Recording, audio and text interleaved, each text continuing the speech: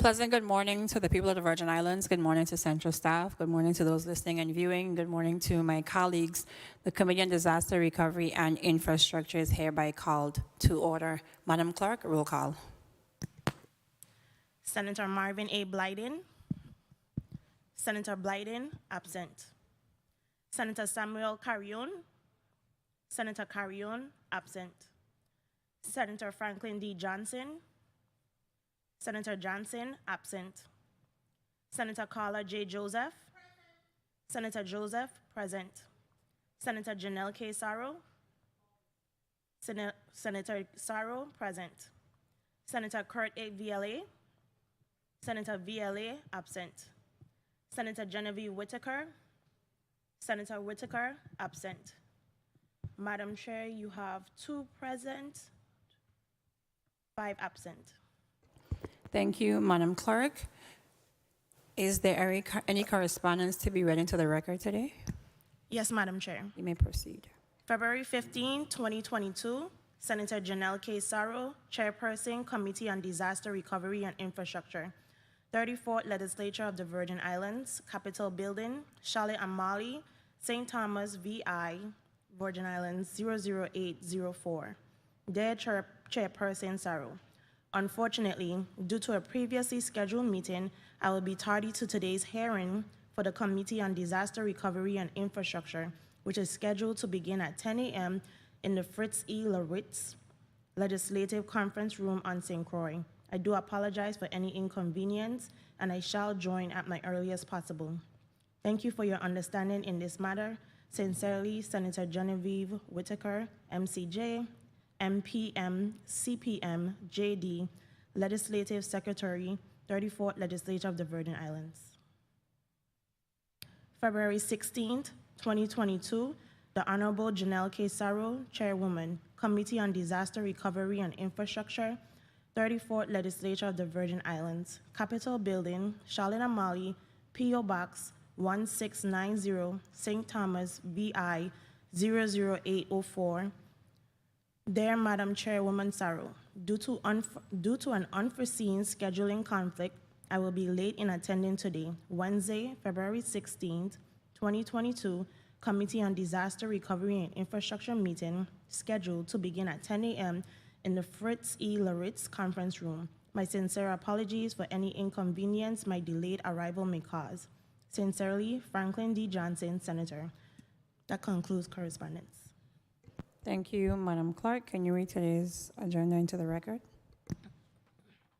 The Committee on Disaster Recovery and Infrastructure has scheduled a meeting for Wednesday, February 16th, 2022 at 10 a.m.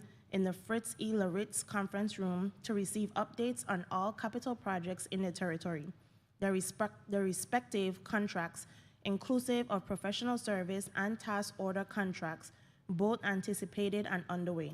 Block 1. The committee will receive testimony related to the status of capital projects in the territory, the respective contracts, inclusive of professional service and task order contracts, both anticipated and underway.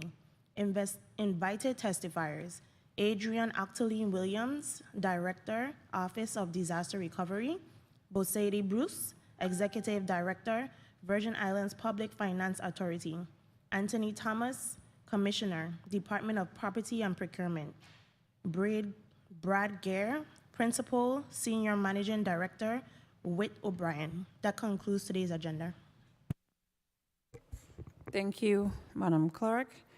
Let's do a sound check before we proceed. Director Octaline Williams? Williams Octaline? I can't hear you. Hold on, still can't hear you.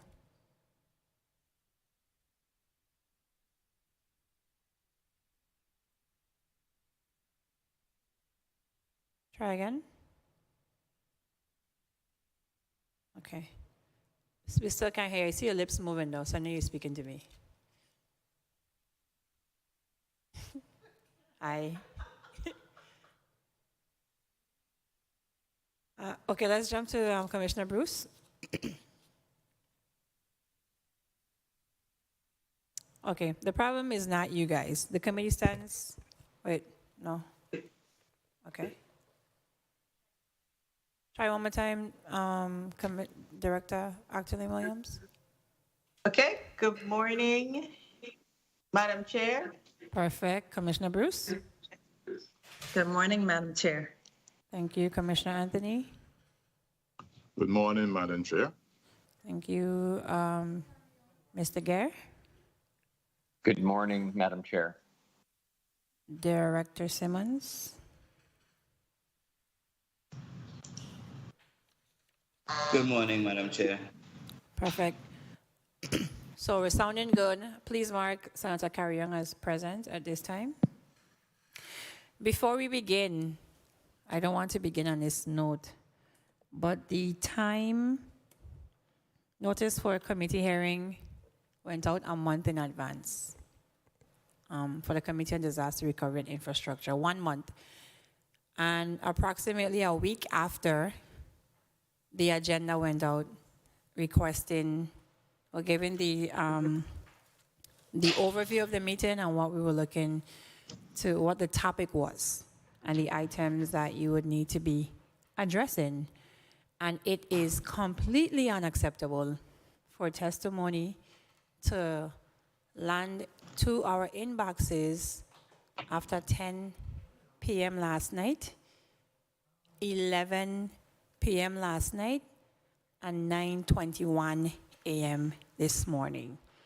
And it's a volume of information, it's a lot of spreadsheets, a lot of contracts to go through, and it is grossly unfair to deliver information to this body at that time. So I hope that this is my last public chastisement of the testifiers coming before the Committee on Disaster Recovery and Infrastructure. Let this be the last time that this happens, please. Because I wouldn't do it to you guys. You guys were given a month's notice, respectfully, because we know that you are directors, commissioners, you have things to do, and that's why we give you ample notice for committee hearings. At this time, we'll begin with the testimony of Director Actaleen Williams.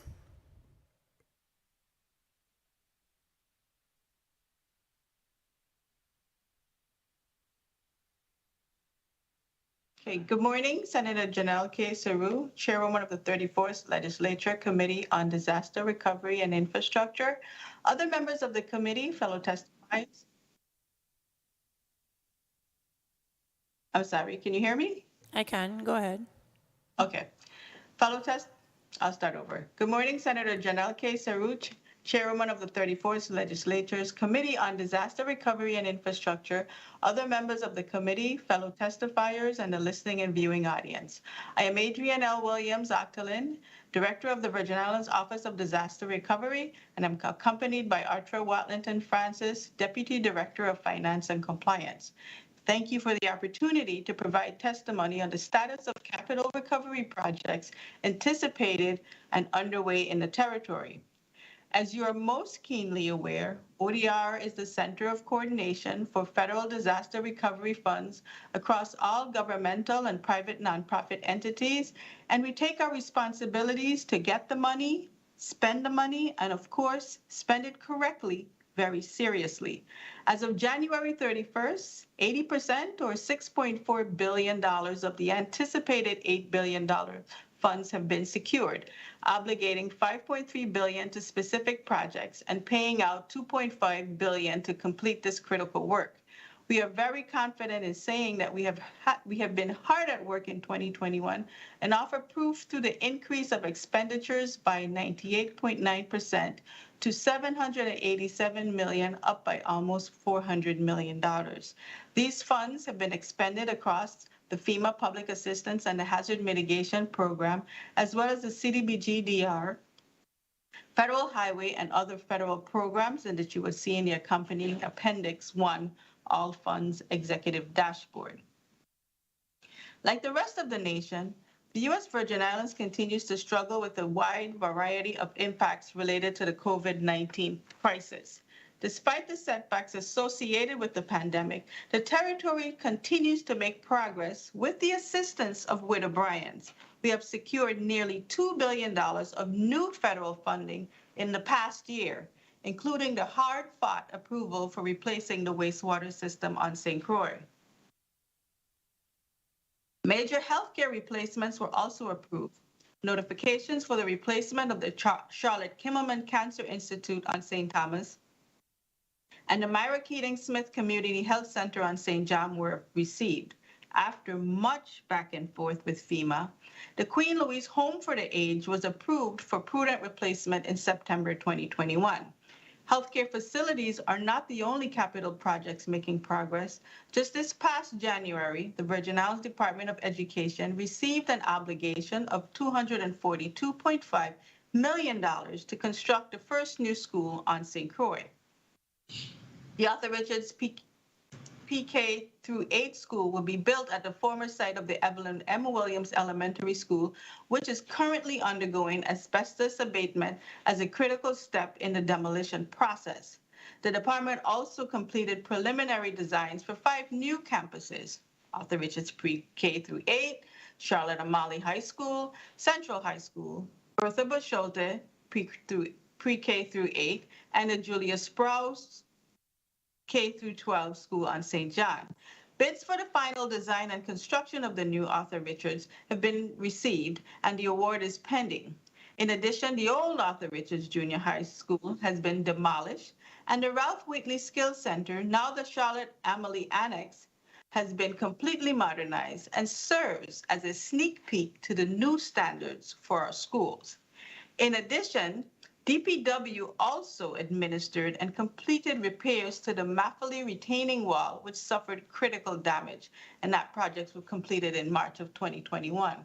Although the Emergency Home Repairs VI, otherwise known as STEP, program completed in April of 2019 after successfully completing approximately 8,000 home repairs and permanent compliant roof installations, FEMA continued to question the eligibility of costs, resulting in years-long delays in paying contractors. FEMA has since agreed to most of the costs, bringing the total payments from construction and soft costs to $717 million. This is attributed to the hard work of our Virgin Islands Housing Finance Authority, as well as our contractors, Ernst & Young and Widow Bryans. VIHFA has also been diligently working to provide new housing opportunities for residents. The recently completed Megan's Junction 2, a 9-story hurricane-hardened building, has 31 bedroom, 1-bath units and 32 bedroom, 2-bath units, and a ground floor fitness center, community room, and library. The Virgin Islands Housing Authority also completed the much-needed demolition of 5 buildings at Tutu High-Rise Apartments. The 2-year project began in October 2020 and was completed in December 2022. Roofing repairs to Content Knolls were also completed in December, and the comprehensive demolition of the Ludwig Harrigan site and buildings began in August 2021 and should be complete before the end of this month. VIHA plans to develop senior housing using the existing footprint. Numerous buildings across the territory are now in design and nearing the construction phase, including parks, library, industrial parks, office buildings, and other public facilities. Notably, repairs on Government House on St. Thomas and the Battery on St. John concluded late last year. The Virgin Islands Department of Agriculture suffered significant damages and received $9.9 million across both FEMA public assistance and hazard mitigation grant programs. Throughout 2021, construction was completed on the food production buildings, homestead, marketing, livestock, garage, and veterinary buildings, as well as the abattoir slaughterhouse on St. Croix. The administration building on St. Croix also suffered critical damages during the storms and was demolished to make way for a new facility that will house the administration and forestry personnel. The design is 85% completed, and the construction solicitation is expected to be released before April of 2022. The Virgin Islands Department of Planning and Natural Resources has provided more than $6 million in economic assistance grants to approximately 300 fishers to help offset losses due to the 2017 hurricanes. DPNR continues to work on behalf of the fishing community to fully expend all of the funding prior to the grant end date of July 2023. Additionally, in March 2021, the Virgin Islands Economic Development Authority completed Vision 2040, a long-term economic recovery, revitalization, and resilience plan for the territory. The tsunami early warning system suffered catastrophic damage on all 3 islands. As of February 9, 2022, tsunami pole installations on Water Island and St. Thomas have been completed. Finally, on St. Croix, Phase 1 of the Henry E. Rosen Airport Terminal Expansion Project, funded with $7.3 million from the U.S. EDA, with the VI Port Authority providing $300,000 in match, was completed in December 2021. This is a quick summary of some of the recovery's major project accomplishments since our last time before this body, but the work does not end there. ODR, in concert with local agencies, have invested countless hours of arduous work in advancing recovery projects. The fruits of our labor can be seen in the territory's current portfolio of active projects. The territory manages over 1,500 projects, of which 1,325 have been obligated for an amount of $3.3 billion. Procuring contracts, obtaining permits, synchronizing timelines, and drawing funds are critical steps to successfully launching these projects. To support these efforts, ODR hosts monthly meetings with departments highlighting the status of priority projects and their next steps. Utility coordination meetings are also held monthly with representatives from public and private utilities to collaborate on existing and proposed projects. Governor Bryan identified 5 priority areas and projects critical to the territory's recovery. The priorities were established based on the projects that affected the largest percentage of the community and the criticality of the services in the areas of health and hospitals, schools, housing, utilities, and roads. Several key projects are underway in each of these areas. We'll examine health and hospitals. So restoration of healthcare facilities to prevailing industry standards remain among the top priorities for the territory. The Governor Wang F. Louis Hospital and Medical Center temporary hardening structure is the #1 priority project. It is anticipated for completion by August of 2022, pending construction of the mechanical building needed to control power, oxygen, and other critical functions. Work is simultaneously being done to further permanent hospital recovery projects. Designs are underway for Wang F. Louis Hospital by Flatt Associates, the Charlotte Kimmelman Cancer Institute by EY Architecture and Engineering, and the Myra Keating Smith Health Clinic by the Smith Group. The territory awaits concurrence on damages and a decision on the prudent replacement of the Roy Lester Schneider Hospital by FEMA. Design of the permanent facility will commence following the outcome of FEMA's final decision. The Virgin Islands Department of Health awarded a contract for architectural services for the design of the new Charles Howard Medical Center to Flatt Associates. A fixed cost offer is expected by March, as well as the release of the solicitation for demolition. The Nude Hansen Wick rebuild and the Fedristead Wick building repairs are both expected to be released for construction solicitation by March 2022.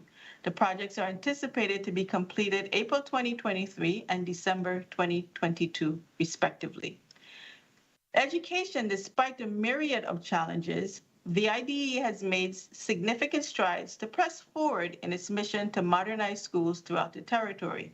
The Gladys Abraham Elementary School modernization projects, which will house the future skills center, remains in progress. This project is anticipated to be completed by April 2022. Recently receiving FEMA environmental approval, the demolition of 5 buildings at the Charlotte Amalie High School is expected to commence in short order. A notice to proceed is projected for March 2022. And our roads. Following much discussion with FEMA, DPW has completed construction scopes of work for repairs for roadways on Water Island, Botany Bay, Perseverance Bay, Red Hook Bay, Jersey Bay, Smith Bay, and Frenchman's Bay on St. Thomas, as well as Fish Bay, Coral Bay, Maho Bay, and Great Cruise Bay on St. John. These projects are now pending the completion of FEMA's environmental and historic preservation approval to begin construction. Although many of the local roads damaged by the hurricanes are still in FEMA's appeal process, bids for other recovery projects like the Water Island Ferry Dock, Lorraine Intersection, Clifton Hill, Melvin Evans Highway, Phase 3, and Fish Fry Drive are in motion. This year, contracts were executed for the HMGP Mahogany Road Drainage Improvement Project on St. Croix, where design work started in August 2021 and construction expected to start by September 2022. Designs are also underway for two HUD CDBG DRR-funded major roadway projects, Northside Road and Dulu Bypass. The design work for both projects has been and are expected to be complete by March 2023, with construction scheduled to begin on both projects by September 2023. In addition to public assistance, the Department of Public Works also leverages FEMA's Hazard Mitigation Grant Program to ensure proper drainage is incorporated into future road projects to more effectively maintain these roadways. In 2021, contracts were executed for the Mahogany Road Drainage Improvement Project on St. Croix. The design is 25% complete, and the construction expected to start by September 2022.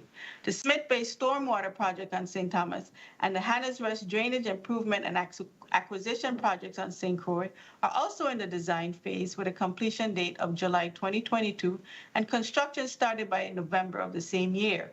Additional projects such as the St. Thomas East End Reserve Project, or STEER, are pending design contract, solicitation, and execution.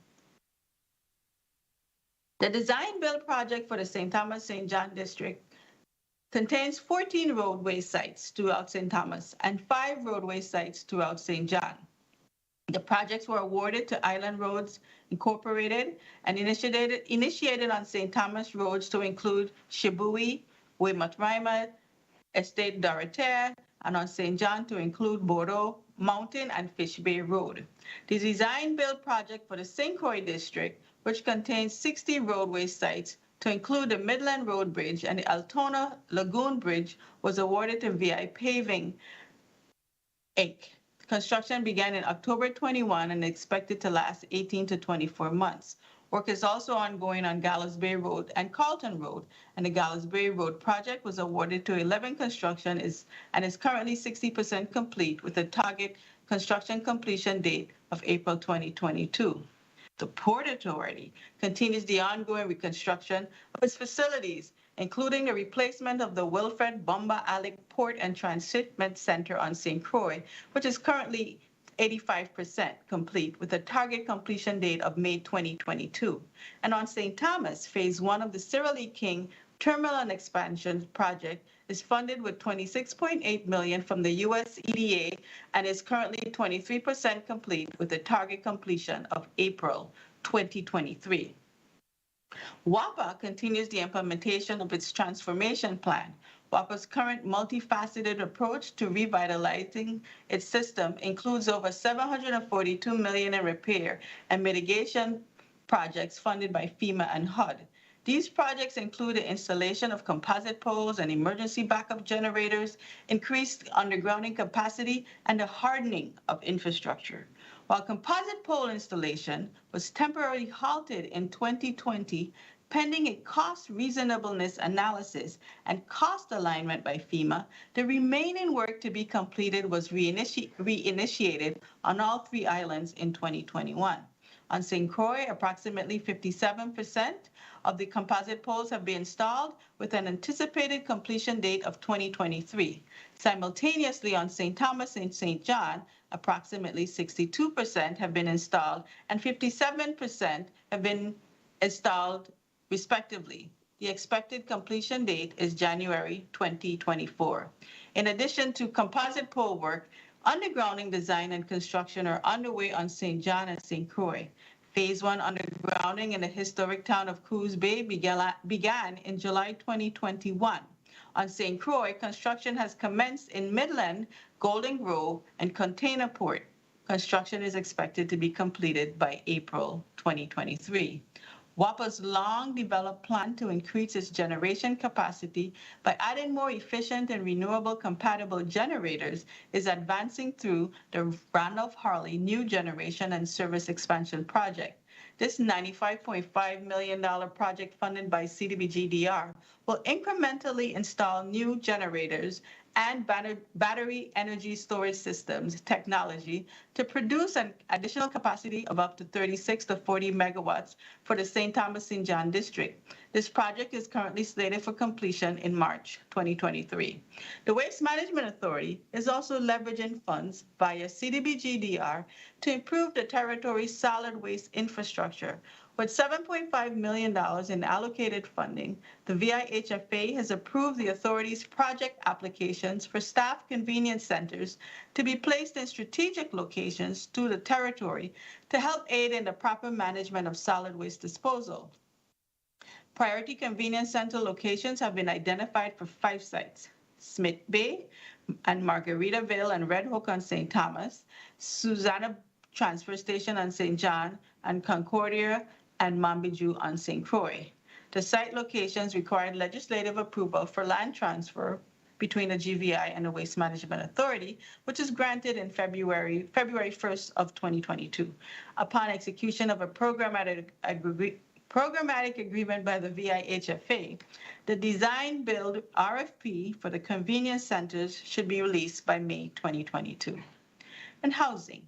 Virgin Islands Housing Authority continues to focus its redevelopment portfolio and strategies for replacing 1,500 aging housing units throughout the territory. VIHA is in the process of completing the Walter I. M. Hodge Pavilion project funded at $78.6 million with a combination of FEMA public assistance, hazard mitigation, and low-income housing tax credits to rehabilitate 248-unit community. MDG design and construction is slated to begin work on site by April 2022. The Duno redevelopment project, an 84-unit affordable rental community on St. Thomas, funded at $57.4 million by HUD, CDBG, DR, and tax credits and private sector investment, is almost 40% complete and should be finished in December of this year. The authority also began roof repair projects at Kerwin Terrace on St. Thomas and Marley Homes and Additions on St. Croix, all of which should be complete by April 2022. In addition to the priority areas, there are other projects that are consequential. The territory's portfolio of emergency operations centers experienced extensive damages from the storms. The St. Thomas EOC building project was obligated for $1.2 million, and currently Juridian Design Group is completing the scope of work for repairs and construction in anticipation of start date of July 2022. The reconstruction of the St. Croix EOC in Herman Hill is also under design by Springline Architects. The contractors are now mobilizing to complete pole installations for the tsunami warning system, a total of 7 on St. John and 17 on St. Croix. The entire project should be completed by April of 2022. And the ODR continues to work with DPNR to progress both the fisheries and the historic preservation grants. In early February, our local state historic preservation team met with their counterparts from Puerto Rico and St. Thomas to review the first round of projects submitted for approval. Over 200 applications were received for this reimbursable grant, and DPNR plans to review 100 applications by the end of this month and begin payments in March of 2022. The Charles Tappy Seals, or Grove Place Fire Station, is expected to be demolished and replaced as a multi-purpose facility. The facility will also include the footprint of the Weed and Seed program. The project is currently out to bid for demolition, and the anticipated completion date for the newly constructed fire station is January 2025. VI Fire Service continues to work with FEMA to secure funds to repair and replace damaged stations and equipment across the territory. During year 4, Sports Park and Recreation experienced an astonishing progress on its recovery projects. A total of $30.7 million has been obligated across both FEMA public assistance and hazard mitigation grant programs for 58 of the territory's parks and facilities projects.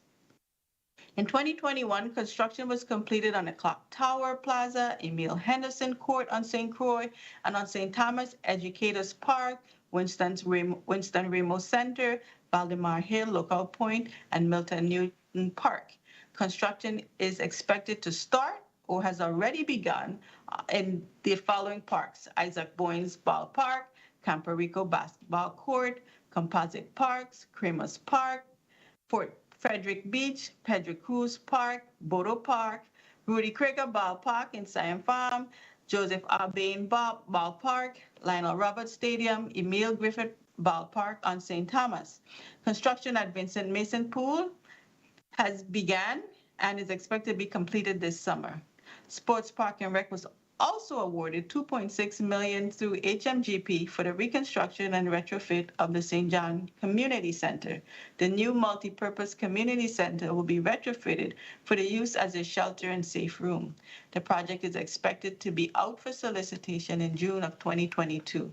The Alvin McBean Complex and the Kerwin Terrace Ballpark projects on St. Thomas are presently out to bid. With FEMA funds over $2 million, design work is ongoing for refurbishing and retrofitting the Estate Profit Community Center and the Canegata Community Center on St. Croix. The Canegata Community Center HMGP project is expected to be out for solicitation in March of 2022. The VI Bureau of Corrections issued solicitations for the design and construction of a new 200-inmate jail on St. Thomas in October 2021 and roof repairs to the John Bell facility on St. Croix in September of 2021. When completed, the new Swan Annex is expected to resolve decades-long challenges in meeting federal requirements for providing suitable correctional facilities in the territory. FEMA also approved $12 million to demolish and reconstruct St. Croix's Patrick Sweeney Police Headquarters. A&E design work is scheduled to begin in March of 2022. The Office of the Lieutenant Governor Street Addressing Initiative aims to provide the territory's streets and roads with unique names and logical sequential numbers for each property. The modern addressing system will facilitate faster 911 emergency responses and provide accurate GPS information.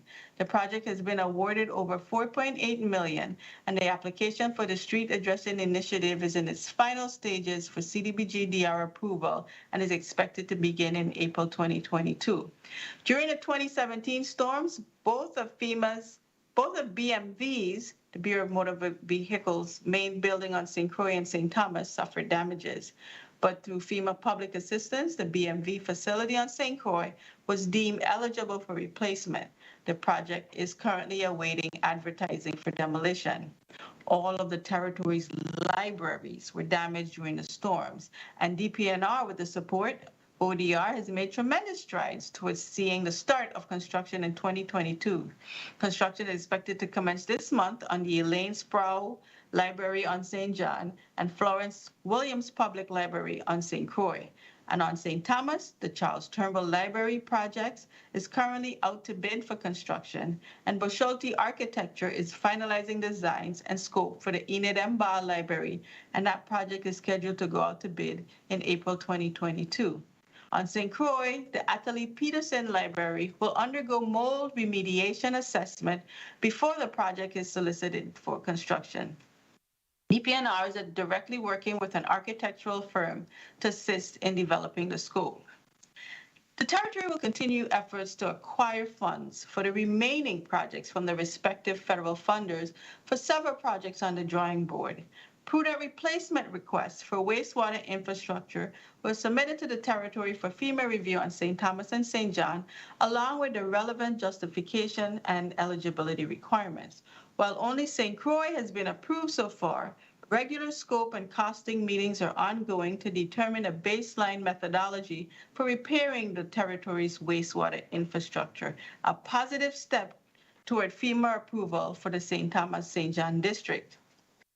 The territory anticipates the final decisions from FEMA on the prudent replacement and the delivery of fixed cost offers for several schools to include Adelita Cancrine, Charlotte Amalie, Julia Sprague, St. Croix Central High, and Alexander Henderson. There are a vast number of projects relative to housing currently on ODR's radar. The Virgin Islands Housing Authority has submitted applications for the rehabilitation of the D. Hamilton Jackson Terrace, Alfonso Piggy Gerard, and the construction of the Stony Ground Villas for CDBG-DR funding. VIHFA recently held a kickoff meeting with Person Service Corps to execute a contract to reconstruct or repair 200 Envision Tomorrow homeowners. And residents can expect to see multiple road repair projects occurring simultaneously across the territory. Additional roadway sites associated with the St. Thomas St. John build will begin, including areas along Black Point Hill, Hall Bay Road, Mandal Road on St. Thomas, and sites along Southside Road and Starfish Market on St. John. ODR is also tasked with identifying and addressing capacity issues of agencies that impact the administration of the funding and the management of the projects related to the recovery. As you are aware, many departments and agencies were inundated prior to the storms, and the management of the recovery created an additional workload that is overwhelming. The VI Public Finance Authority procured the services of Widow Bryans and Ernst & Young to provide support to the territory in the aftermath of the storms.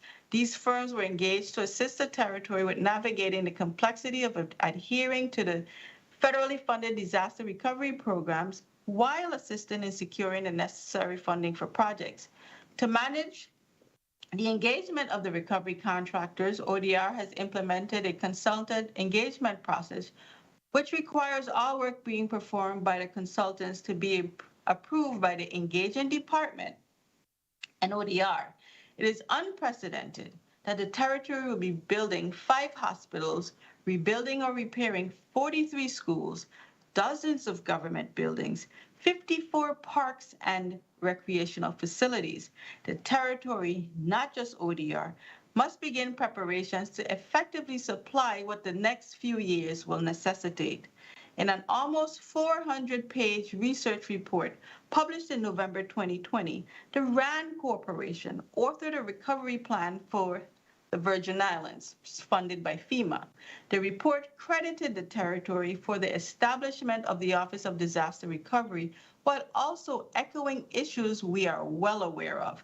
RAND's findings outline 4 cross-cutting capacity areas that will require continuous monitoring: improving the fiscal capacity of the VI government, expanding the workforce to ensure there are skilled workers to meet the wide range of employment opportunities, addressing the critical need for additional housing, and making sure that the territory can handle the material needs of new construction, concrete, asphalt, and the logistics to transport all the required resources. Other remedies instituted by ODR address the areas of project management, training, and staffing. In taking action to expand the territory's workforce as recommended, ODR has created a Workforce Development Task Force, which is comprised of representatives from UVI, RT Park, Department of Labor and the Workforce Development Board, the Department of Property and Procurement, Department of Personnel, and the Virgin Islands Housing Finance Authority. The team has been working diligently to identify potential gaps that hinder the territory's ability to build capacity. At the forefront is the need to address certificate programs, degrees offered at the university, and contract language that incentivizes the hiring of UVI and other training program graduates.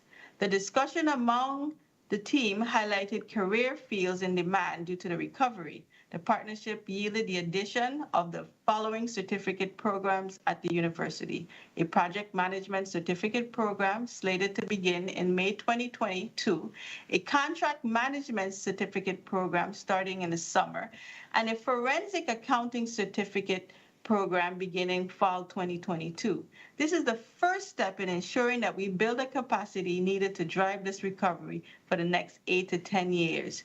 Because to ensure the efficient management of the myriad of projects, ODR found the need to create a centralized system where all disaster recovery projects from the various federal agencies, federal funding agencies can be housed and managed on one platform. Designed by ISC Solutions, the Odysseus Portfolio Management System is being implemented across all government and semi-autonomous agencies utilizing recovery funds. The tool is set to revolutionize how we manage projects in the territory. Recipients can monitor their progress by tracking milestones, schedule performance, financial data, resource constraints for all of the projects and funders on one platform. The new portfolio management system will assist in ensuring the government of the Virgin Islands completes the recovery work in a timely manner while meeting the compliance requirements of our federally funded programs and partners. ODR, in collaboration with the Department of Property and Procurement, made great strides in ensuring that the recovery project solicitations and contracts are in accordance with local and federal procurement laws, which provides that funding associated with projects are correctly spent. The sheer volume of solicitations makes this a daunting task. Both DPP and ODR are consistently making strides to increase efficiency. Several issues continue to impact the recovery. The territory is advocating for a waiver of the local match requirement. Under the current situation, the USVI will have to dedicate a substantial portion of its HUD CDBG-DR funds, as much as $500 million, to cover non-federal share. If the 10% cost share is waived, the Virgin Islands can redirect these funds to help rebuild homes damaged by the hurricanes and other very critical needs. The territory utilizes the special lane of Section 428 of the Stafford Act to capitalize on the advantages offered to the Bipartisan Budget Act. Unfortunately, FEMA has only made 17 fixed cost offers in the past 7 months, leaving nearly 150 more fixed cost offers on the table for delivery to the territory by June 30th of 2022. Governor Bryan most recently discussed the pace and the criticality of fixed cost offers, which includes schools and hospitals, with FEMA Administrator Deanne Criswell while in D.C. last month. The territory eagerly awaits FEMA decisions on the remaining FCO fixed cost offers. Before FEMA Federal Coordinated Officer William Bill Vogel left the disaster, he advised territorial leadership that we are all in for a long haul, and he was absolutely correct. The recovery process is not a simple one.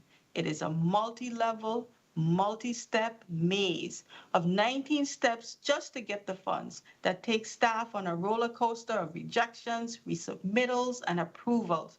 Projects can hit bottlenecks and roadblocks tied to federal consistency or environmental and historic preservation reviews, scoping, design, costing that must be addressed in order to move projects down the line. Solicitation and contracting alone can take up to 10 months, even for the smallest project, because of bonding and other contracting pitfalls. When added to the challenges we are seeing because of the pandemic, this can seem like an uphill battle.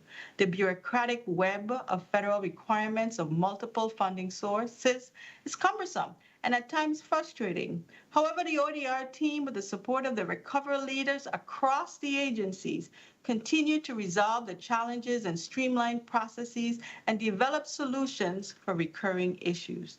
ODR understands the recovery projects will play a tremendous role in helping to keep the territory's economy afloat during these trying times, and we have wholeheartedly accepted the mission. Madam Chair, thank you again for the opportunity to address this body. I look forward to working collaboratively to continue the forward movement of the recovery and building a legacy of resilience. This concludes my testimony, and as always, I will remain available to answer any questions that you may have. Thank you. Thank you, Director Acton Williams. I'm going to divert 1 minute to read some late correspondence. I said your name backwards, Director Williams. What did I say? You said Actalyn Williams, and that's going to give me a your lot of husband will probably explanation be. tonight. Please apologize to your husband. Thank you, Director Williams Actilene. I apologize for that. I need to divert 1 second to the clerk to read some late correspondence that just came in. You may proceed. February 16, 2022, the Honorable Janelle K. Saro, Chairwoman, Committee on Disaster Recovery and Infrastructure, 34th Legislature of the Virgin Islands, Capitol Building, Charlotte Amalie, VI 00802. Dear Madam Chair, please be advised that due to emergency circumstances, I will be late in logging in to virtually attend today's meeting of the Committee on Disaster Recovery and Infrastructure. Please mark my initial absence as excused, and I look forward to joining the hearing at the earliest opportunity. Sincerely, Marvin A. Blyden, Senator, 34th Legislature of the Virgin Islands. That concludes.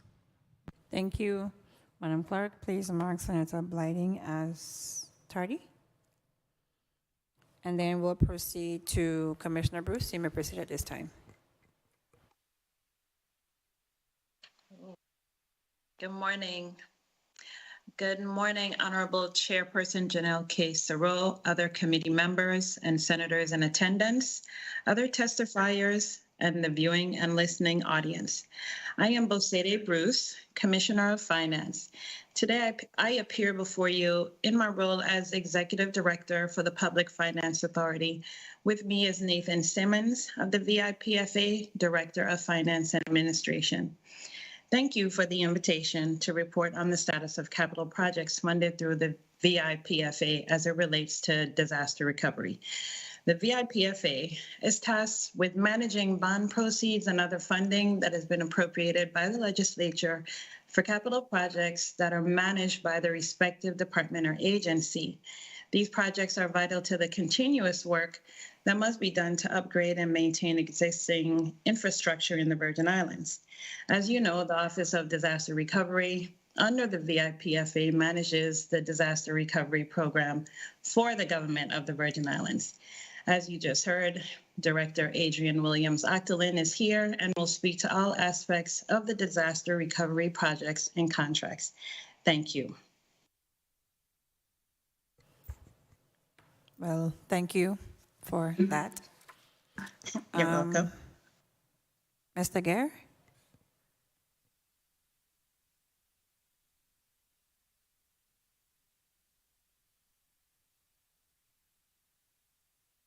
Mr. Brad Gare, you may proceed at this time. Sorry, can you hear me, Madam Chair? I can. You may proceed. Okay, thank you so much. Good morning to the Chair, the honorable members of the Committee on Disaster Recovery and Infrastructure, and others participating in person and virtually. On behalf of Whit O'Brien's USVI LLC, I would like to express our appreciation for the committee and the important work that you are doing. I am Brad Gare, Principal with Whit O'Brien's and Project Executive for our current contract with the VI Public Finance Authority.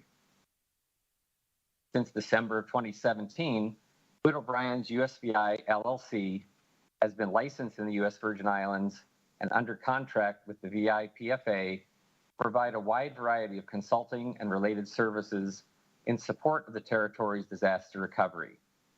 Under the direction of the VI Office of Disaster Recovery, Whit O'Brien's provides services based upon task orders issued by VI ODR in support of specific governmental entities for specific projects.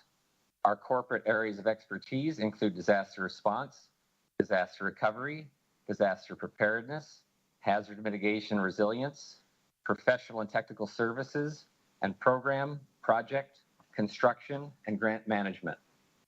Most of our work in support of the USVI under this contract has involved funding related to the FEMA Public Assistance Program, the FEMA Hazard Mitigation Grant Program, the HUD CDBG DR and CDBG MIT programs, and the Federal Highway Administration Emergency Relief Program. Our current subcontractors on the VIPFA projects include Antillean Engineers, DLR Group, Hayward and Associates, and TSG VI. Given that VI ODR is best positioned to provide the current and comprehensive information on project listings, funding, obligations, expenditures, statuses, timelines, and progress, I will provide any supplemental information to this committee as available and relevant during the course of this hearing. Witt O'Brien's is proud to be a part of the VI ODR team and a contributor to the progress being made in the territory's disaster recovery. I thank you for your invitation to testify today and remain available to answer any questions. Thank you, Mr. Gare. Commissioner Thomas. Good morning, Honorable Senator Janelle Quesaro, Chairwoman of the Committee on Disaster Recovery and Infrastructure of the 31st Legislature of the Virgin Islands. Honorable committee members, other senators of the 31st Legislature present, fellow testifiers, person present online, listening and viewing audiences. I am Anthony David Thomas, Commissioner of the Virgin Islands Department of Property and Procurement. Madam Chair, I am present pursuant to your invitation to provide testimony on the status of all capital project contracts, inclusive of professional services and task order contracts, anticipated and underway in the territory. Additionally, I will discuss the challenges and special circumstances this committee should be aware of concerning the procurement and contracting system. Therefore, I'm here to share with this august body and the people of the Virgin Islands a testimony that illustrates a clear and realistic picture of the disaster and non-disaster related contracting in alignment with the 36-month transformation process that has taken place at DPP over the past 34 months. I will simply proffer that the system transformation undertaking is on track with all contract management process timelines and strategies. I must submit that the Virgin Islands Department of Property and Procurement I am representing to you today is transformed to meet the 21st century expectations. As part of the government's operational cluster, the Department of Property and Procurement has comprehensive responsibilities within the executive branch. The department operates pursuant to Title III, Sections 212 through 221, Title 31, Section 151 through 169, Sections 201 through 205, Sections 231 through 251, and Sections 281 through 283 of the Virgin Islands Code and all corresponding associated rules and regulations. The department's procurement-related functions are outlined in Title 31, Chapter 23, Sections 231 through 251 of the Virgin Islands Code. The Division of Procurement undertakes all responsibilities for the review and approval of requisitions and conversions to purchase orders, all activities for the formal advertisement for all goods and services for the executive branch, meeting solicitation thresholds, including supply services, construction, professional services, conducting evaluations, and the award and approval of various types of contracts. As requested by Senator Saro, the testimony is divided into specific discussion parts to first inform the public and then to meet the requirements of this legislative inquiry. I will discuss the criteria used to identify the contracts subject to this discussion. First, all contracts discussed today qualify as an infrastructure-related project valued at least $500,000 in accordance with the definition of a capital improvement project in Title III, Chapter 9, Section 134A(c) of the Virgin Islands Code. Secondly, projects classified as underway fall into two procurement categories at DPP. A, those that are ongoing, and B, those that are in progress. A, an ongoing project represents one where the contract has been executed and the project remains in work status. Work remains to be completed or administrative closeout has not occurred. In the ongoing category, there are several familiar projects, including the Paulie Joseph Stadium since fiscal year 2013 to 2014, and the Main Street enhancement since fiscal year 2016 through 2017. B, a project classified as in progress represents a project currently in the solicitation phase, but the contract has not yet been executed. Until an agency makes a specific request to DPP for a solicitation of a good or service, that project has not yet entered DPP's workflow, and therefore, DPP's perspective covered those projects classified as underway. Attached as Exhibit A to this testimony is a spreadsheet listing all capital projects that are underway and their associated status. The projects are categorized as either construction contracts, professional services contracts, or task order agreements. A, construction contracts are used for new buildings and repairs and renovations to government infrastructure. B, professional services contracts include architectural and engineering services and related professional services for the construction, repair, or renovation of government infrastructure or are design-build projects. And C, task order contracts are generally used for disaster-related services in preparation for or in the aftermath of a disaster.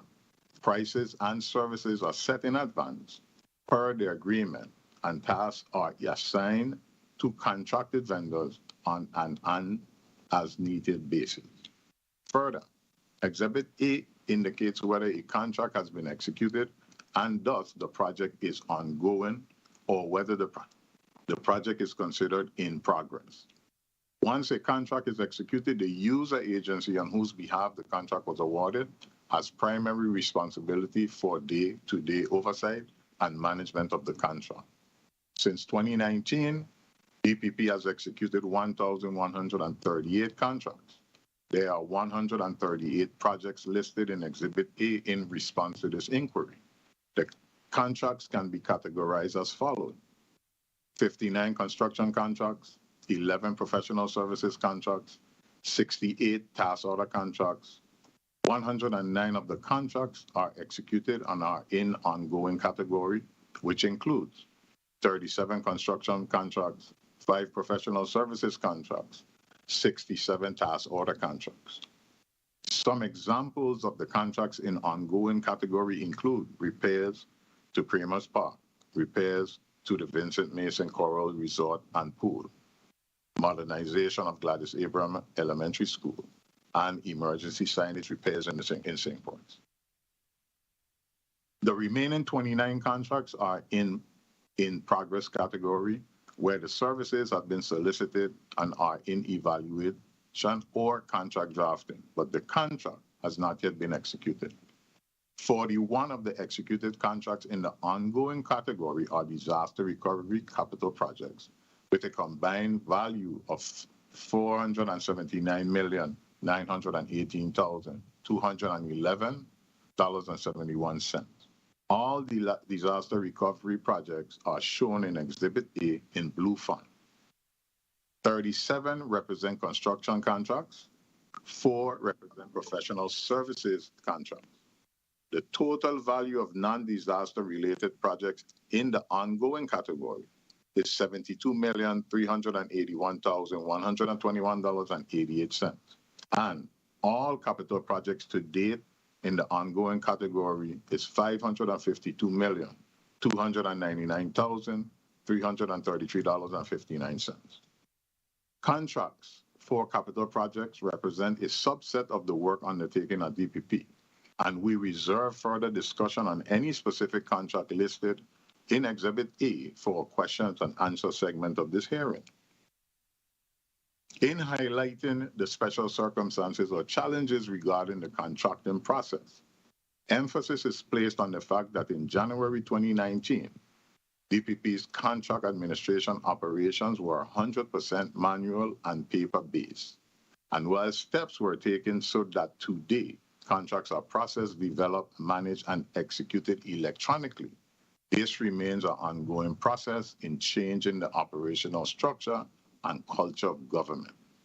We experienced a 200% increase in contract executions between fiscal year 2019 and fiscal year 2022. But DPP's current staffing is not sufficient to sustain a current trajectory of success realized since 2019. Staffing levels are not consistent with the expectations of the Virgin Islands Code as described for DPP. In February 2022, with the implementation of GVI BY, we are creating a system that is accountable, transparent, and efficient. As I have stated before, the 31st legislature and its committees, a manual paper-based independent system was not efficient. Thus, we are transitioning to a 21st century mode of operation.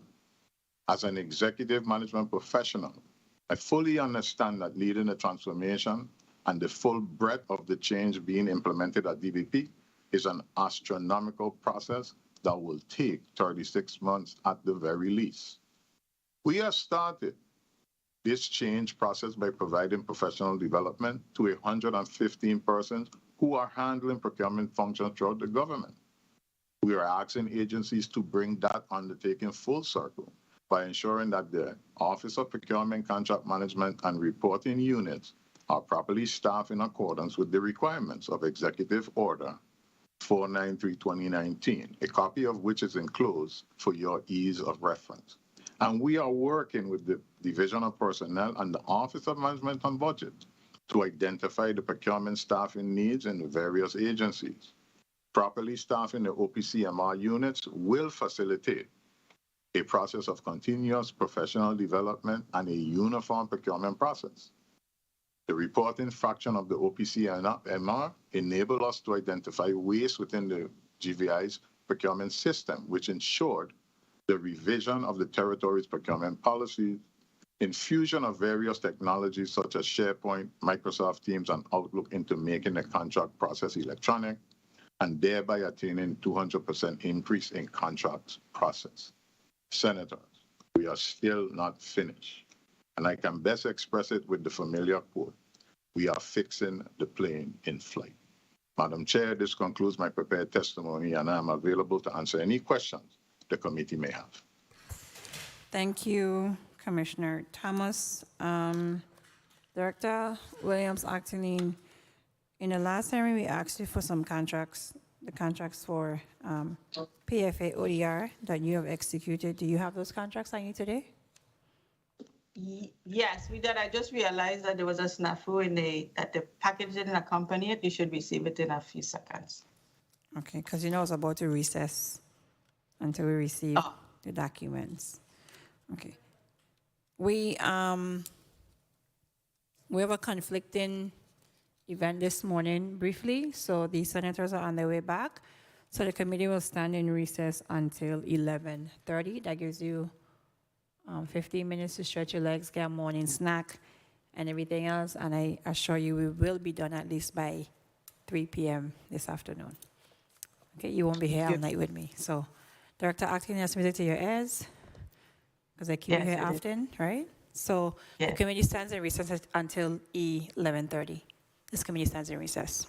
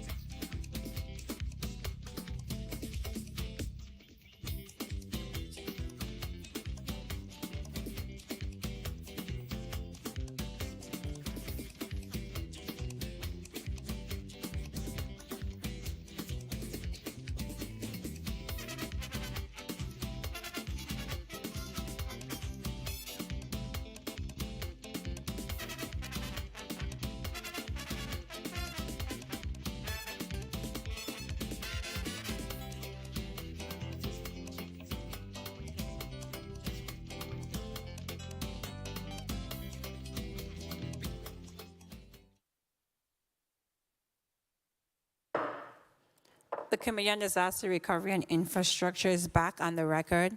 For those listening and viewing, testimony was already read into the record. We have our senators present. This morning we had the ribbon cutting for WTJX, their garage and their van. So kudos to WTJX on the progress that they have been making so far. Today's topic covers both disaster recovery and infrastructure. So we have the Commissioner of Property and Procurement and the infrastructure component and projects. And of course, we have the PFA, because the PFA monies were reprogrammed through the PFA for a variety of projects.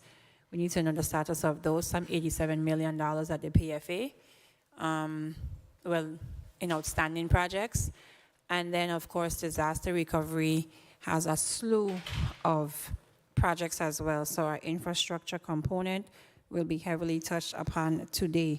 Commissioner Thomas, before we go to the first senator, briefly, in the capital projects exhibit A, Department of Education modulars, the description 2018 to 2019, you have executed service status ongoing, AECOM, some $117 million, 26 million, 82.2 million for design, manufacture, construction, turnkey, new temporary educational facilities. I'm assuming this is a modular.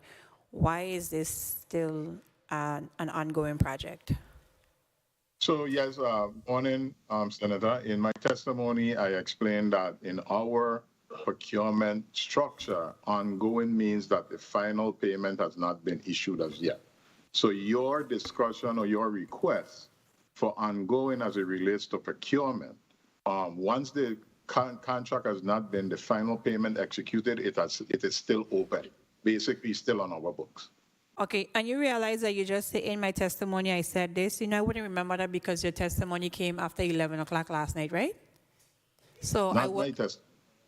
So it came. I guarantee you my testimony was sent to Ms. Edwards prior to that. What time? 8. 8 o'clock. Okay, so you sent testimony 8 o'clock last night for this morning, but the point is it should not have come last night. So if I had time to digest, I would have remembered what ongoing meant. That's the point I'm making. Yeah, but that's what I read to you, Senator. Hold a second. I read it in my testimony. All right, So, go ahead. hold a second. I don't want to stress our stenographers today. So this final payment for AECOM, and because the final payment has not, is the final payment around the dispute between the government and AECOM? I don't have any information on that. ODR will be the one that has to address the financial aspects of that project as a disaster relief project. Director Williams Actaline? Yes, so we had an ongoing dispute. There was a significant change order for those modulars that had to go to FEMA, and FEMA approved it, but it was done shortly. It was approved, but we still had to put together all the documentation in order to draw the funds, and there were some issues with cost share. So the short answer is that it's still ongoing in our abilities to be able to draw the funds down to pay out this contract and close it out. Okay, and was the work completed? Yes. The work that we're paying for is all completed work. Okay, thank you. Senator Joseph, colleagues, 10 minutes. You may proceed at this time. Thank you so much, Madam Chair. A pleasant good morning to my colleagues and testifiers and the people of the Virgin Islands. I want to first begin by commending everyone on the line today for rendering your testimony. Although it wasn't sent in timely, we do appreciate the work and we want to assure you that you hopefully appreciate the work that we do as well in providing the level of checks and balances that is required in the management of over $5 billion of federal monies that come in and leading towards a transparency. Our ability to do that is definitely connected with the collaboration and the partnership as stakeholders the legislature plays in the management and oversight of these projects, because as you know, our constituents are constantly calling our office relative to status on various projects. I just had a call from a constituent in the Canton area in St. Thomas regarding road repair and when is that going to happen and occur. More importantly, I had an opportunity to visit the site not once but twice, and I'm deeply concerned about when those type of road projects are going to begin. So I will start with you, Director Williams-Octoline. How are you doing today, first of all? I'm doing well. Thanks for asking. You're welcome. It's my pleasure. It's always good to see you. So let's get to the meat of it with the roads, because the roads are a problem in both island districts. I noted in your presentation, you mentioned that there are a number of road projects that are coming up. Kindly indicate the road projects that are still in appeals by FEMA. So over about 80% of the roads in the St. Croix district have been determined to be ineligible. FEMA stated that they were pre-existing damages, and these roads are not eligible for the BBA. And therefore, and there's a lack, according to FEMA, of lack of maintenance records. So these roads have been rendered ineligible. We are in dispute, and we've appealed this process or this decision because this process has undergone several steps where the roads were obligated and not obligated, but approved, and then they were denied, and then they were approved again. So we have put together, with the assistance of Whit O'Brien, to get together the appeals that is currently under review by. So stop there for me. Pause a minute. So let me switch to Whit O'Brien, because you are the government's consultant. You are our expert on these projects. You are supposed to do whatever to go to the greatest extent feasible to get the yes from FEMA, correct? Good morning. Good yes, morning. Senator. Yes. Did you hear my statement?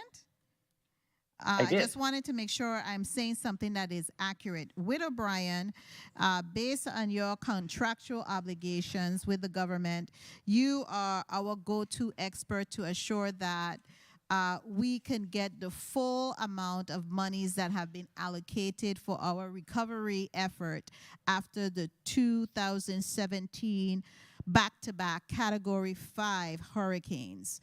Now, Ms. Octoline represented that we are in appeals for these road projects, and you are the expert here.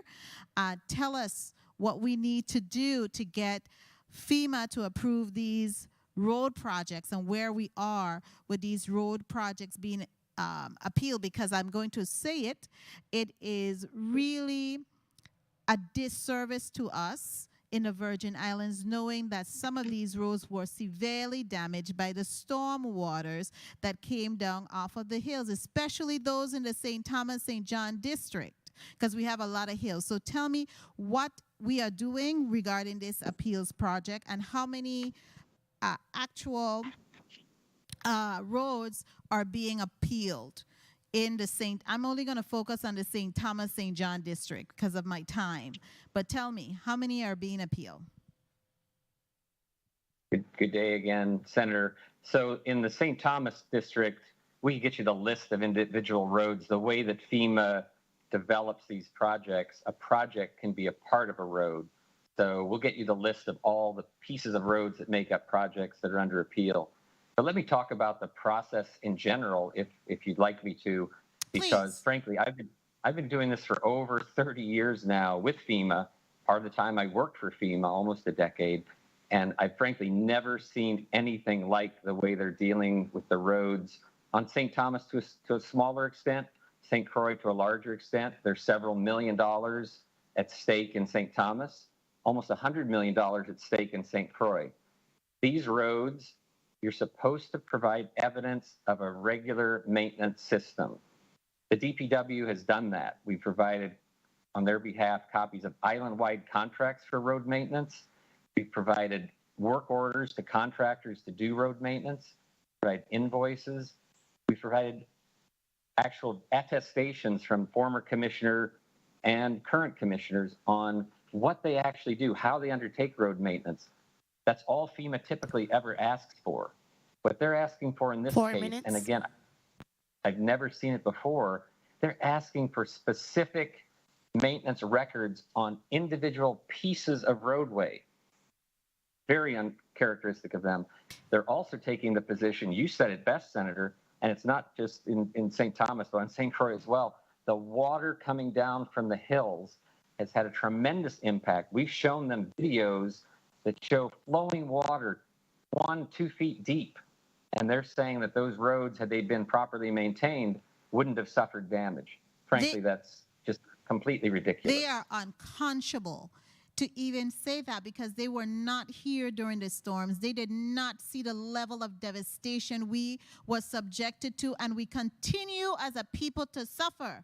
They are, I really, it has to be escalated. I know in Director Williams Octaline testimony, she mentioned that the governor has even stepped in. It has to be escalated because if you have worked over 30 years with FEMA and they are segregating and looking at certain items and really being scrutinized, then that in itself is a disservice and could even look at as discriminatory to the people of the Virgin Islands for us to get these road repairs and this money. Would we be all, customarily, in your experience, would it be customary for us or any other location for these roadways to be part of FEMA's standard allowable cost? Senator, absolutely. And I will say in the appeal, and the way the FEMA appeal process works, it's a two-step process. The first appeal after it's been determined not to be eligible at the local FEMA level here, it then goes to an appeal to the FEMA region office in New York City. After that appeal is acted upon, then if you're denied, essentially, the appeal, you have two choices. You can go to a second appeal at FEMA headquarters, or instead you can go to arbitration with another federal agency, the Civilian Board of Contract Appeals. And in this appeal, we've provided endless information, data on the roads, photographs. We provide attestations, not just from public officials, but from residents who know the roads, who lived on the roads, who were there after the storm, who attested that the roads were well taken care of prior to the disaster and suffered catastrophic damages as a result of the disaster. That has had no impact on the local FEMA team. We're hoping that it will have an impact on the FEMA team at Region 2.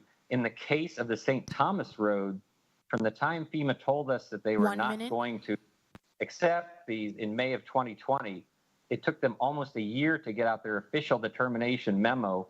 And now, since we submitted the appeal last summer, they've been sitting on the appeal for over 200 days. They're supposed to turn it around in 90 days. They've had it for 200 days, and there's no time limit on them for how long it takes them to respond back.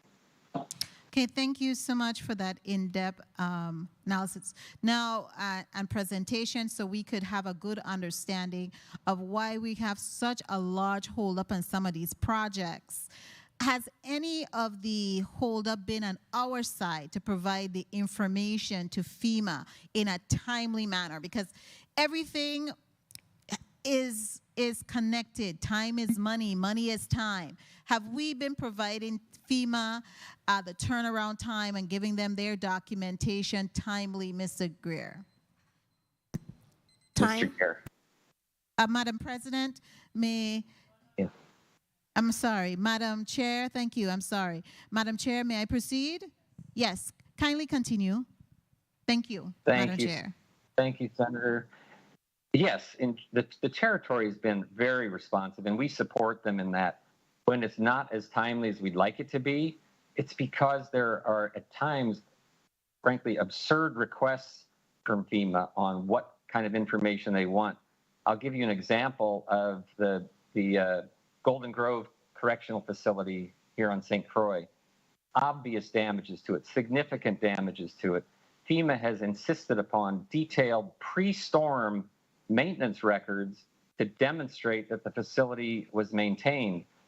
We've provided everything through on behalf of BOC that's reasonably available, recognizing that a lot of the maintenance is done by inmates and done by staff, and they don't keep the sort of detailed records we'd like to. Back to the roads, and related to this also, Senator, you raised the issue, and it's in the appeal on the roads. There is a social equity issue here. I used to work for New York City in the mayor's office after Hurricane Sandy. New York City is one of the few jurisdictions that has the wherewithal. We have 400,000 city employees in New York. The wherewithal to maintain those kinds of records. Yes, New York City could tell you exactly who did what on what road at what day. Nowhere in rural America or the territories is anyone capable of that, nor should they be expected to. It's not within FEMA's requirements.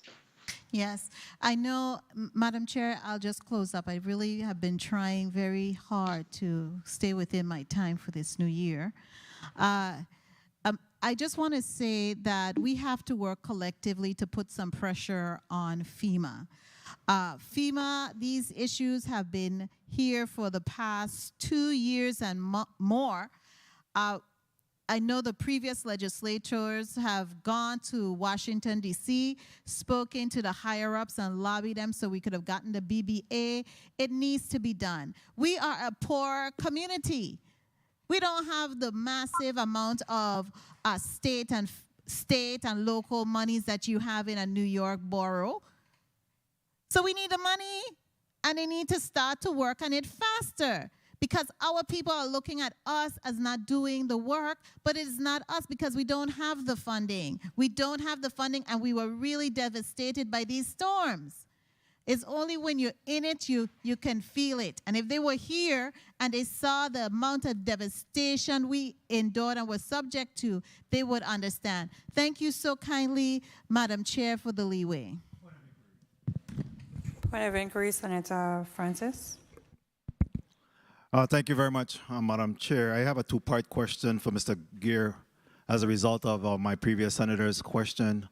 What is the role or engagement of with O'Brien in respect to some of the deficiencies that you have just cited that prevent us from moving forward, as well as how are we fixing the processes, so that in the future we don't find ourselves in the same predicament, because there will be future storms as well. What is with O'Brien's engagement, one, and two, how are we resolving those processes to avoid the same pitfall in the future? Thank you.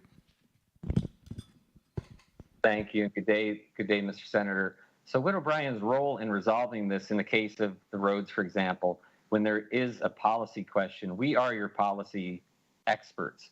I have no doubt about my team's abilities, my own abilities in the area of FEMA policy. As I said, I've been doing it for 30 years. So when it comes to an appeal, we draft the appeals.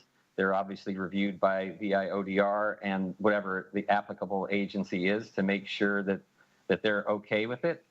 But the appeals that we've put in have been very sound on policy grounds. And I will say that there's been a lot of effort to try to convince FEMA to do this outside even of that process, both from ODR, who's a great advocate. The governor has been directly involved, and so is your delegate. She's been a terrific advocate in Washington to try and resolve some of these issues.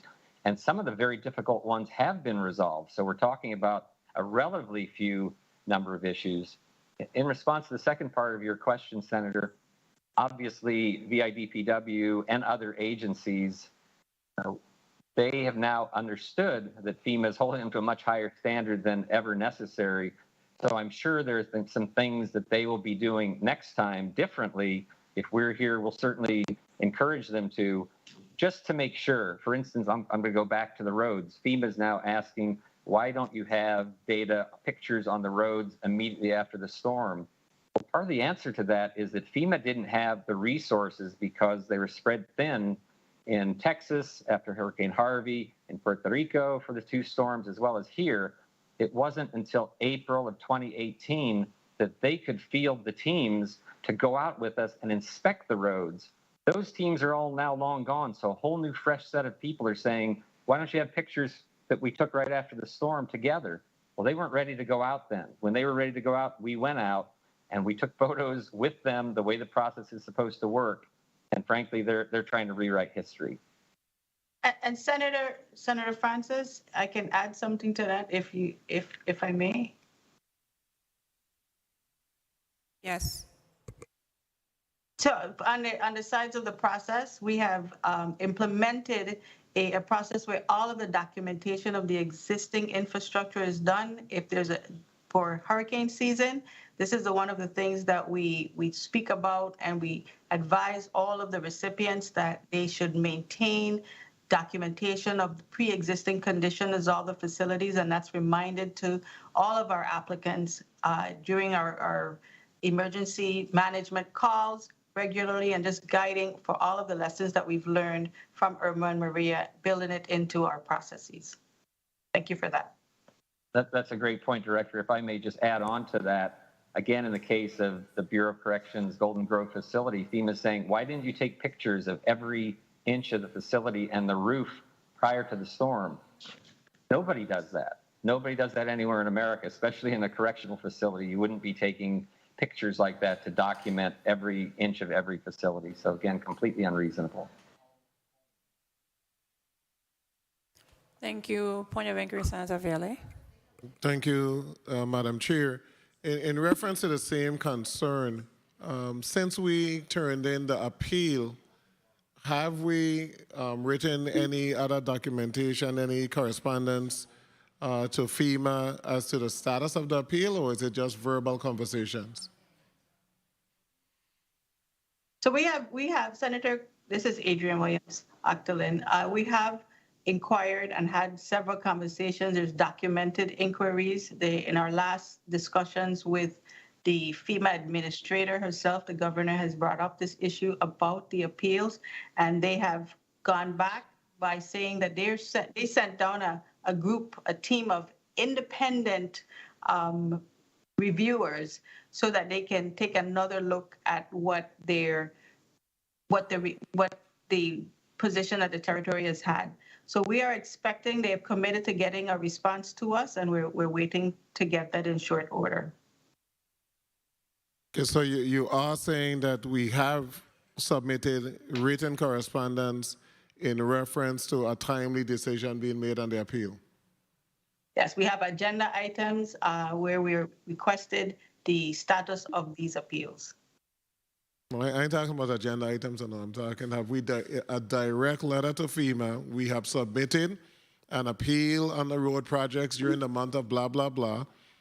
The customary response is within 90 days. It is now over 6 months. We would like to know when a decision would be made, or we'd like to set up a meeting specifically for the roads. Has that been done? We've not submitted a specific letter, but we have set up specific discussions on it, on the issue. I think we need to establish a paper trail, and we need to be very aggressive. And if FEMA is not doing what they're supposed to do in response to disaster recovery in the Virgin Islands, then we need to go above FEMA. That's my recommendation. Thank you so much. Mr. Gay, you had something to say? Yes, Madam Chair. Just wanted to add to that the territory did request and got back some correspondence from FEMA recently on the roads in St. Thomas. And what FEMA has said is that they've sent this out to technical specialists. They've also recently, in writing, requested more information on the St. Thomas and St. Croix roads, again asking for photographs of the roads immediately after the storm. But also, one of the other things, just so that you're familiar with this, they changed their policy in 2020 to actually allow, 2021, to actually allow for an added way to make these roads eligible. what FEMA has said is that if roads were inundated with water and water sat on them for a long time and soaked the subgrade, and you had to put traffic back on it, that's a valid reason for these being eligible. So we've provided evidence already, detailed evidence in the case of Williams Delight as an example to them of where the water sat on those roads, and then WAPA had to get in and do their first pass of debris removal to remove all the poles and wire, then to put up the poles, had to do the same thing for the normal vegetative debris, had to do the same thing for the Blue Roof program that the Corps of Engineers did. So they've asked for more documentation on that. And what they've said is they will continue to push it back another 90 days every time they ask for something, and then we give it to them. They reserve the right to start their 90-day clock over again.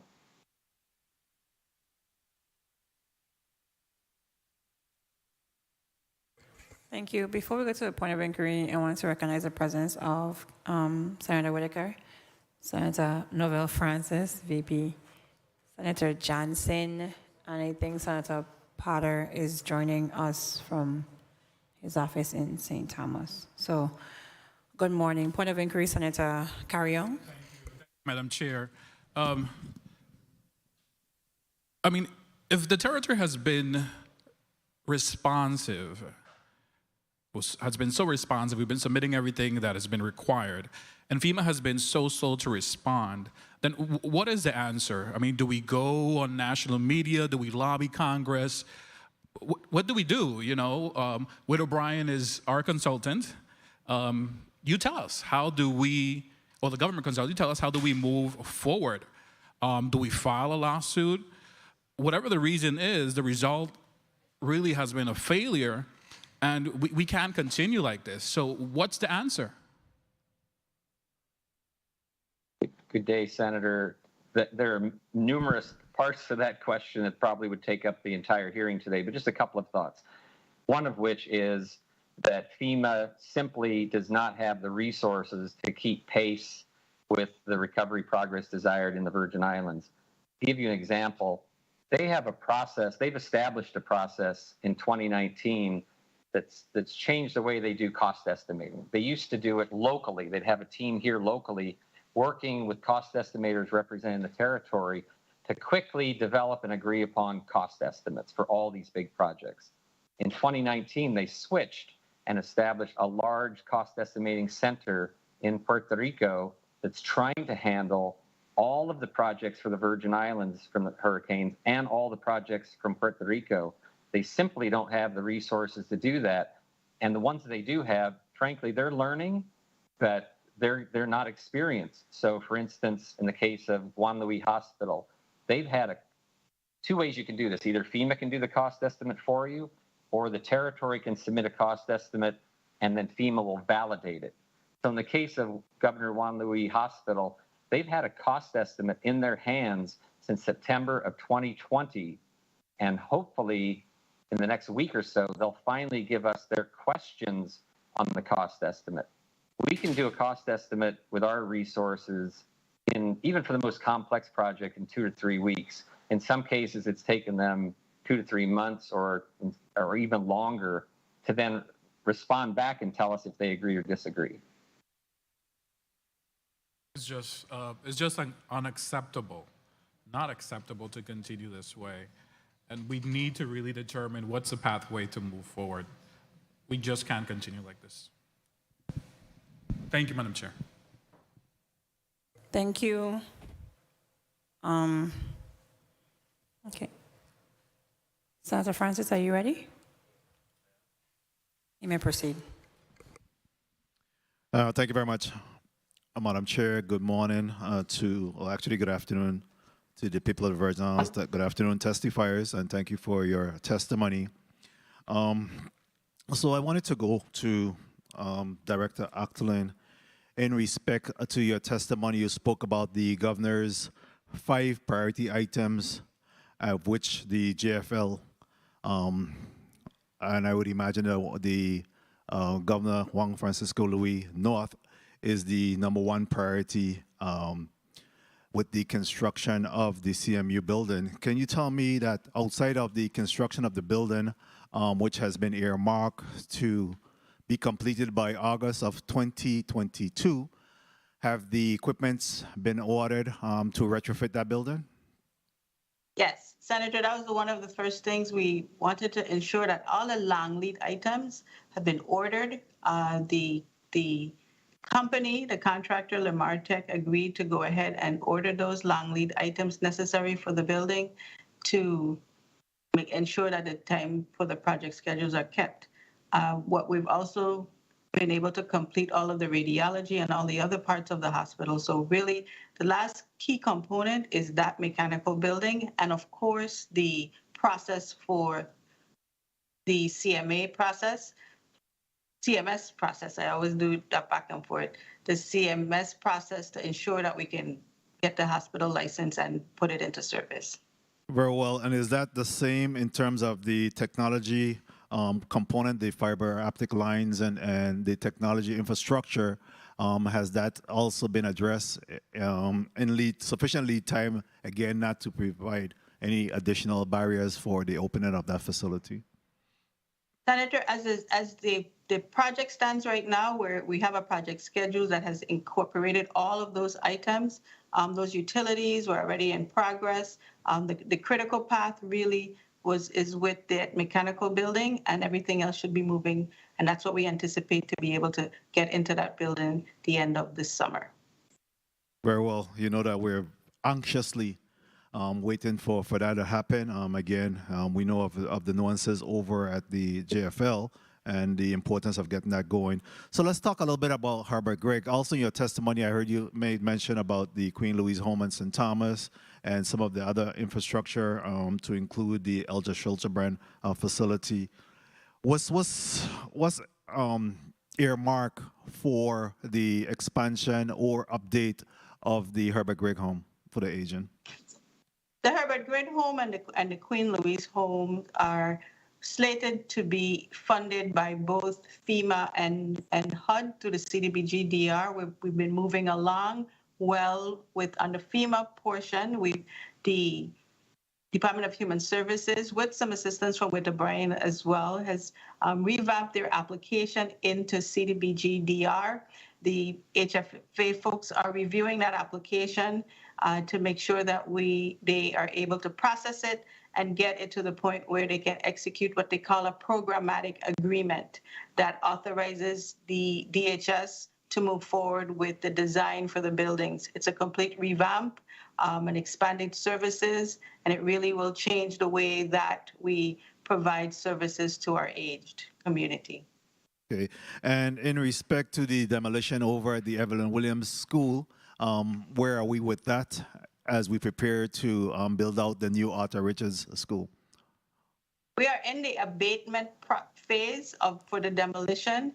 It was anticipated that we would be able to abate portions of the campus prior to commencing with the demolition, but the regulatory requirements now that the entire campus be abated for lead and asbestos, and then the demolition will start. So they have commenced that abatement process, and we expect that full demolition will begin in another 60 to 90 days. Okay, sounds good. And also, what is being planned for the outlay of the St. Croix Central High School? I did see that you provided an update that, in fact, there's funding that will be made available for the rebuild. Can you speak to what's planned for that? Sure. The St. Croix Central High School, how can I be making a mistake? I'm a Carib. We're identified that school as one of the priorities, and we've been working with FEMA, and again, Whit O'Brien has been supporting us in getting that replacement done. What FEMA has committed is that these are the first projects that we will get a decision on the prudent replacement, but simultaneously there are design work that has already been done by the Department of Education. We're looking at areas of the campus that we can begin the demolition for the school, mainly the gym, starting off with the gym area, because that portion of the campus has already been approved for demolition and for replacement, and we are working towards getting that project out for bid so that we can jumpstart the process. So the next step is really for us to get that replacement decision from FEMA and moving forward to start to getting the cost estimate so that we can get started. Thank you. And Mr. Brad Gear, in respect to the emergency rental assistance program, is with O'Brien in any way, shape, or form assisting in that endeavor? Good day, Senator. Again, in the Virgin Islands territory, we are not at all. We're very actively engaged in the mainland in a number of states, but not in the territory. Back to you, Director Acklin. The rental assistance program, that's a disaster in itself. Can you speak to, what's the game plan? I heard that, we still are trying to ramp up that particular issue, but what have been the mandates from your level as well as the governor's level in respect to moving that program forward? So, Mr. Senator Francis, the projections that were provided by, I guess now the former executive director for the Housing Finance Authority was for us to be able to process at least 30 payments per week. In my meetings with the Housing Finance Authority, we took a look at what are some of the impediments to moving the project forward. They have a significant turnover with staffing, and I've requested that they utilize the home ownership personnel who's familiar with these types of processes. That has been implemented, and they're projecting that by a following week, in 1 week from now, they should be able to get to that pace of at least 30, processing at least 30 checks per week. So that will be, again, on a month basis, 120 checks. So the backlog should be able to be eliminated within the next 3 months. So we are evaluating and keeping an eye on that program so that we can get relief to the folks that need it and have been asking for it so dearly. Time is flying by, and this 90 days will be here in short order. So I'm hoping that on the next reporting, that in fact we'll be able to tell those tenants and renters that we have made progress. Let's shift gear a little bit in terms of the 200 homes that HFA have indicated that they have just awarded a contract to be built. Can you give us a perspective and the game plan in respect to that? We have a number of subcontractors that continue to inquire as to what will be their involvement in regards to being able to build out some of these homes. Do you have a perspective of what's happening? And again, some guidance from O2 HFA in respect to moving that forward, because we're up against another hurricane season over the next couple of months. Absolutely. The Envision Tomorrow program, and I always wrestle with that name because it provides a context of pushing the can down the road. But what has been started is 200 homes. That contract is scheduled for the first 50 homes that has been awarded and assigned to the contractor. Those first 50 homes will then be followed by 25 homes per month, and that's the agreement for Envision Tomorrow. And there's a supplemental contract that, well, not a supplement, but a subsequent contract for staff augmentation so that the staffing at HFA, if they're able to provide that pace of the initial 50 homes plus 25 homes per month to execute that full 200 homes, they would need some additional support to complete the scope of work and all of the other design work that's necessary to get the homes under repair. That bid, they have reported that solicitation has been scrapped and it will go back out to bid. What I've asked them to do in the meantime is to ensure that those 50 homes are done, that their work is commencing on those homes, and that we work on getting the other homes while the solicitation is being done.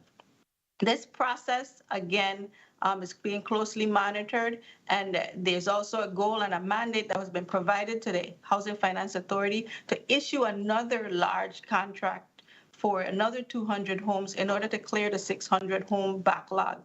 And that should be done. The schedule for that is in April, and we're also working to ensure that the work starts as agreed, and that the timeline for the resubmittal of this this staff augmentation contract is met so that the ball can keep rolling.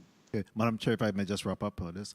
I just want to say in regards to that, Director Atlin, is that as we continue to delay these start dates, that the costs of construction continue to increase, which again makes it a little bit prohibitive moving forward. I wanted to wrap up my question in this first round with Mr. Brad Gear, and just to ask him in terms of where you sit as the consultant for a number of these programs.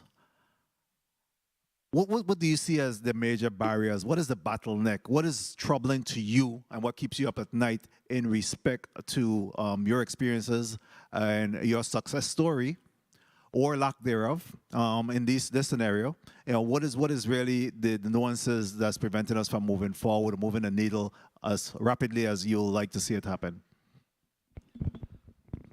Thank you, Senator. Great question. Again, one that could take quite a number of hours to cover, but in general, frankly, as I touched on before, it's simply the capacity of FEMA, both the number of people and the experience of people that are necessary to get this done.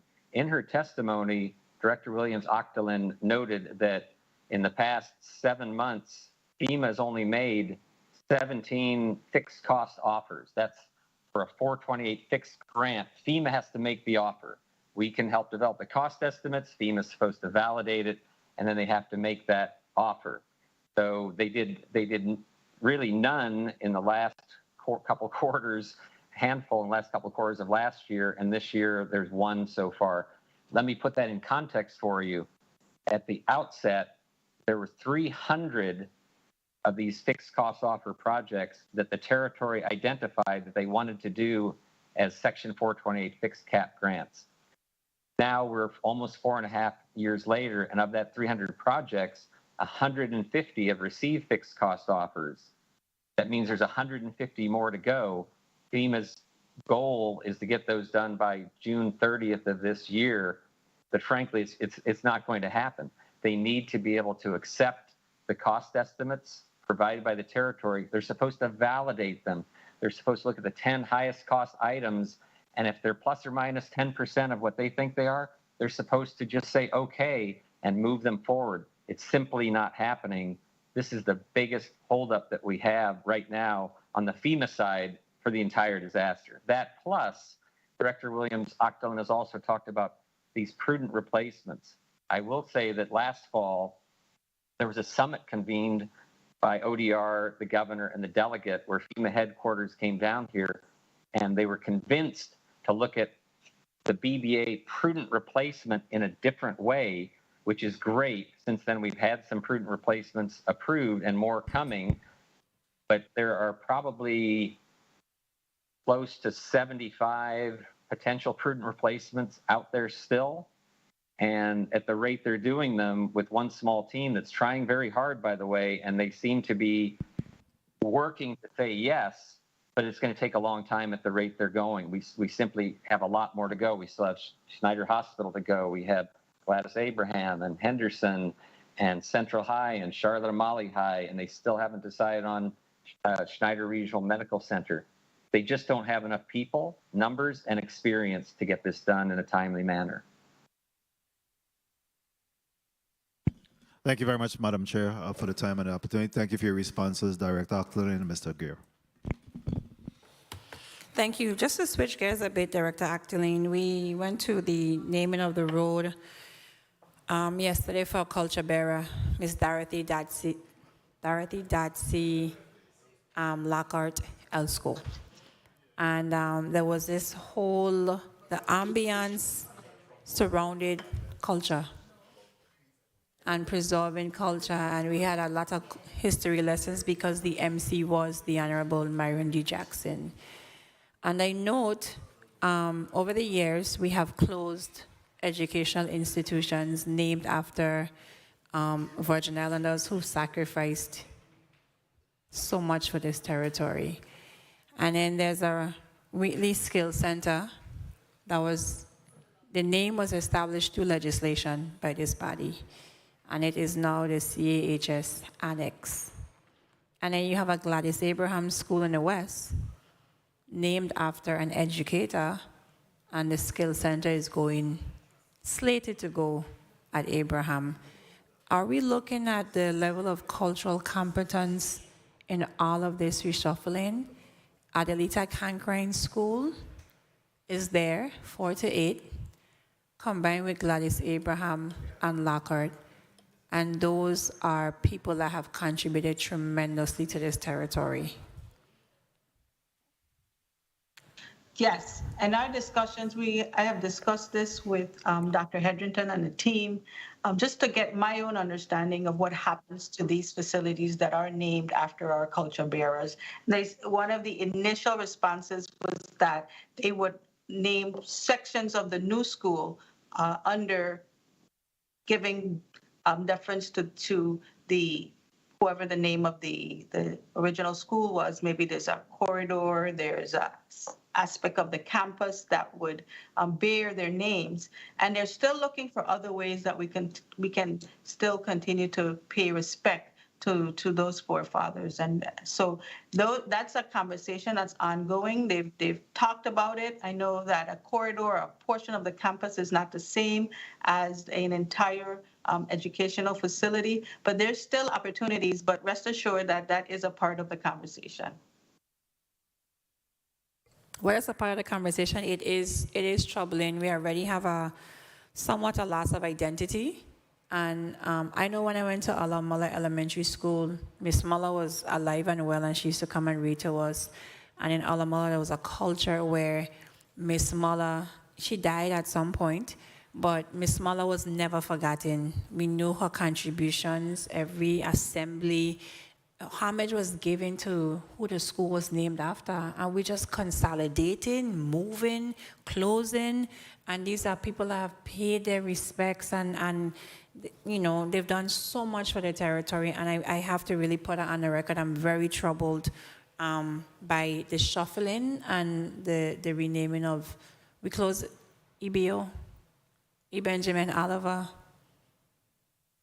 What's happening with E. Benjamin Oliver? Like, you have Evelyn Marcelli sitting there, J. Antonio Jarvis, who stands proudly in Educators Park across from the post office, Guy Benjamin, and those are concerns. And lastly, Gladys Abraham, a lot of equipment is sitting in the hallway, outside, exposed. Do you plan to use those materials? And I got a flashback. It reminded me of right after the storms, and we could save stuff, and we did not. So what's happening with all of that? Some of them are good. They can be used. They can be saved from the skill center. What's going on down there? So there is my understanding, and of course I will only speak so far for the Department of Education relative to that aspect of it, but there are some new furniture and fixtures that has been purchased for those for the Gladys Abraham to go in line with the whole modernized approach for instruction. And I know that they are salvaging anything that can be used going forward and for other schools. So that should be the plan forward. And we're also looking forward to getting that contract restarted. There was a change order that was necessary, and that the funds have been identified. So that project should be completed in very short order. By the end of the summer, we should see it fully completed and ready for occupancy. I come back to the response, And lastly, Commissioner Thomas, in Exhibit A and all the exhibits, one has construction, task orders,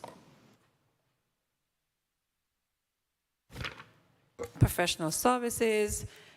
What's the duration of your contracts? And I think you need to provide, are these contracts just going to be ongoing until they finish? Or are these contracts for a year, 2 years? Do you have the duration of the contracts somewhere that you can send to the body? Yes, Senator, if you look at the tabs, it shows you the year in which the contract was executed. However, Okay. I think when you speak it, That's only on the professional services one. The one that has Yes, task so- orders doesn't have the year. So the task orders is usually done in an annual cycle. So every year we renew them because most of our task orders are relative to the disaster response. So they are renewed every year and they only are activated in the case of a disaster. Okay, and tell me about construction. So construction, if you look at it, there is a date that tells you when the contract was actually executed. However, Where's the if date? there is a change order, and the change order in the case of a professional services is an amendment, the cost would increase, the times can be extended. Again, like I stated earlier, once the final payment is made, it's when the contract comes to an end. It could have a valid reason. If the contract is even a 2-year contract, a 3-year contract, it can be extended based on the demands of the actual project and the need to expand its scope during the life of the work that's being done under that particular contract. Okay, and lastly, some contracts go back to 2014, 2017, 2018, 19, 2020, 2021. And I want to venture to say most, if not all, are ongoing. So again, Senator, ongoing represents contracts. Hold on, Mr. Commissioner. I know what ongoing means. You explained to me ongoing that final payment hasn't been made. So do we have any plans for the status to say closed or something, or? So you did not Final? ask about contracts that were closed, so I took them off the list. There are several contracts that have been closed. Okay. But because your request asks for ongoing or underway, Okay. I took off the closed contracts off of that particular listing. All right. Duly noted. Thank you. Senator Veale. Thank you so much, Senator. Madam Chair. In reference, I want to go back to the rental program. I think the last time that we heard testimony, there were over 700 approved applicants.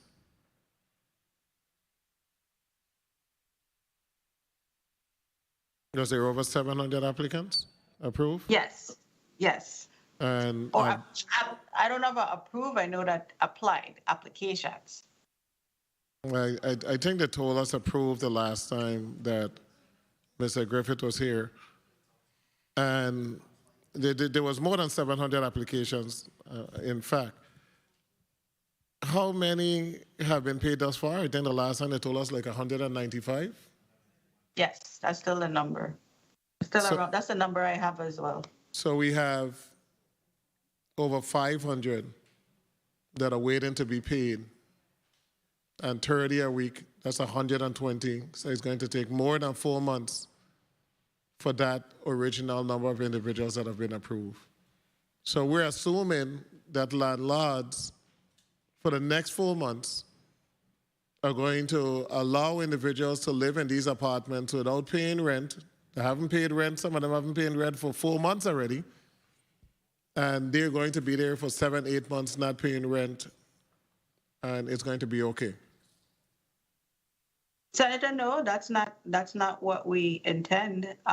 These applications still are not approved because the part of the issues that they're having in some cases, not all cases, is that their documentation is still pending and they're still waiting for. Okay, let me people stop to there. send They certain testified. information. They testified that over 700 applicants have been approved. That is the testimony that was on the record. So it is. How are we going? Why are we limited to 30 checks a week? That's what I want to know. What's the limit to 30 checks? If we have individuals that are approved and everything is done, why are we going to bring the 100 check? What's the 30 check per week? What the Housing Finance Authority has said is that they have significant turnover and they don't have the staff that can actually process faster than that, but they're ramping. And that is an excuse to somebody who's getting thrown out of an apartment that we have over 100 individuals now at the Housing Finance Authority, but we have turnover, so we could only print 30 checks per week, so you would more than likely have to vacate your apartment. Let me go to the Envision program. What is Mr. Griffith still with the Housing Finance Authority? I think that yesterday may have been his last day. Yesterday was his last day. The 14th was his last day. Monday. A letter was sent out on the 14th from Mr. Griffith in reference to resubmitting bids for the Envision program. Why are we on a third bid? The first bid was extended. The second bid was given to Whit O'Brien. Now, a letter has been sent out saying that they're extending the bid for the third time. What's the reason? The report that I received was that they had some issues relative to a bid protest, and the board decided that to err on the side of caution, they would reissue the bid. So a number of the individuals who made a bid on this particular project, when it was awarded, they made a formal complaint. A formal complaint was received on the process. So the board have directed the Housing Finance Authority to resolicit the procurement. Yes. So we are doing the construction of the Envision program of the homes, and we have not had a contractor in place for the last 4 or 5 months for the Envision program. Our man left when? When was the last day for That's not the case. There are homes that have already been prepared to issue to the contractor. This issue is going to affect us at least 30 days down the road in order to, when it's time to submit the next set of homes. When was the last day for the last contractor? I don't know that off the top of my head. And I'd like to know how much the last contractor was paid, because they completed, I know, less than $2 million in home, and I think that their contract was for some $14 million a year. So I'd like to know how much they were paid before the end of this meeting, and how much homes we were able to complete under that particular contract. Now, Mr. Gear, you were the winning bidder for the Envision program, the second bid. Good day, Senator. We were advised that we were selected, and then received a letter yesterday saying that they were going to resolicit. So you were advised that you were selected over a month ago. What preparation went into getting that program managed and up and running? Senator, our team was and is ready to go. We were waiting for the final contract details from HFA. We're prepared to sign it, but our team is ready to go. One of the things that we proposed both times, it was the same proposal basically both times, the same cost estimate on our part. We're relying heavily, almost exclusively, on local resources. Our two primary resources hold up there. That sounds really, really good, but right now no resources are being used because we're not getting the homes constructed. So I just want to get this whole bidding process completed. When you were originally hired, you were hired for consulting and related services in support of the territory's disaster recovery. When did you transition to a direct contractor and not the individual that is overseeing the process? When was that transition made that you are now a direct contractor? And who monitors you being a direct contractor when you were the entity that was providing those related services in reference to the management of those contracts? So, Senator, it's very similar. The RFP that was put out by HFA for Envision Tomorrow is very similar to the role that we played for HFA on the STEP program. It's not doing any direct construction. It's in this case supplementing HFA resources to oversee the construction contractors to make sure that they're doing within the program requirements, within construction standards, and following the engineering drawings that were developed for the project. So we don't do any direct construction at all. So, and I didn't ask, so if you're doing direct construction, but you're doing direct management. So if that is the case, you're saying that that is separate and apart from the annual $80 million contract that you have? Absolutely, Senator. We don't have any current task orders to support HFA on any of their CDBG funded projects whatsoever. And this request could not fall under your current contract that you have? Senator, that's a decision for the territory to make. Obviously, we did the same type of work, the exact same type of work under STEP. So it is technically allowed.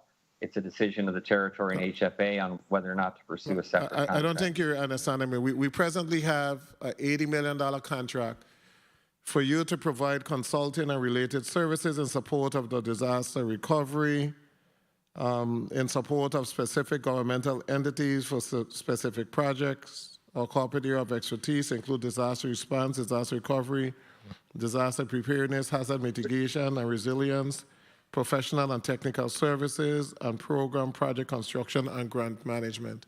We entered into an extensive contract with Witt O'Brien to be able to provide these services. So I'm asking, outside of the $80 million cap, I think the bid that you won for the Envision contract was an additional $9 million.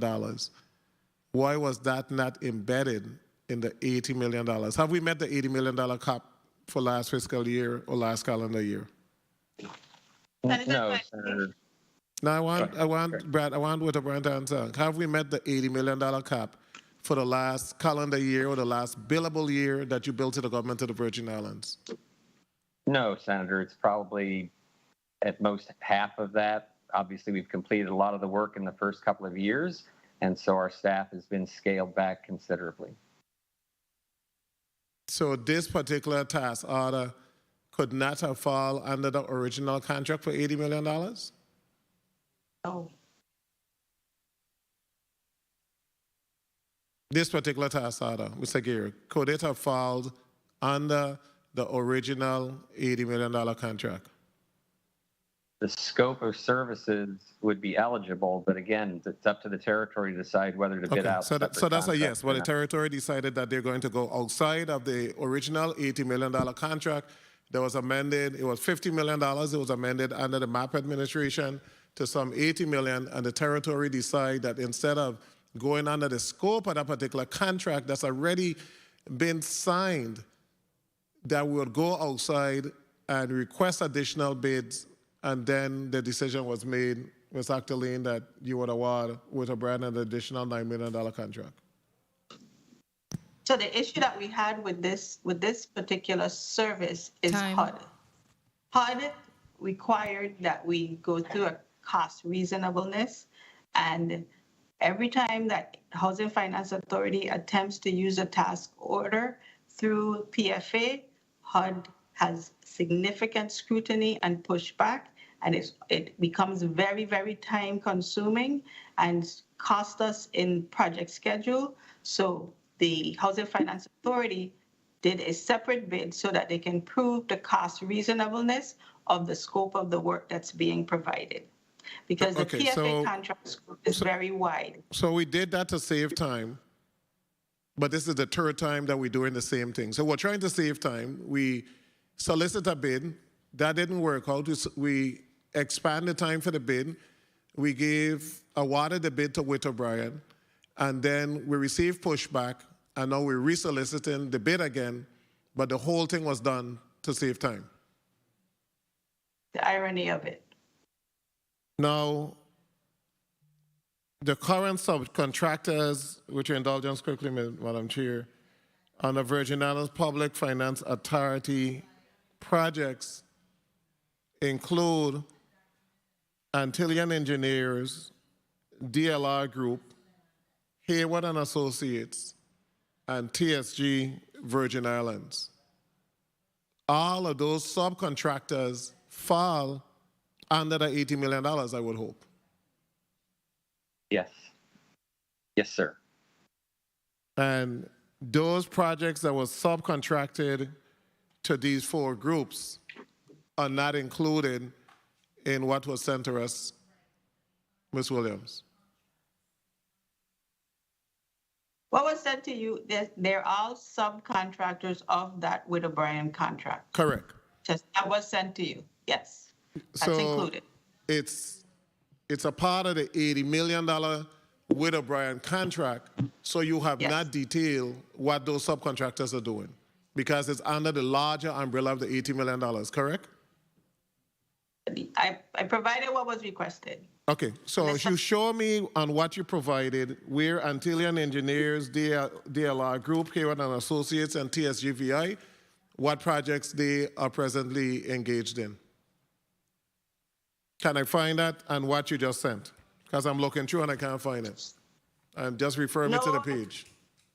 No, I requested a contract, but if you want the task orders that they are working on, that's additional information that can be provided. Madam Chair, I don't see that as additional. We need to know what Witt O'Brien is doing. In one realm, you're saying that the $9 million have to be additional because of HUD, and then in the next realm, you're saying, well, we have all of these subcontractors, and they fall under Witt O'Brien under the $80 million scheme, so we're not detailing exactly what they're doing. And this includes And any HUD projects, though, Senator, there's some nuances that you have to appreciate with the different federal funders. They're not all the same. They don't require the same, and they have different approval processes. And I'm fine with all of that. I'm fine.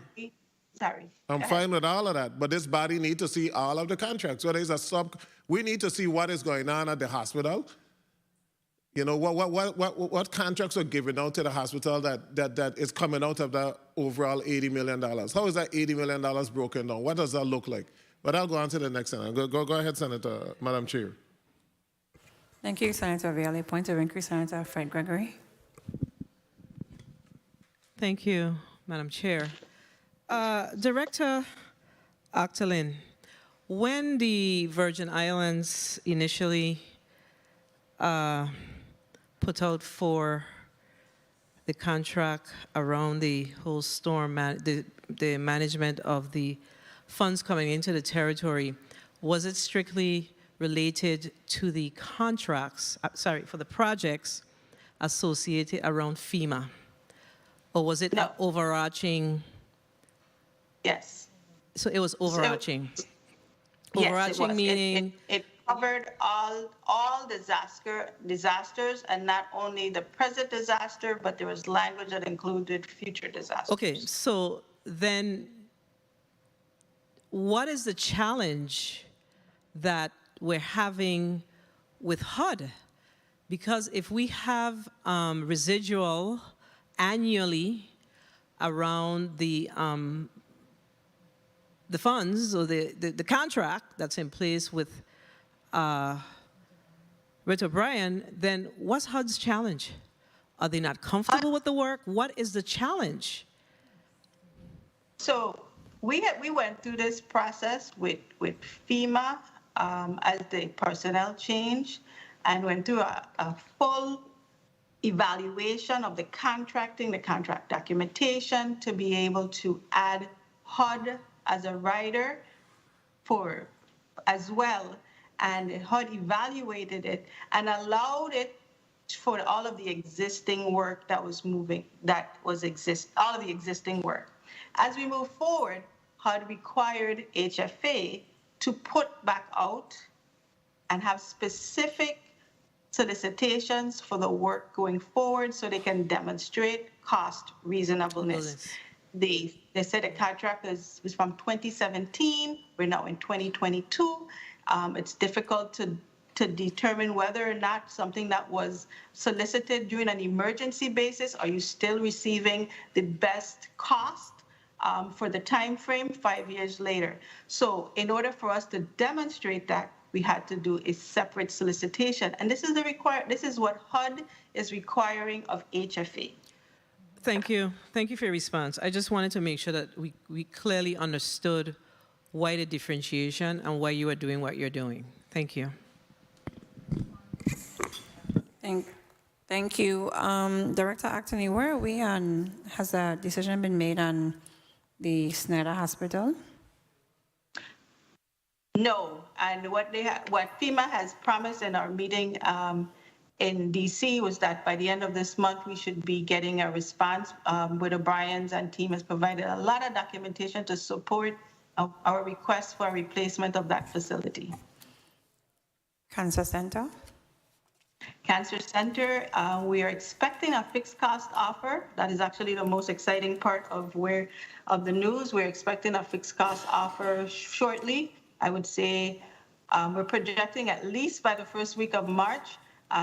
This way we can move forward with actually putting the solicitation out to get the work started at the Cancer Center. And after all of that, what was the time frame for construction, do you think? 18 months after the solicitation period. So, we need about 4 months to actually get the contract, get it solicited, evaluated, awarded, and a construction time frame of 18 months. We have a high cancer rate, right? Yes, I preach it every day to FEMA. Mr. Gear can attest. I jump up and down and say, we do not have a temporary solution for Charlotte Kimmelman. Every other hospital has a temporary solution, and this one does not. And we've been pushing on them to get us this fixed cost offer so we could get the ball rolling. So I'm right there with you. Because I can't imagine what the MAP patients have to go through. Those who can't even afford, those who do not have insurance, and they don't have a strong network on the mainland. And I'm speaking from some personal experience here now, right? What they have to go through to receive some level of treatment. And of course, when you start to receive treatment away and you don't have the support of friends and family, that can become difficult. So please add the Cancer Center to the top of the priority list. Commissioner Bruce? Thank you. Commissioner Bruce, the PFA reprogram funds, you did not submit to us the list of the PFA projects. Has that project changed? Where is that listing? No. Good morning, everyone. Good morning again, Senator. No, what we have outstanding on the PFA book specifically doesn't relate to the disaster recovery. No, not hold a second. So this is not disaster recovery, only in our letter we stress infrastructure. As that still falls under this committee's jurisdiction as well, for those listening within the sound of my voice. And then the infrastructure component, the PFA, we've reprogrammed some millions of the PFA funds to various agencies and departments for them to upgrade and engage in various capital projects. Do you have that listing that you can forward to this body? I do have the listing, but as far as updates and details, those respective agencies would have to report to you. Okay, but can you send us that list?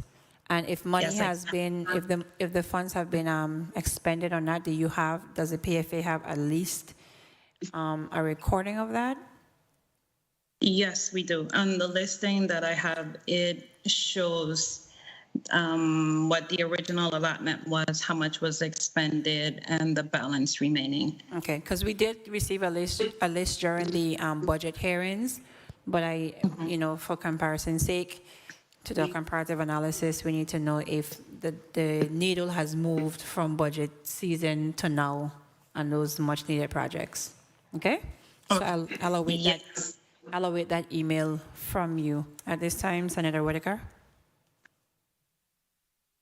I'd like to recognize the presence of Senator Fred Gregory. I did not recognize you. My apologies. Senator Whitaker, you may proceed at this time. Good morning, Chair. Good morning, Chairwoman. Good morning to my colleagues. Good morning to people of the Virgin Islands. Good morning to the testifiers. I want to first start off with Mr. Glare. According to your testimony, Widow O'Brien has been operating the VI, of course, since 2017. And in this 5-year period, can you, and I just wanted to clarify to the public to also be clear, the role of Widow O'Brien, can you summarize that in just bullet point or the one sentence, what is the main goal around quality control, and how has Wood O'Brien also done the assessments of its work in the past 5 years, going on 5 years? Good day, Senator. So what Wood O'Brien does is we're a full-service disaster consultancy, and what we've done here in the territory, a lot of it has been focused on the programs and the policies. These are very, very complicated programs from FEMA, from HUD, from Federal Highway Administration, other agencies, and it takes a lot of experience to be able to understand them in order to be able to, one, maximize the funding that you get, and two, make sure that you comply with the program rules throughout the life cycle of the program. And that's been a lot of the focus of what we've done. To give you an example, I mentioned earlier that hold on, Mr. Clare, thank you for that. I really wanted your elevator speech on it. But what I want to drill down now, in the 5 years of your assessments, what would you provide to this committee on the rules and the policies you've positively impacted? In other words, the procurement policies, do you have those, and would you be as part of your deliverables?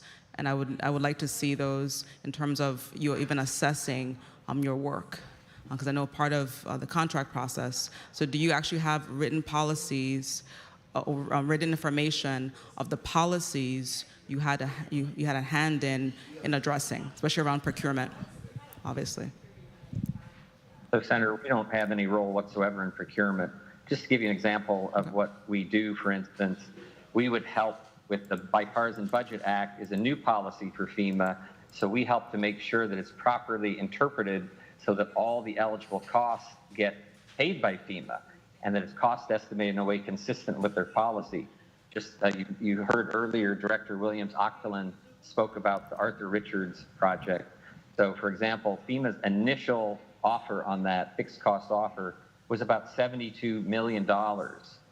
Together with ODR and VIDE, we subsequently negotiated that up to $192 million. Then FEMA sent it to an external panel to review that, and they came back and cut that back to $148 million.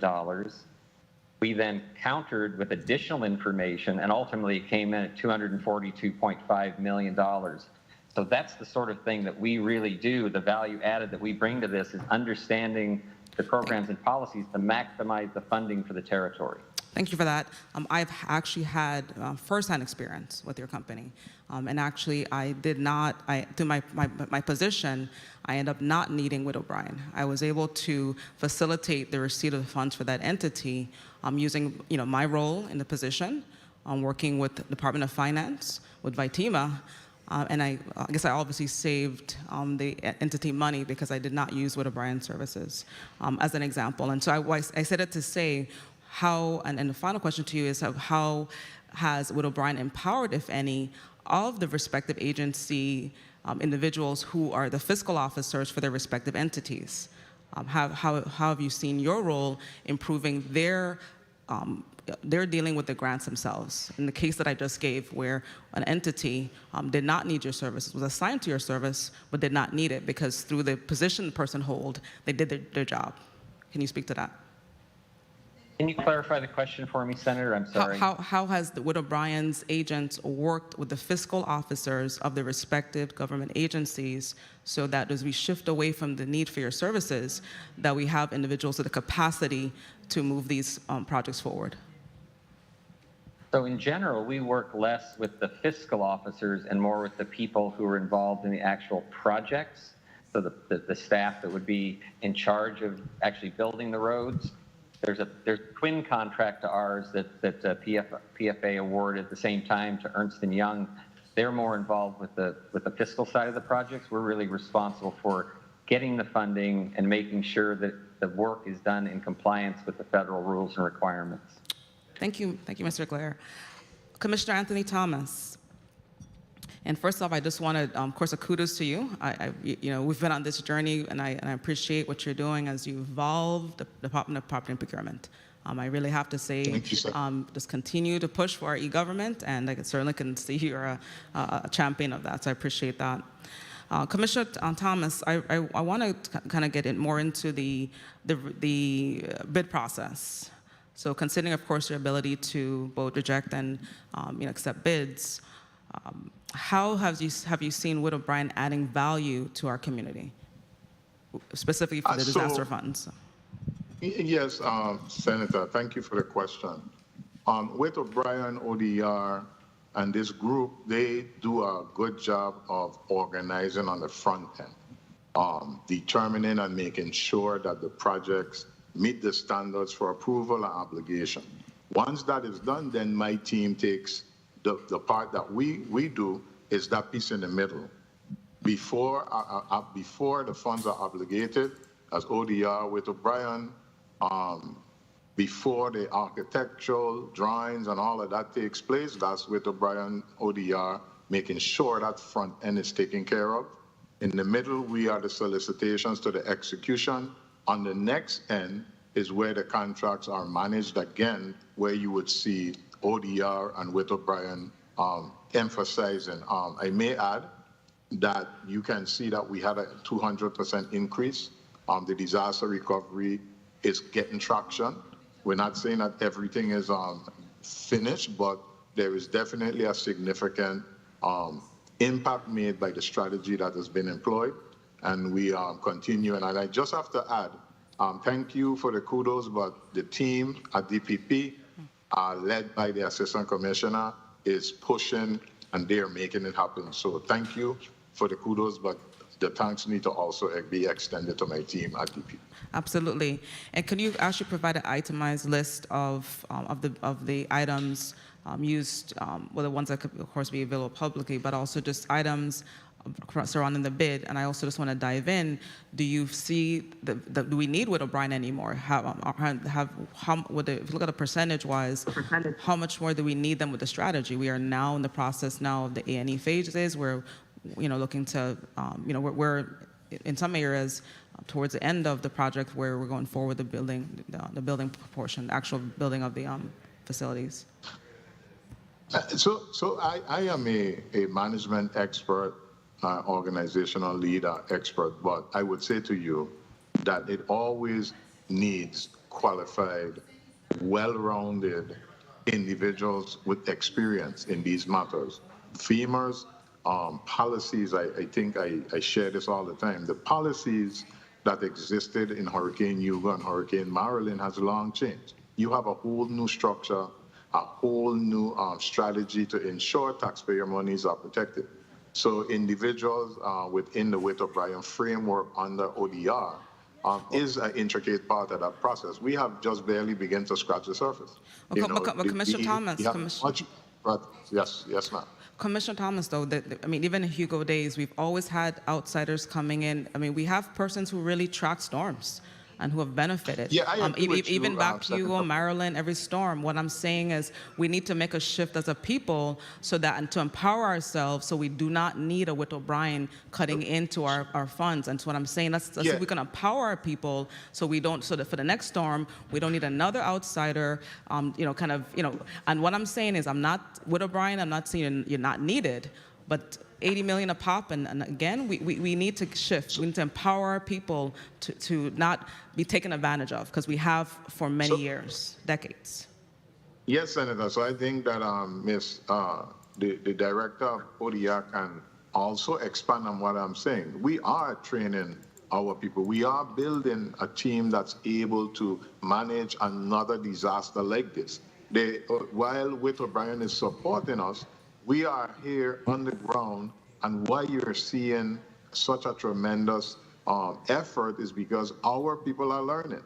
They are growing. They are part of the process, and I am confident that within the next time this happens, we will have less needs. But there's always an opportunity to learn, and that's what's happening now. This is one of the processes that we're undertaking. We've never been hit with a Category 5 storms. We've never been hit with 2 Category 5 storms. So this is a process, a learning process for all of us. But you're correct. Our people are learning. They're getting that type of capacity. But we're still in the process. So yes, I don't disagree with you. Time. Thank you. And Chair, if I will close, allow me to close. Briefly, go ahead. Thank you, Chairwoman. And so also to Commissioner Thomas, you are on the Workforce Development Board, correct? not mistaken. Mr. Thomas, are you? I am not. Not okay. Am I mistaken? But even with that, what I would suggest is, well, and I stand corrected. What I suggest, Commissioner Thomas, when it comes to workforce development, and I stand corrected, with the workforce development, I want to see us working on developing the careers that would be necessary in this process. And so I would like your commitment to work along with the education stakeholders so that we are also building capacity, because we're kind of having the same conversation, and I want to see a change. I want to see, in fact, that we have persons skilled so that we can have the persons who can do the work. We're going to have other emergencies, not just hurricanes and different emergencies. So I really would like to see a shift in that area. Thank you. Thank you, Chairman. Yes, Senator. Hold a second, Commissioner Thomas. Mr. Gare. Yes, Madam Chair. Do you have locals working for you? Yes, we do. Okay. So I don't want you to walk away today thinking that we are looking at you like an outsider. I need to kind of correct the record on that terminology, because in any jurisdiction, and if we've seen 2 category storms back to back, unprecedented, the damage was unprecedented. And of course, we do not, with a population of it was 100,000, it's probably what, 80-something thousand now, 90? We definitely won't have the capacity to fill every void that we have. So I just, I do know a lot of locals that are working for you personally. And so we are definitely building that capacity in that area. And I don't want the discussion to go left regarding that. So I'm bringing the pendulum back in the middle. At this time, Senator Carrion. Madam Chair, Go ahead, Director Actalin. I just wanted to add to that discussion, if I may, please. You may. A lot of the work we've been managing where we put the resources. Building capacity is critical for us. We have with O'Brien working along with the agencies to do the heavy lift. I call it, if we need to screw in the light bulb, we don't call it engineer. We screw in the light bulb. But if we need to rewire the whole house, we call in the specialists. And that's the way that we've been using it, because the resources to pay contractors, it's not a bottomless pit. So we must use them where we need them.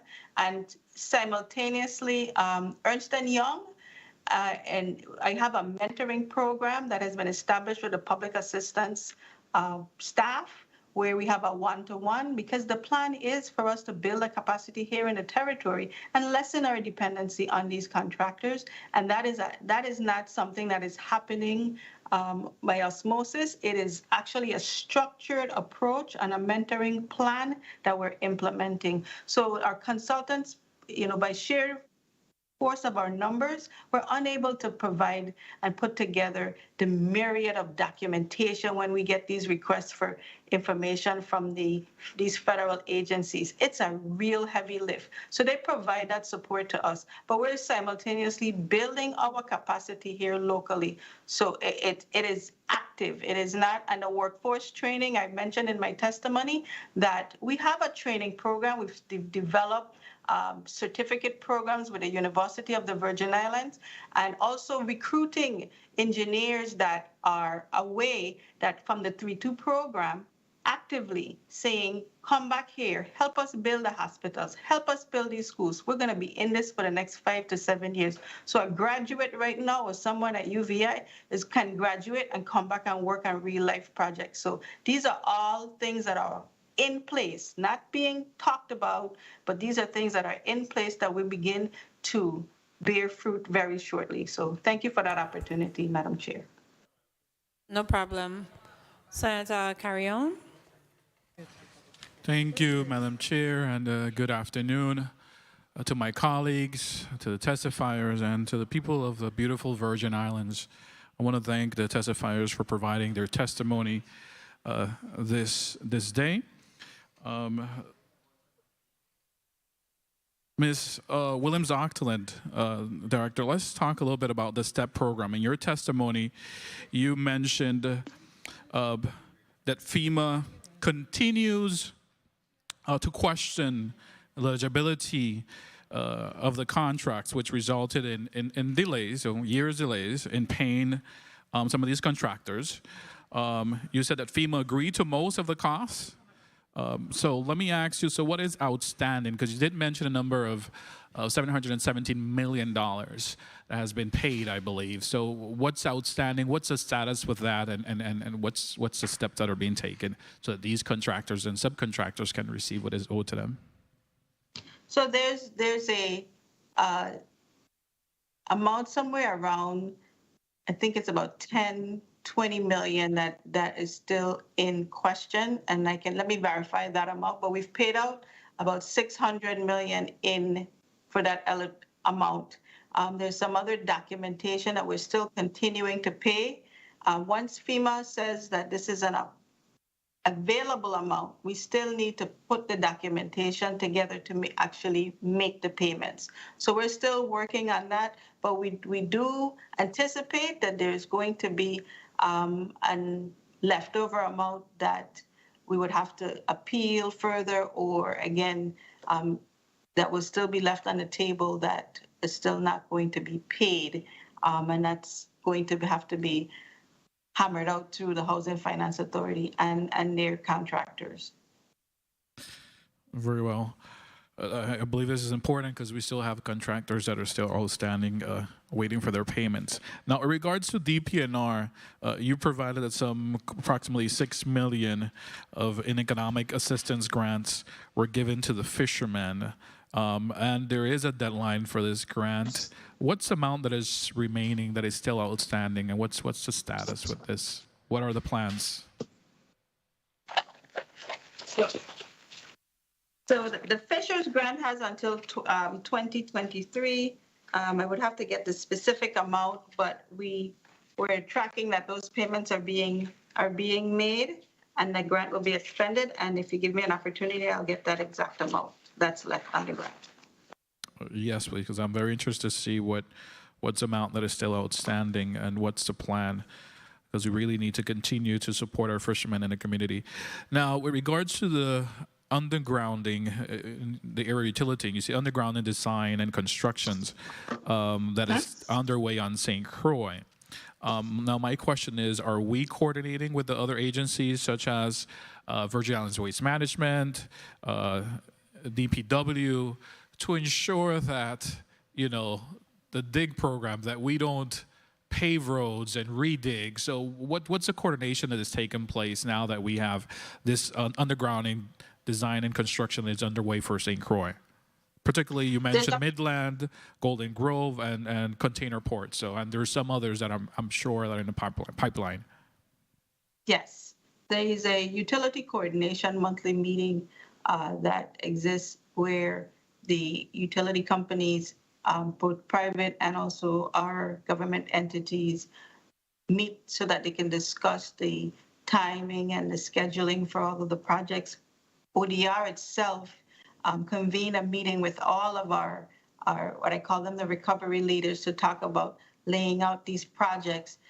In that session, we did understand and identify several projects that were not discussed, that plans were going on by one entity. So we've revamped the way that the utility coordination meetings are being held, where all projects and large capital projects has to be presented to the utility coordination, because there's still aspects of the process that may need utilities, for instance, just the energy requirements, whether or not undergrounding is going to be provided to that particular school. So that engagement is ongoing, and we're making sure that just not the utility companies, but all of the major projects come through that utility coordination discussion. So moving forward, we should see less of what we've been seeing, which is redigging areas that have been paved and having different agencies digging areas that were digged before by other agencies and messing up our roads. That's what I would like to hear, and that's what you're saying. Yes, But I just want to just share a little bit that challenge is not a simple challenge because a lot of these projects have multiple funding sources where the eligibility or the period of performance for those funds, they sometimes conflict. So maybe the Water and Power Authority may be ready to move forward because they have a grant that's going to expire in the next 2 years. And then we have the Waste Management Authority that we all know that they're further behind, needing to ensure that these projects are expedited to catch up with the other agencies' projects. So it's not a simple task. What we're trying to do now is to be able to get the design work done for a lot of these projects, the wastewater projects, so that we can minimize the occurrence of those types of funding period of performance challenges that can get us to a point where we're digging up more than once. So we're working on it, but it's not easy. I can understand that. I know we won't be able to hit the target on every and each project, but we just need to reduce the waste that we're doing and improve in that area. So appreciate hearing that the task force coordinating utility are meeting and that they're looking into this. Now, in regards to the reconstruction of St. Croix, EOC, and ECC and Herman Hill, you mentioned in your testimony, but what's the timeline for that? When would we see that building up? Okay, Herman Hill.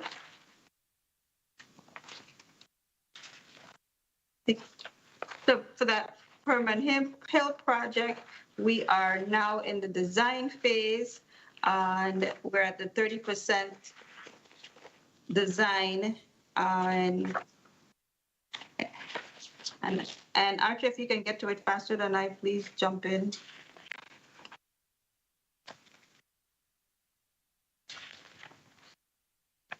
Fatima.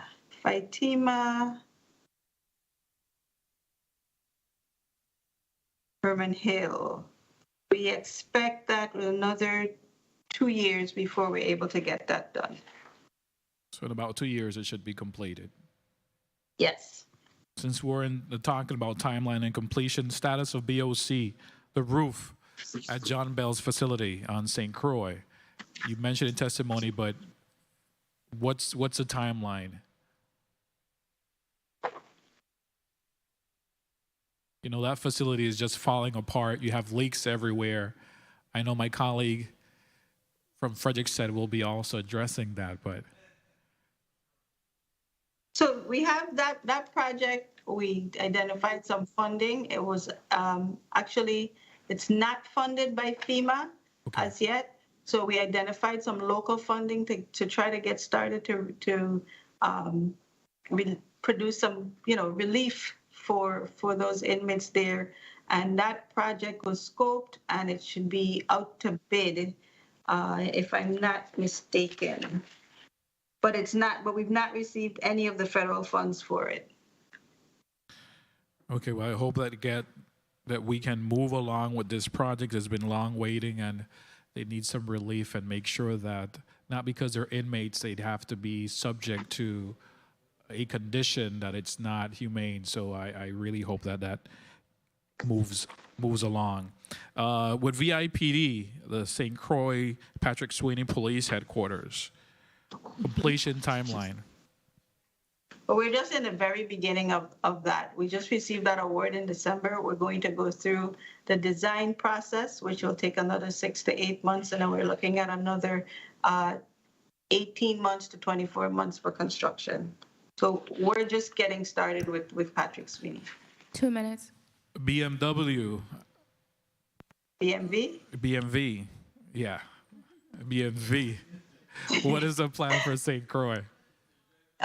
So they're looking, the BMV is actually, the BMV is on St. Croix is looking for an alternate site. This is one of the projects where O'Brien was helped to push to try to get some additional funding and for that site to be rebuilt. So that is, the funding is almost received. We're nearing the end of that, but BMV needs to identify an alternate site in order to start the design work for the BMV on St. Croix. So they're still in that state. They're still looking for a place. Yes. All right. Now, our libraries, can you provide what's the anticipated completion date for Florence Williams and the libraries on St. Croix? Okay, for our libraries, so we have Florence Williams Library that is currently in contracting. So we expect that work to be started. That work again is another, once we get the construction timeline from the contractors, because that's in contracting, then we'll be able to do a more specific project schedule. But that contract is getting ready to start. Sproul Library on St. John, that one is starting. We're going to issue this notice to proceed this month. And the Charles Turnbull Library is out to bid. And the Enid Ball Library, we're expecting it to be at 80% completion for the design. And once the design is done, then we'll put it out to bid. So the timeframes for the libraries, again, would be from the time we get the contract, no more than a year. Most of this work is repair work. And we will, have a specific project schedule for once the bid has been, the contract is done, and we issue a notice to proceed. Madam Chair, if I may, you mentioned also in testimony how you're addressing the capacity of each agencies. How exactly are you doing that? Do you have any vacancies within ODR? Yes, we do. We need a project analyst. We still always need to get engineer folks who, forensic accounting, that's why we're excited about the class starting at the University of the Virgin Islands. We're always looking for people who can manage financial management, people, accountants. There's never enough in all of the agencies to be able to keep track of the myriad of projects that we have. All right, thank you, Madam Chair. I do have the information that you've asked. So for the Fishers, we've paid $6,094,896. $1,000. That's for both phase 1 and phase 2. And John Bell, the contract has been executed for the repairs, so we'll get work started on that very shortly. Thank you. Thank you. Let's go back to the Kimmelman Center. I think your answer kind of conflicted with what I'm reading, Director Williams, Actaline. The Cancer Institute has an obligated fund of $847,347. That's the design. That's my question. So do you know how long it'll take to get a design done? And after design, you have to go back for approval again from FEMA? I just need some clarity on that. Are you frozen? You look frozen.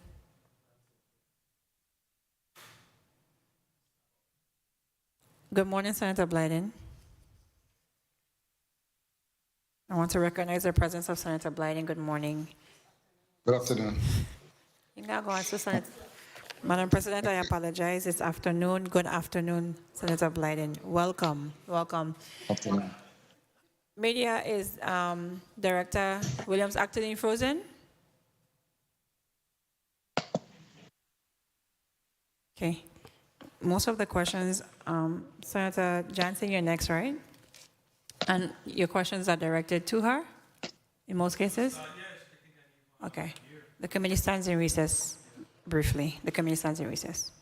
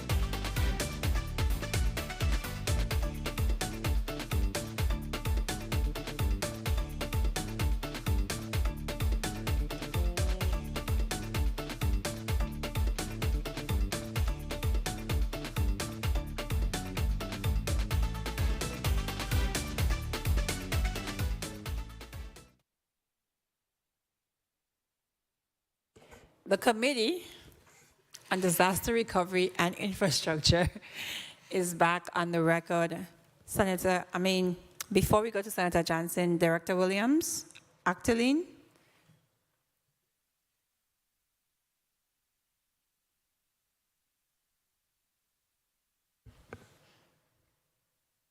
Unmute.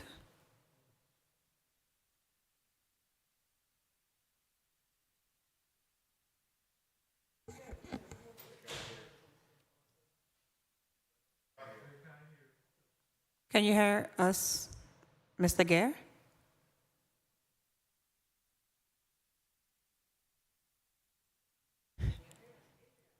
Director Williams, Actaline, can you hear us?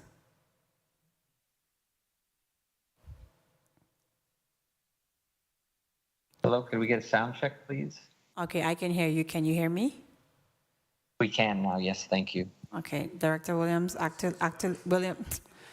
Williams, Actaline. Yes. Okay, I can hear you. Can you give me my cancer center response, please?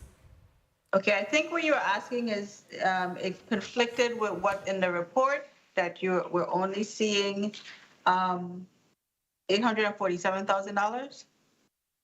No, so the initial response, you were waiting for, when I asked you initially about the cancer center, you were waiting for some response from FEMA. Mm-hmm. Correct. Yes. What are you waiting for from FEMA if we've been obligated the amount for the design? The actual amount for construction. So we have these monies for the design that we've been working on, and what we need is a fixed cost offer with the amount that includes construction and all of the other soft costs that goes along with rebuilding the facility. Okay, so we've only expended $176,000 for the design. Is the design done? Because you need to have the design to determine what the fixed cost is going to be, right? So when will the design phase be completed? It's actually the reverse. We actually need to see exactly how much money they're going to give us, because that will determine what size type facilities we can build. So we've expressed that to FEMA. Like, we do need to get this fixed cost offer. We know what we want to build, but we don't know if we'll receive enough funding in order to build everything that we'd like to put in there.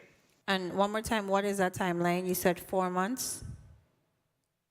The timeline, we are expecting a fixed cost offer within the next 30 days. And I'm being conservative. They expressed that we should see it any day now. We've answered all of the questions. Widow Bryan has responded to all of the questions. We're in agreement. It's for it to now move through the queues and get to the queue where they give us the fixed cost offer. And then after fixed cost, what's next? We make sure we close up the button up the design and put out the scope of work for construction. And then you said that will take 18 months. So the 4 months that you were hearing was the solicitation time frame. We probably put it out for 30, 45 days. And then, of course, the bid has to be evaluated. And then you have to go through once it's awarded, the contracting process, back and forth, make sure everybody agrees with the terms of the contract. And then we issue the notice to proceed. Once the notice to proceed is issued, we anticipate that it'll take about 18 months. Now, last question before Senator Johnson. There are critical projects. Critical would be like your education infrastructure, your healthcare infrastructure. Mr. Gare, going to you now at Widow Bryan, does FEMA, and I don't want to use the C word, right? I begin with colonialism. But does FEMA understand specifically for education and healthcare, do they understand the urgency of now?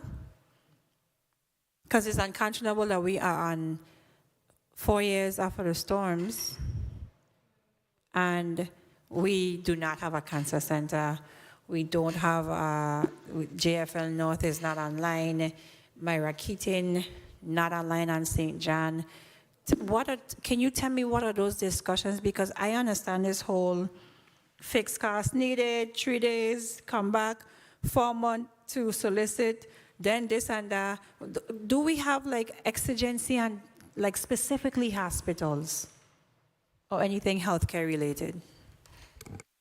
I wish we could say we had the level of urgency that's needed, but I feel like we don't, and it's a capacity problem on the FEMA side. But we're getting close on both the cancer center, where we think we've agreed with them on an amount. We've answered all their questions, and now on the Charles Harwood Clinic replacement, but they're still reviewing the Governor Juan Luis Hospital cost estimate. It's been a long time. They're still asking questions as though they are not convinced that on the types of services that are being delivered or were being delivered at the Myra Keating Smith Community Health Center.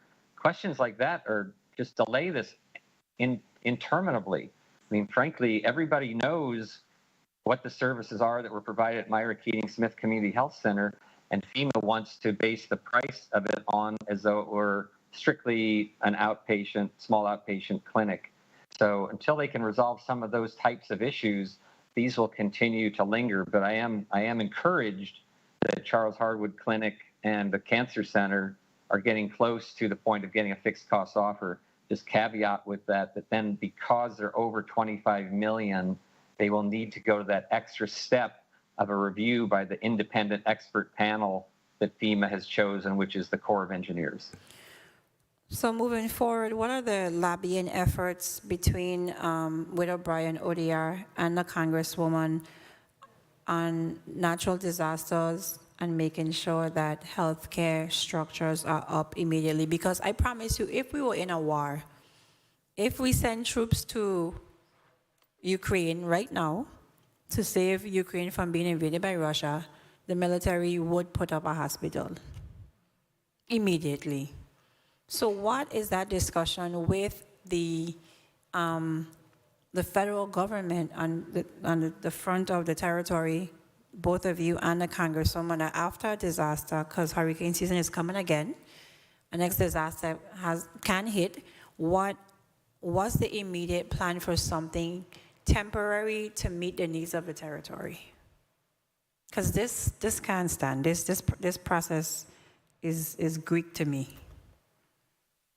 I understand the process, but I don't agree with the process.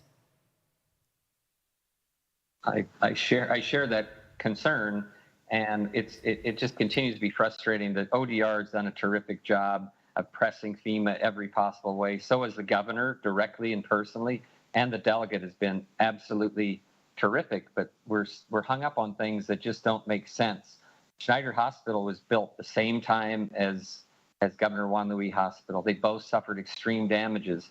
FEMA relatively quickly approved the replacement of Governor Juan Luis Hospital. They still are questioning why Schneider needs to have that level of work done to it to qualify for a replacement, even though FEMA asked us through the BBA to develop an industry standard for healthcare. They approved that industry standard. And in order to achieve that industry standard, you cannot do it in the existing building. Just to meet the requirements for the HVAC system, the airflow in and out, which, as you know, is critical in a hospital, you have to have much bigger ducts. And so we've shown them to put those ducts in, you have to lower the ceiling to where the ceiling would only be 7 feet high, and that doesn't meet code. So you can't meet the modern codes that Congress said they should meet without doing a major reconstruction of the building. So it's unclear to us why FEMA keeps fighting against that. It seems like it's just as straightforward as their decision to replace the Cancer Center and Juan Luis Hospital were. All right, thank you for that. Continue to lobby on our behalf. So thank you. Senator Johnson? Good afternoon, Madam Chair. Good afternoon to my colleagues. Good afternoon to the listening and viewing audience. And good afternoon to the testifiers. I came here today feeling all good from a ribbon cutting ceremony. And coming here and listening to all of these hoops and boundaries that we have to go through is very saddening, very, very depressing. Very depressing. Sometimes we are our own enemies. And I say this without any fear. I can recall clearly being a part of the last administration, trying to get Snyder Regional for a total rebuild. And there was a lot of pushback from our own people. And today now, we're still in that process, trying to get this total rebuild. We're still in that same process. You know, and this is very sad, very sad. The Department of Interior created and funded ODR. And the main reason for them doing this, so that our folks can be trained and prepared to do these jobs. Can I ask how many of our people have been trained and prepared for when the next storm or next disaster come? Because we're 4 months out. Can anybody tell me how much of our people have been actually been trained in these last 4 years? So, Senator, all of the staff that comes to ODR has received numerous training. If I can just piggyback to what Brad Gear has said, is that a lot of this is experience. You build your experience as you go through the full breadth and depth of the project and the rebuilding. There's several different phases to recovery. You know, there's the response portion. There's all the things that we talked about before about making sure that we know what to do in the territory if a storm comes, you know, negotiating and putting projects together. We've been building a lot of experience in the staff here in public assistance, hazard mitigation. And also I spoke a little bit about our mentoring program that we're developing where the contractors are paired up with a staff member of public assistance and hazard mitigation and ODR directly to continue mentoring so we can build a capacity. And that's also happening in the agencies. Before, when we first started, and I'm sure you could attest to that, people didn't know what a PW was. Now, not only that, they no longer use PW, they're now using the grants portal number. That's how quickly this changes. How many staff you have in ODR? We have 16 direct staff and then another 35 people between the other programs. That's a very small staff for this tall order. Would you agree? Yes, and we're continuing. I know if you know that we're always looking for additional staff.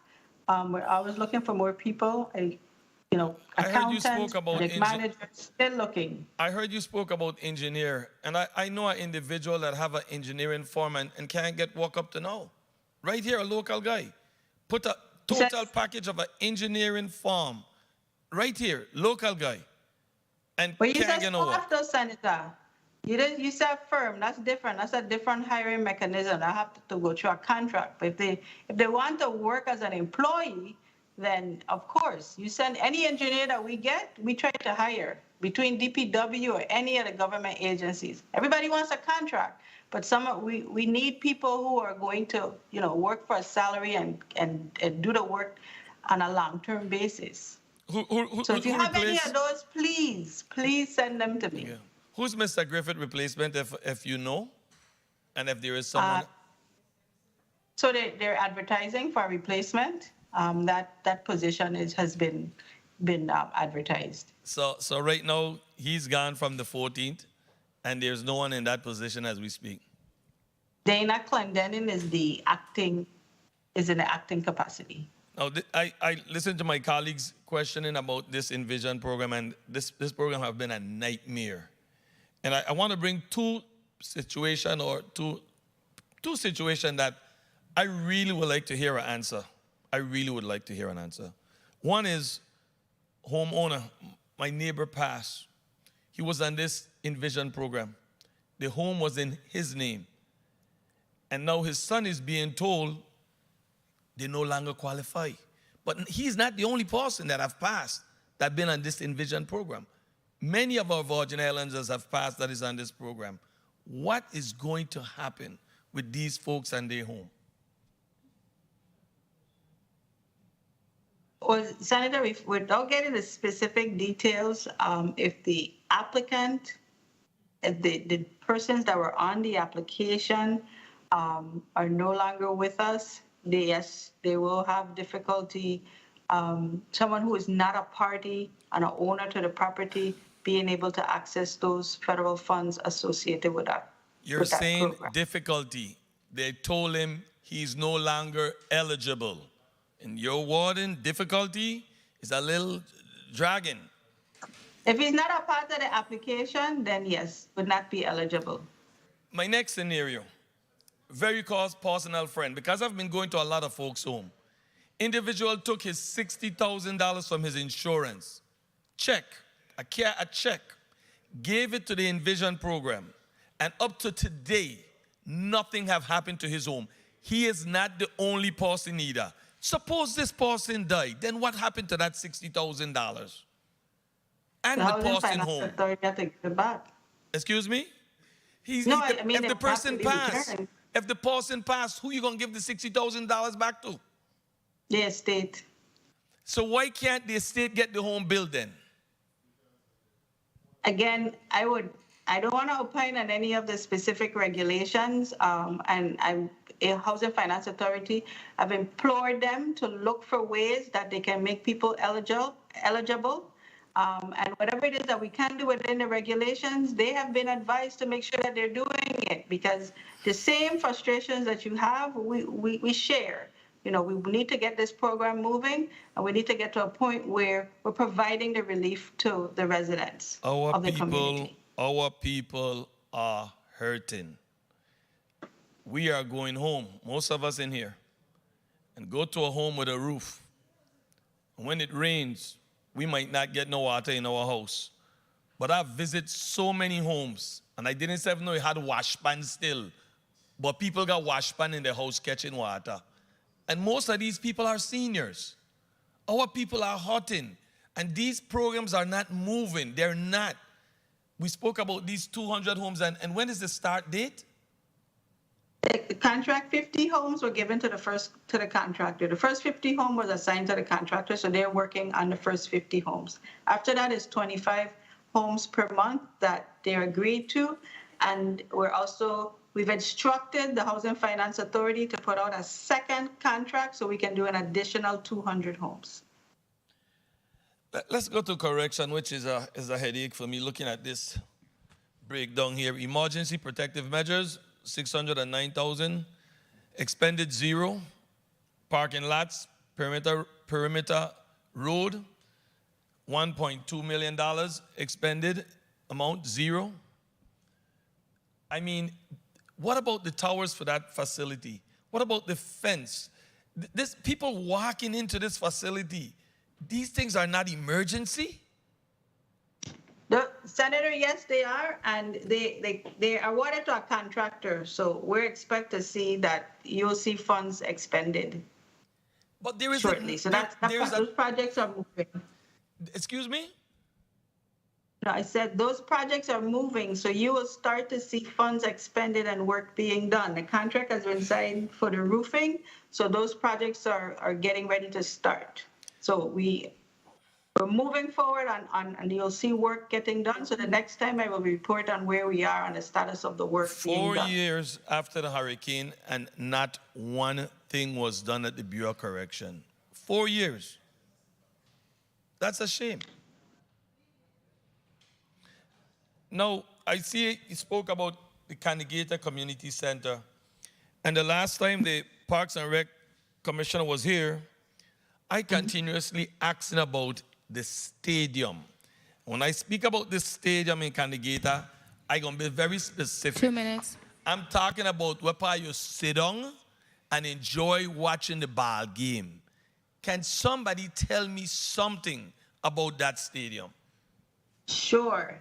The design work is going on for that building.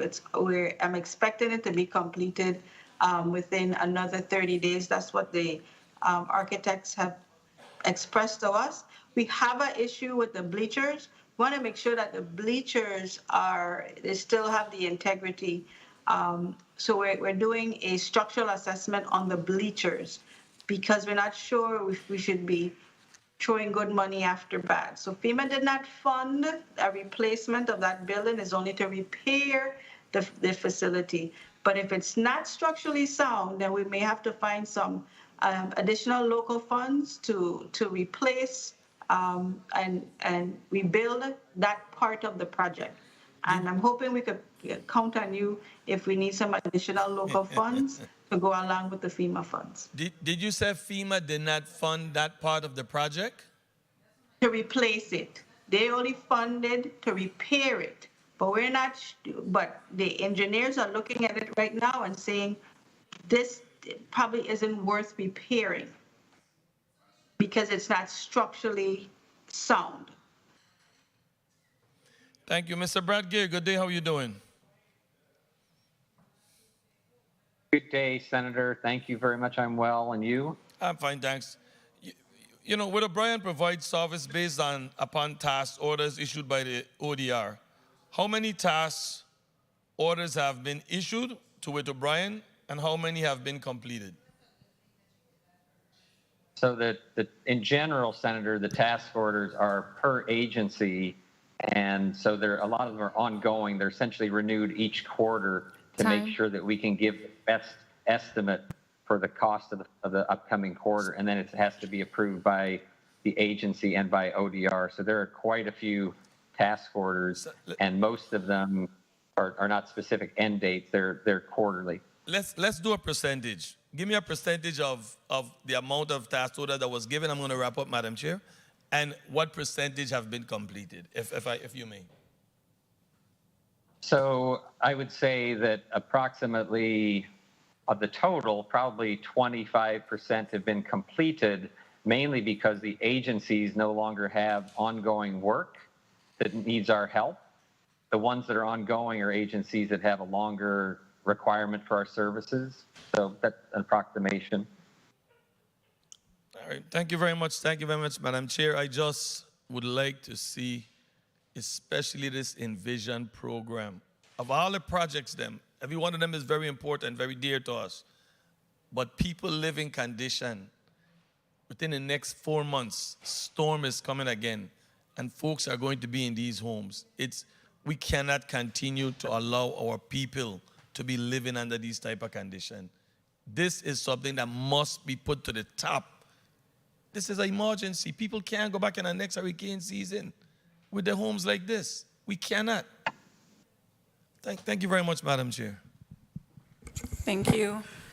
Commissioner Thomas, we just received a report from Commissioner Bruce. We have $32 million worth of construction in DPW. So we have $50 million of remaining funds. So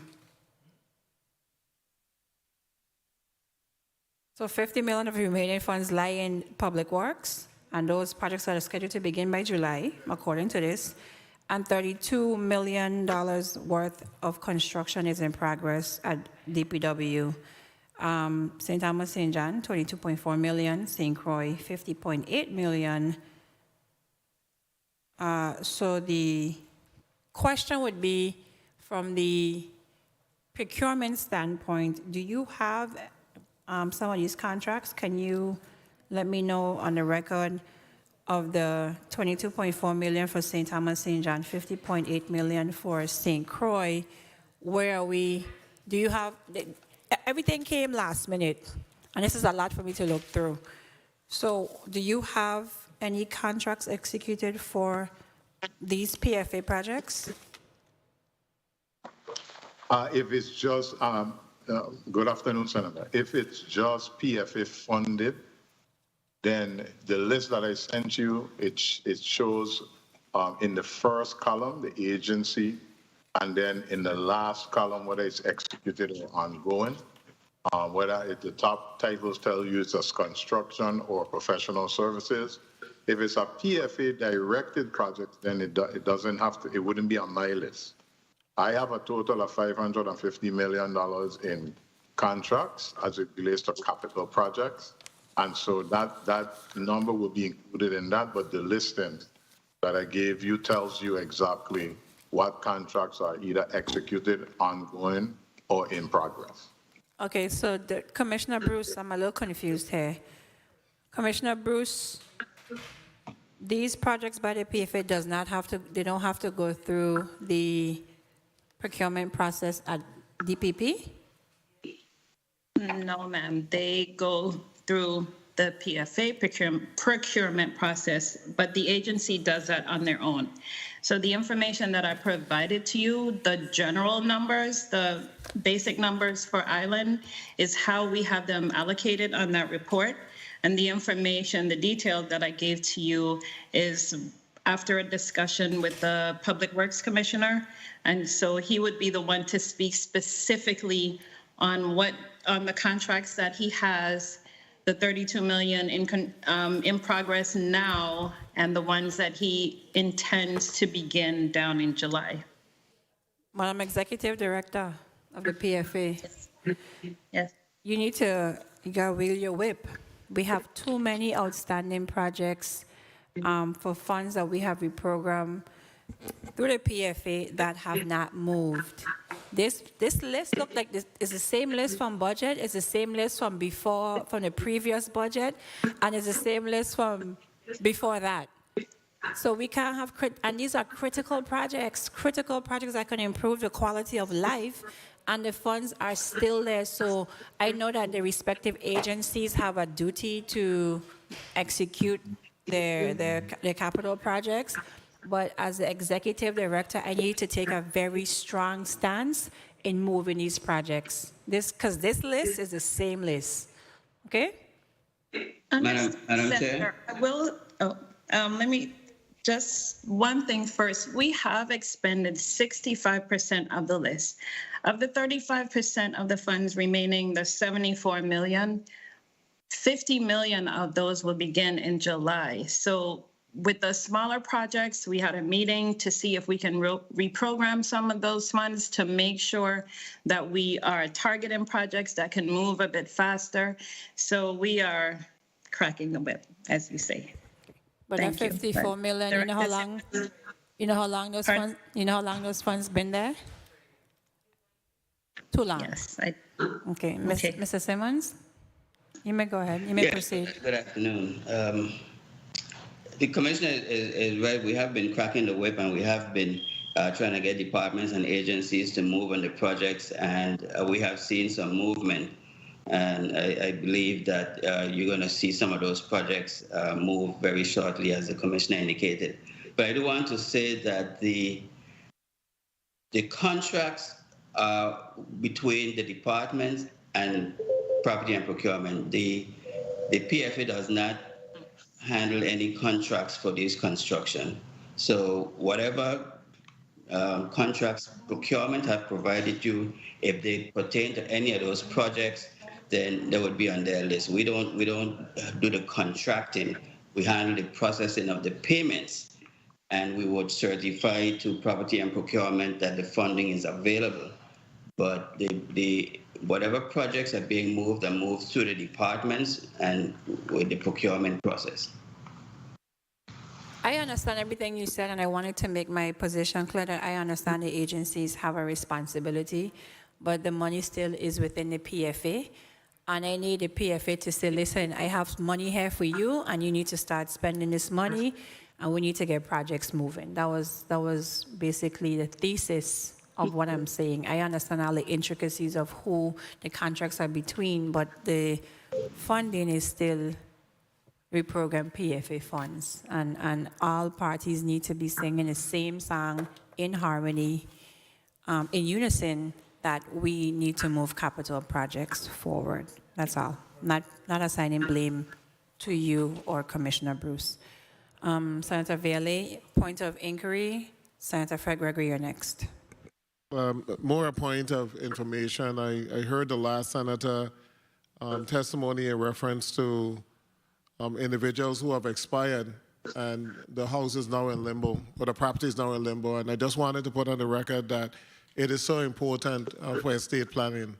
We have so many Virgin Islanders, or so many homes that are literally in limbo because the grandchildren now live in it, and the homes are still in the name of the grandparents. We need to do estate planning because you're not going to receive federal monies for properties that are not in your name.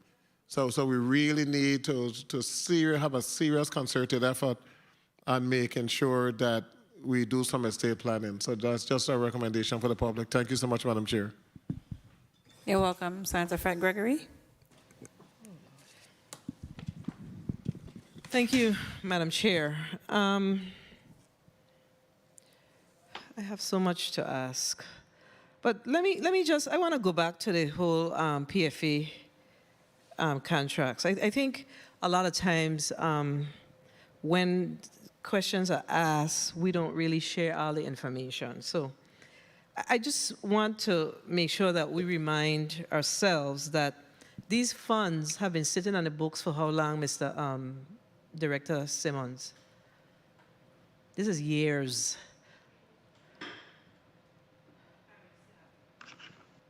Simmons, can you hear me? He can't hear me. Madam Chair, Mr. Simmons can't hear me. And my time is running. Testifiers, you can hear the senator, right? Yes, we can. Okay. I'm sorry, could you repeat, please? You're asking me a question? Mr. Simmons, you are eating up my time. I'm gonna sorry, move Madam on. President, my apologies. Yeah, I'm going to move on because I lost about a minute there waiting for you to respond. Let's talk about waste management and Director Octolin. So, of course, we know that after the storms, there was debris and trash picked up, and there's been this issue where the waste haulers are still challenged with getting paid 4 years later. Where are we with that? So I've requested Ernst & Young to help them with putting the documentation together. Part of the problem is that trip tickets and other supporting documentation has not been produced. And it is difficult for us to be able to draw any funds without the supporting documentation. In some cases, the required logs and other matters. Okay, were I not understand kept. that. I understand that. Okay. But what are we doing? Because, I mean, if you're in the middle of a storm, you're dealing with health, safety issues. FEMA is requiring a whole lot of us.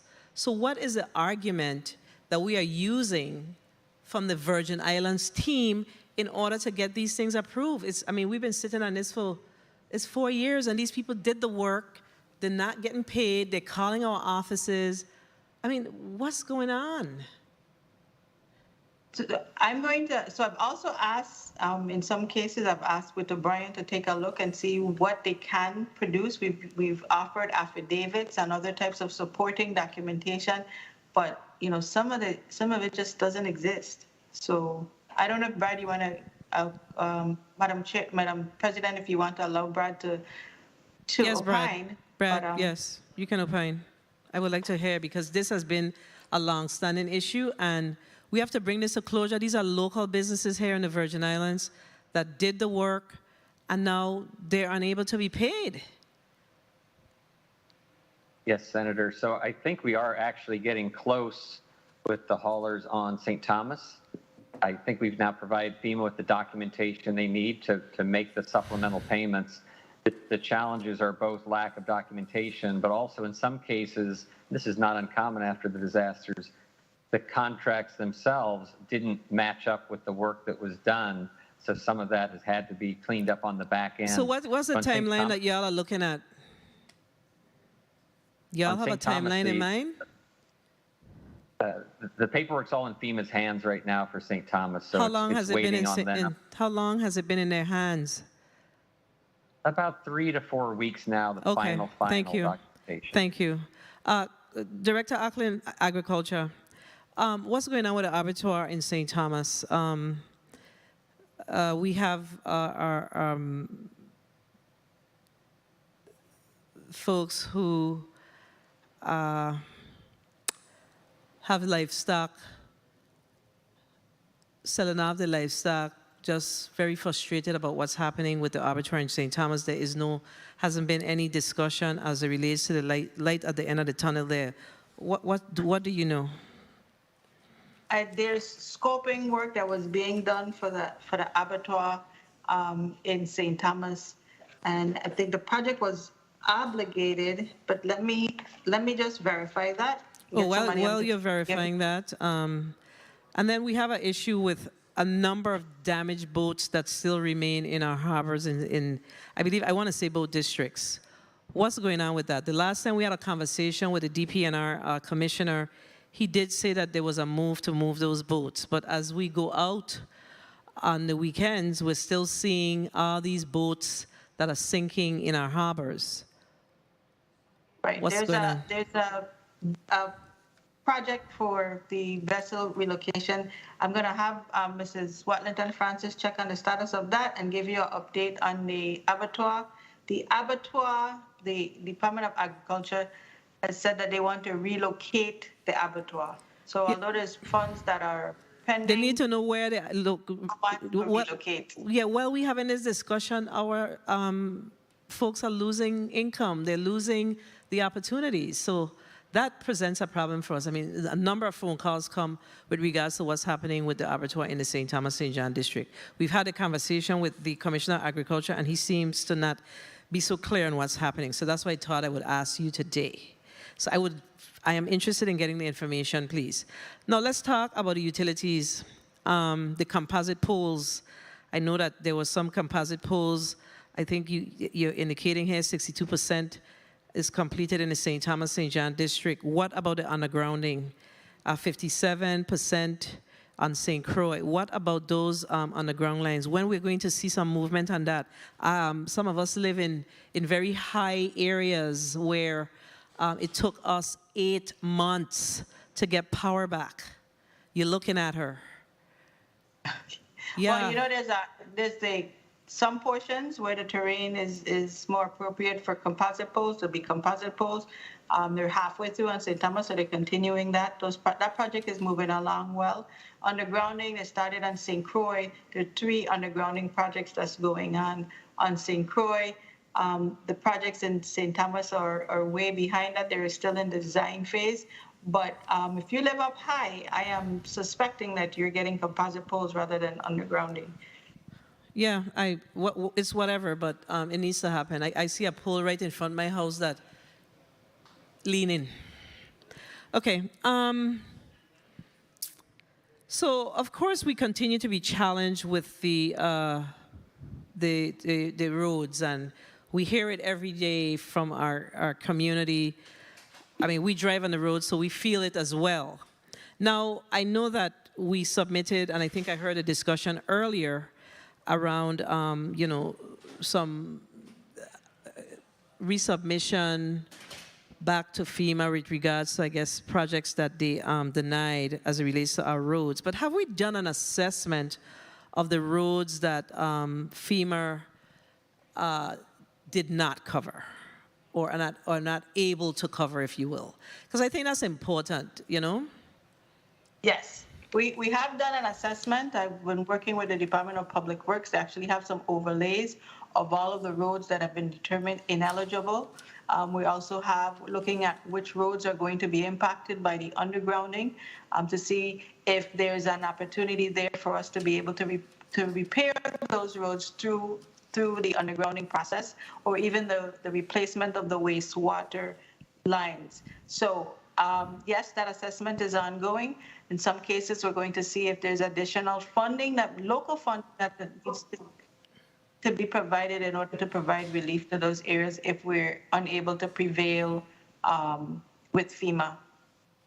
Okay, well, I'm definitely looking forward to that information. We can't keep talking about our roads, and we don't have a plan as to how we are going to address them. At some point, some plan needs to be put in place to address the roads in the territory that will not be repaired via the FEMA process. 2 minutes. Let's talk about Hospital Ground, Lionel Roberts Stadium.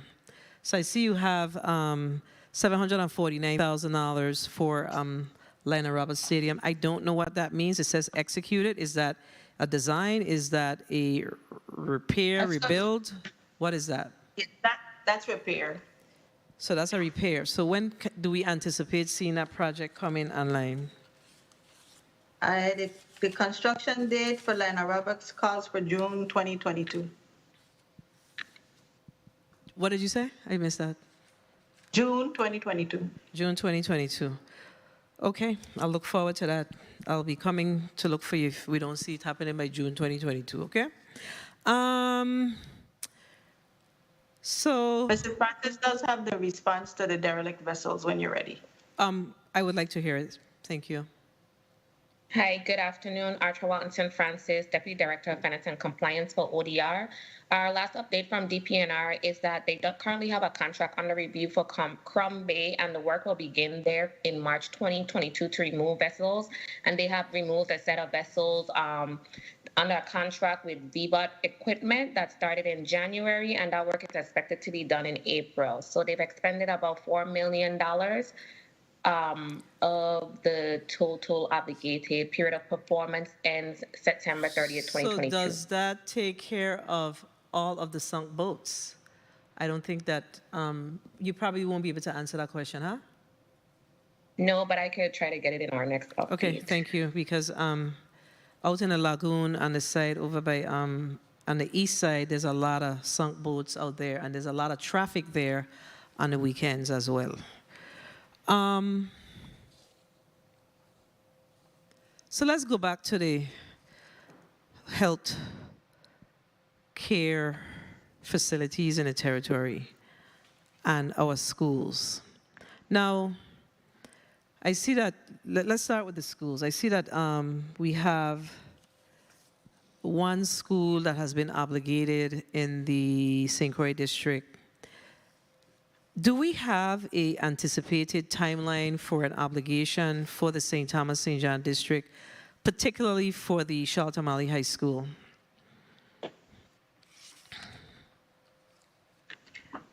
Senator, we know that it's the first set of schools, those schools you call, Cancri, Sproul, Charlotte Amalie, they're in our priority batch. So we don't have the timelines. We don't have any timelines. Just say it. If you don't have timelines, you don't have timelines. I don't. And tell me why.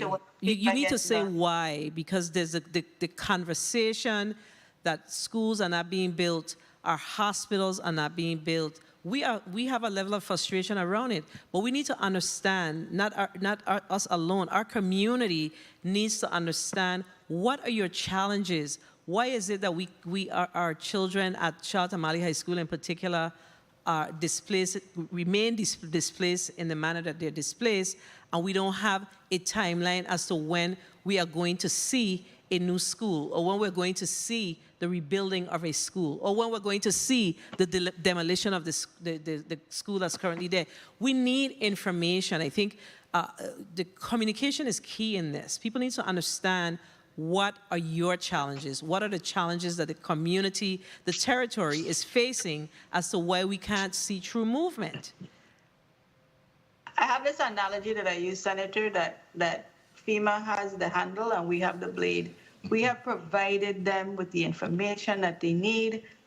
Brad Gayer has said repeatedly, there's capacity issues even in FEMA. So we've submitted all of these costs for them to validate, and they just not processing them as fast as we'd like to. So when was the last time you visited with FEMA in Washington, D.C.? Because it sounds like we all need to take a trip, because we've seen a number of disasters in the United States. So it means that, what's happening in the Virgin Islands may very well be placed on the back burner. The first week of February, we're just there, when the governor was there. There's a new public assistance What commitments director did you get? What commitments did you get?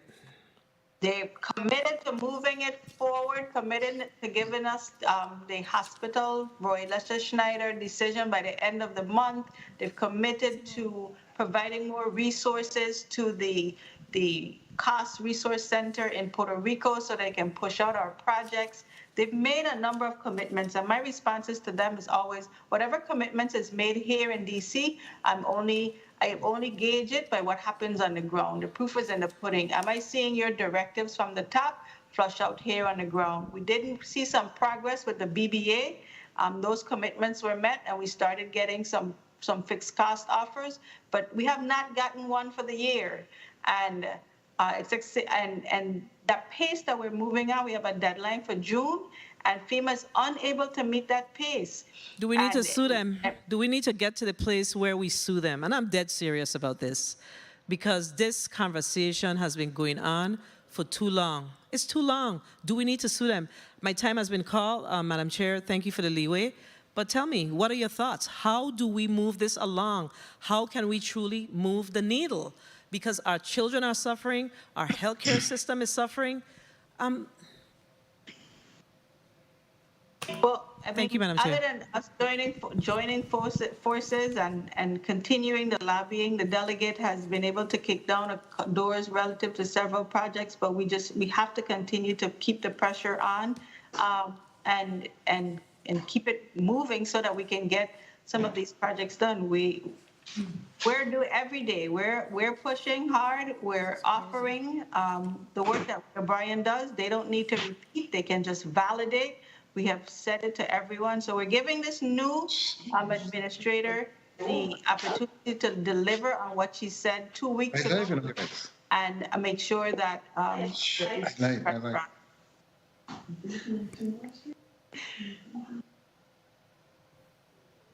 You may proceed. Director?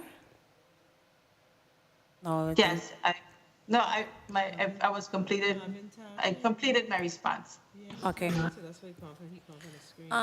Let's go back to Lana Roberts Stadium. Of course, that's federal dollars, but any local,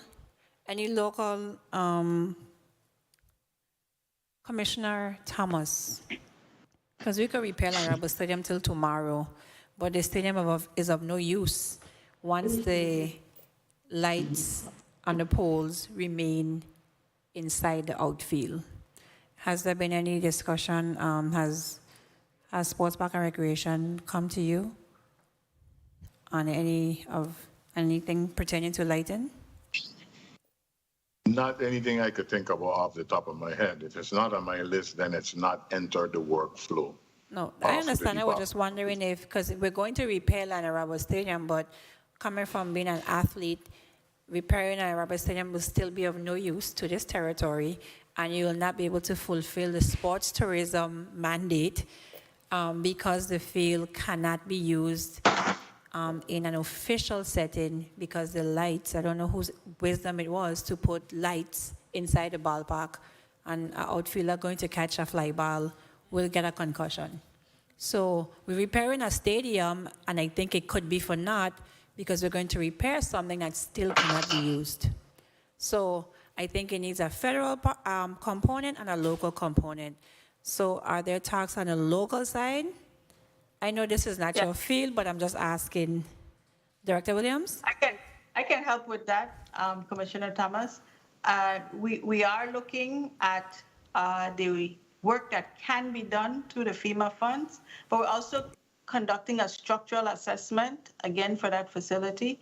And we're going to need local funds in order to fix that park back to where it needs to be. So what we've done right now is segmented the scope of work, of the repairs that can be made, and anything outside of that to be getting a scope of work so that we can make sure that the facility is sound. And it is going to require funds that has not been obligated by FEMA or not in the FEMA scope. All right, thank you for that, Senator Blyden, and then Senator Potter.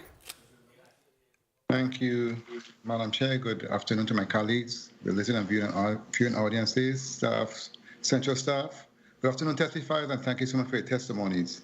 You know, as I listen from this morning and this afternoon, you know, the elephant in the room is FEMA.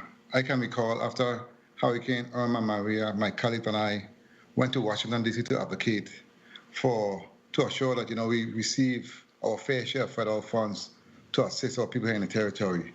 And I remember clearly speaking to a congressman from New Jersey at the time, and he told me we need to really understand the process because it was 8 years after Sandy, and many of the requests and the funds, etc., were still going through the same process we are going through right now. And I'm seeing it play out live. And it seems to me like FEMA plays a game of giving you a hard time every step of the way. The red tape and the amount of challenges, etc., with everything is just what they do. And we need to understand that and advocate and do what we must do and continue to fight them back because that's just part of the process. It is clear. It is clear to see, so we just need to continue grinding and do what we want to be done on behalf of our people. Director Aquiline, good afternoon to you. And I know your cup when it's over, but let me ask you, in respect to the Envision program, I know I heard my colleagues complain about a program also, and that should be one of the highest priority.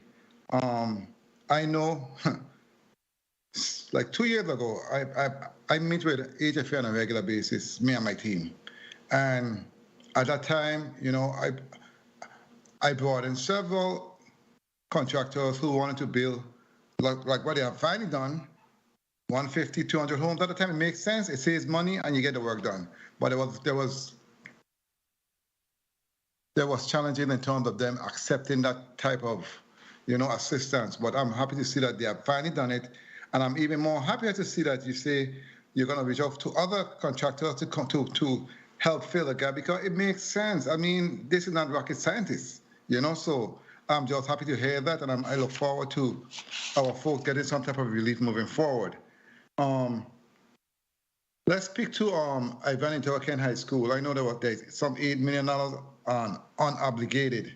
If the issue, what the issues with those funds being obligated? Because I know with other schools, when many of the projects, abatement, you're waiting on abatement, testing, etc. But Ivan Interlaken High School is a functioning school. What's the issue in terms of the funds not being obligated thus far?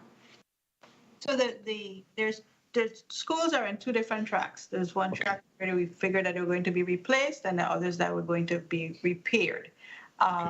The schools that are repaired, we submitted the support with the Bryans submitted our method of repair and how they were going to use the BBA for repairs. And FEMA denied basically everything, or they just were not clear on how we're going to move it forward on the repairs. So I've asked them to prioritize some of the repair projects, in addition to the ones that we know are going to be, that we requested replacement, for them to start processing those projects that we can help to repair some of these schools that we know that we're not going to demolish and reconstruct.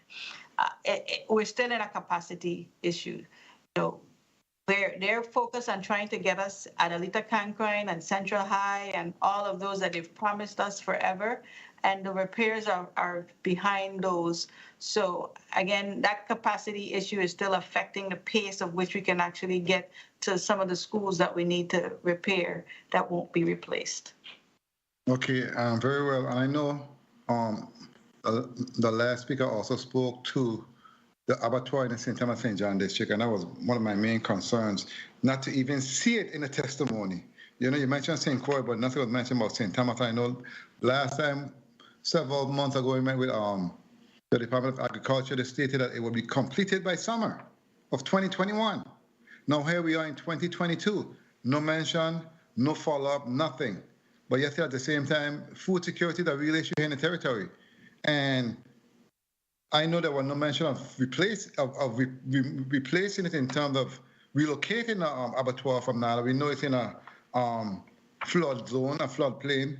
But at the same time, it is clear that we need to be on the same page and we need to be informed, because that's surprising to me. So food security is important, and we need some type of release on this part of the island. And I look forward to your response to that question, because we need to know what's going on, or people need to know so we can move forward. Okay? When it comes to the Queen Louise Home for the Aged, also those funds are not obligated. What are the issues that's going on with the Home for the Aged? So the Home for the Aged, we were in a real battle to be able to get them to replace it. That was one of the responses or the commitments from the FEMA leadership that we actually saw materialize right after the meetings.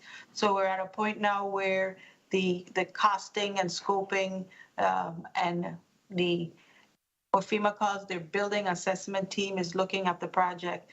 to be able to come back and do the scoping and the method of repair and all of that to move the project to the point where we can actually get a fixed cost offer.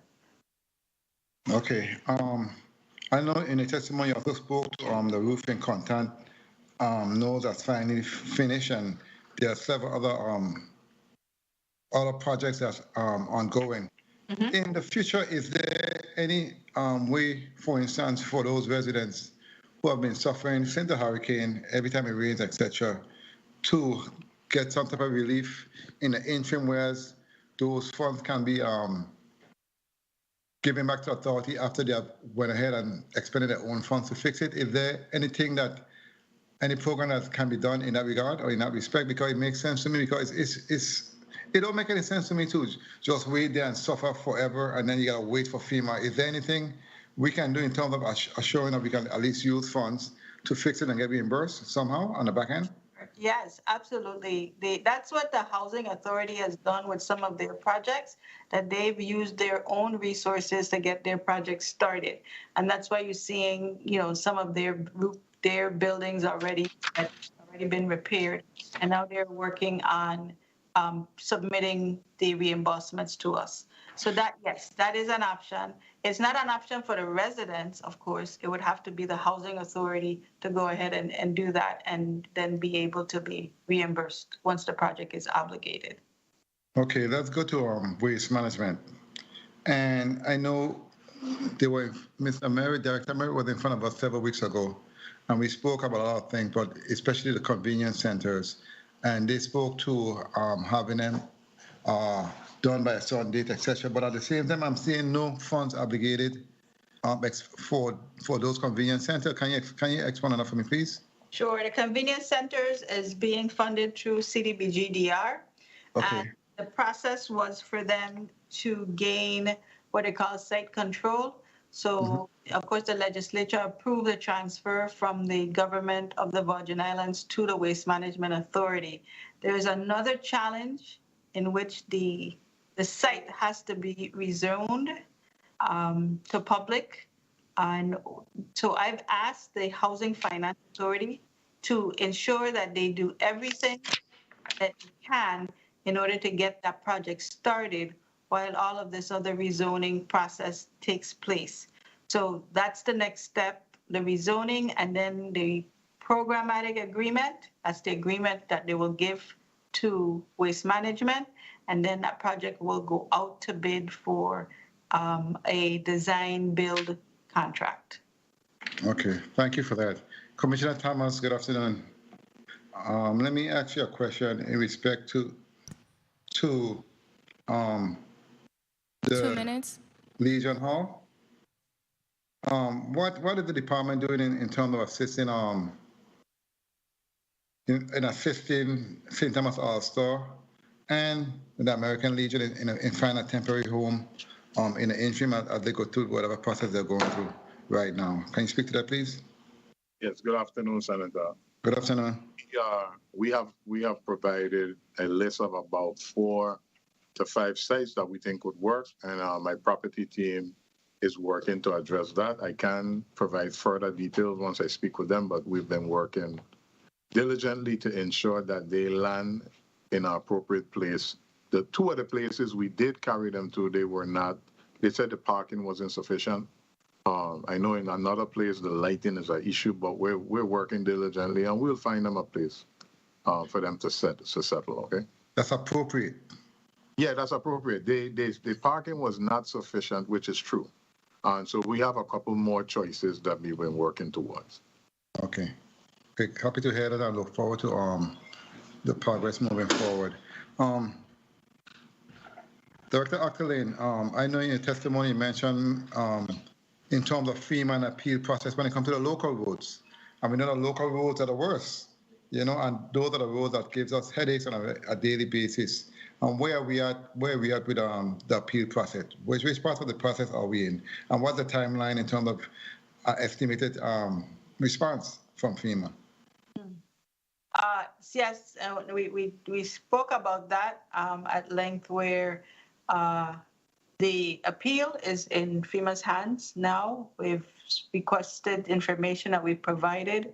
FEMA doesn't have a timeline on when they have to respond back to us, but we are pushing and we've expressed our concern for them to get back a response to us relative to the other part of it. What we're going to do is also look at where roads intersect with the undergrounding or the wastewater lines to try to get roads repaired, and also working with DPW to identify those roads that just, if in worst case scenario, we'll try to find some local funds to repair those roads if we're unable to prevail with FEMA. Because again, some of this is also a time factor. We can go and appeal and fight with FEMA, go to arbitration, but in the meantime, the roads are not being fixed, and we still have, the residents completely inconvenienced. So we're looking at Plan A and Plan B relative to the roads and how we're going to move forward. Madam Chair, may I conclude? In respect to UVI, I had two more questions. UVI and a lift for the disability. Where are we at with that? Because that's critical as far as I'm concerned. Where are we at with the lift for those with disability? We would have to get back to you with UVI. Our updates and for UVI is not as readily as accessible as we'd like. And also, as you know, we have issues with cybersecurity, etc., and the infrastructure, and that funding also have not been obligated for the department with Director Ross. Is there anything going on in that space that needs to be done in order for us to speed up that process? We've been going back and forth with those projects and providing assessments to FEMA. In some cases, they've asked for documentation that is just completely unreasonable for poles and other infrastructure that has been blown away. We've been fighting through that. That's one of the projects that we're hoping that we get some responses shortly. I don't know if, Brad, you want to add anything to that? I think that's the bulk of it, Senator, but also on top of that, because this is complicated communications equipment, FEMA doesn't have the technical expertise. So they're really not understanding the technical argument of what was damaged and how it was damaged. So we're continuing to provide additional information, hoping that they will engage someone who can actually digest that and come back with any other questions.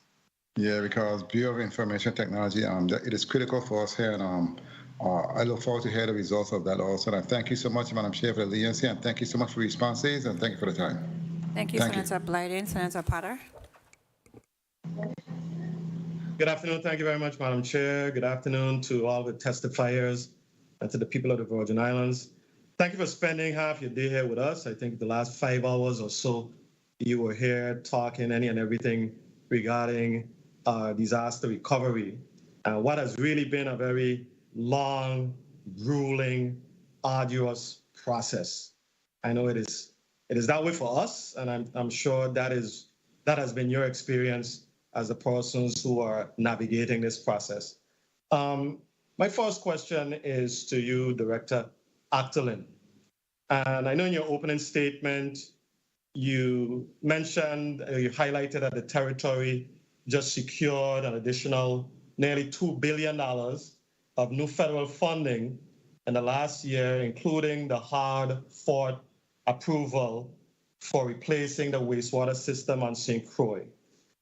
You mentioned that you pointed out that $242.5 million has been obligated to replace Arthur Richards.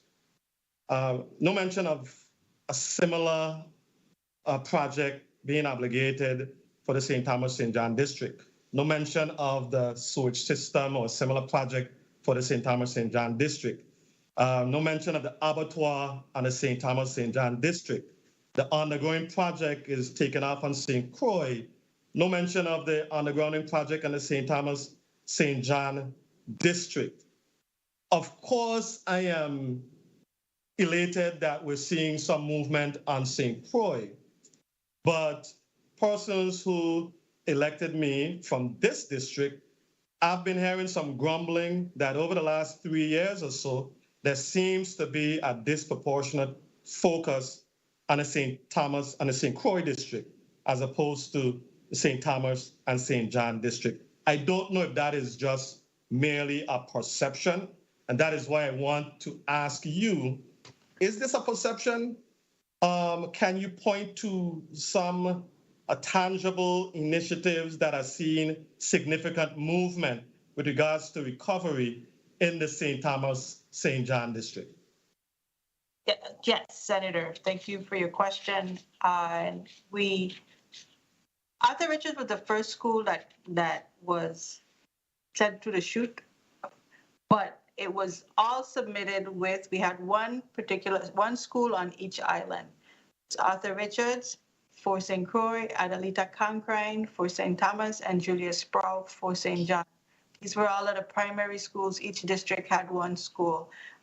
Because of FEMA's capacity issues, they took one project at a time, and we said it would be the Arthur Richards Junior High School that would we learn all the lessons on that, and this way the following schools will just be able to benefit from all the lessons that were learned. So those other two main schools are moving forward, but also on St. Thomas, though, we actually have actual tangible projects that have been completed. The modernization on St. Thomas, that's the first school that can actually boast that it is the hallmark for the new school instruction and how we're going to do forward. This is the first ribbon cutting that we've had for the schools. We just got money for St. Croix, but we actually had a full ribbon cutting for our project at St. Thomas. And that will also be followed by the second ribbon cutting that's going to happen for Gladys Abraham. In the undergrounding, we have a $95.5 million project with Harley, that is Harley Power Plant for St. Thomas. Well, the undergrounding wasn't a focus, but strengthening and the project for the Harley Power Plant to help to bring reliability back to St. Thomas, because we know reliability was an issue on St. Thomas, and that's why the projects were structured that way. So there's parity between the districts. There's different needs, and there are different projects that are moving forward based on the needs of the particular district. We want progress going in all the districts. And if you give me a moment, I want to commend you on your legislation for allowing retirees to come back, because with this capacity issue, that was one of the things that I had talked about, that we need to find ways that we could augment, and maybe not, and it doesn't have to be for a long period of time, but also so we can say we need someone to help who's knowledgeable about the recovery and the grants and the management and everything else. So I do want to express my appreciation for that foresight. Thank you very much, Director. You made me smile. Thank you very much.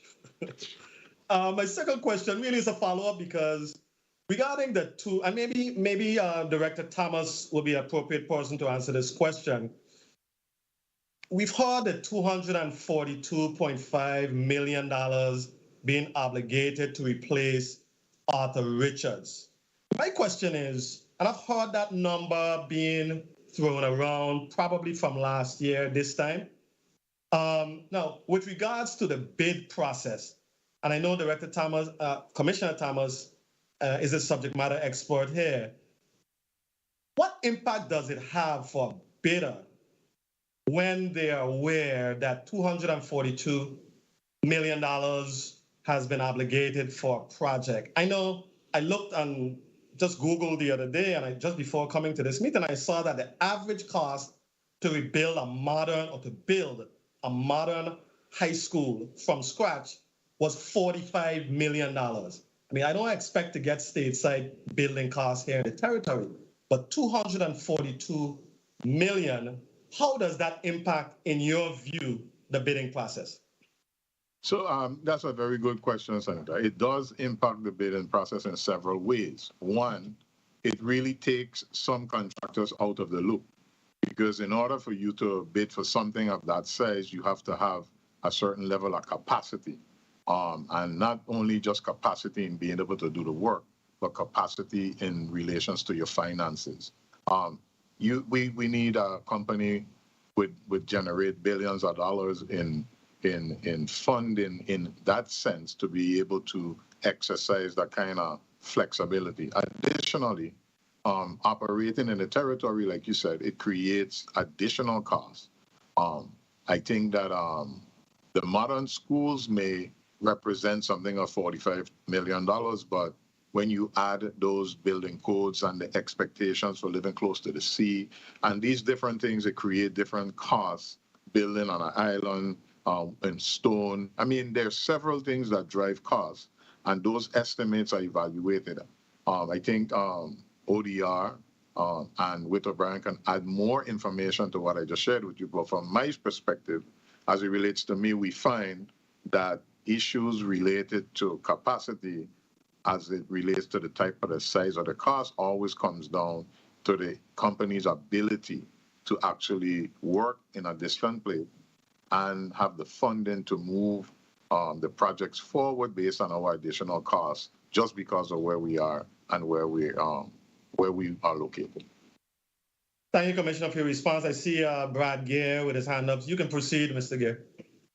Thank you, Senator. Just to add a bit to that, on the way the FEMA process works is, in the case of Arthur Richards, they ask us to do a cost estimate based on putting the school back on its original location to the industry standard, and then they give you a lump sum settlement, and you can go do whatever you want with it. So just because they gave $242.5 million, if you were to build back that school on the old location to the industry standard, doesn't mean that's the design that people are bidding on for the new school at a different location. Does that make sense? It does. It does. Thank you for that. Thank you for that. Director Akhtarin, it really would be disingenuous for any of us to say that progress isn't being made with regards to the recovery process. It's been slow, but we are seeing some progress. But I live on the east end of St. Thomas, between Tutu Valley and Smith Bay. And when I drive around there, I have to go home every day and come to work every day. I pass the curriculum center, okay? Still in the damaged state that it was in after Irma. I drive around to my alma mater, Eudora Ken, look up, at the buildings. The building that Maria peeled back is still in the same condition 4 years later. I go to the VI Housing Authority, the old housing authority in Hidden Valley, and the adjacent police command center, and it's still in the same state of disarray. Now, and I'm not the expert, so I'm asking you this question. When I look at disaster recovery processes on the mainland, it seems to me that the first step is removing the damaged property and then focusing on rebuilding. Even if nothing is being built, there's something psychologically beneficial when that old building when you look at it every day, you get flashbacks. It's a post-traumatic thing to see the building still in the same state almost 5 years later. Why is it that in the territory, do we have a different philosophy, a different approach in the territory to what we see on the mainland? No, I don't think we have a different approach. I think it's a funding issue. This is why we were able to take down Arthur Richards. I was on the radio recently and they asked, why are you tearing down Arthur Richards? I was like, well, just for the same thing that you just outlined. These damaged buildings are a health and safety concern. But that was done with local funds and now being reimbursed once we get the project funded through FEMA. So the inability to access local funds to be able to do some of this is really what the barriers are. If we're able to have a pot of funds where we can get rid of these buildings that are unsafe, then of course we're taking every effort to be able to do so. But yes, that is the optimum approach. Yeah. In your testimony, you mentioned, Director, that I think on page 4 of your testimony, that the local state historic preservation team had to meet with their counterparts in Puerto Rico in order to review the Virgin Islands application that was submitted for the historic preservation grants. Now, is Puerto Rico playing a role in deciding what local projects are being funded? And I ask because I know that if the situation were reversed, there's no way that Puerto Rico, the people of Puerto Rico would be comfortable with Virgin Islands or the Virgin Islands coming down to Puerto Rico to make decisions as to how historic preservation funds will be utilized. Well, Senator, in our discussions with Commissioner Oriol and with Sean Krieger for the State Historic Preservation Office, it looks like more of a partnership.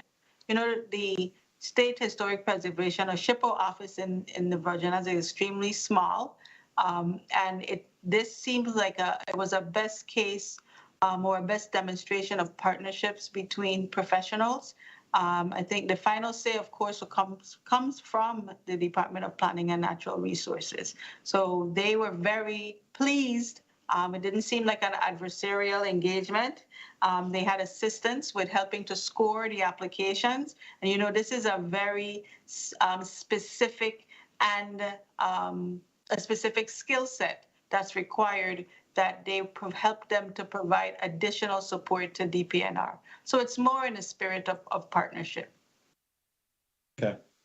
Thank you very much. Thank you very much, folks, for all that you do to help this process along. It's my hope and prayer that the process we can speed it up. I think when it goes slowly, I think the instinct of folks is that we have some capacity issues here, and that is the primary reason that things may not be moving. But from what you've communicated to us today, it might be an issue with the federal FEMA bureaucracy. And I hope that we are not unique. And I'd like to ask perhaps Brad Gare, are we unique in the sense of how slowly the project seemed to be moving in this territory when compared to other entities on the mainland? You're not unique, and a good example of that is the fact that there's still more than $1 billion worth of work to be done in New Orleans of FEMA work from Hurricane Katrina, which of course was 2005, and a lot of that's because of these same issues of endless bureaucracy. And it's not just my imagination or my opinion, by the way. The federal government did their own analysis of FEMA after the 2017 hurricanes and said they don't have enough people, and they don't have enough people who are qualified to fill the positions that they're filling. And FEMA knows that. They're trying to beef that up, but they simply don't have the people that can do it at this time nationally, not just for the Virgin Islands. Okay. How does that impact deadlines and timelines?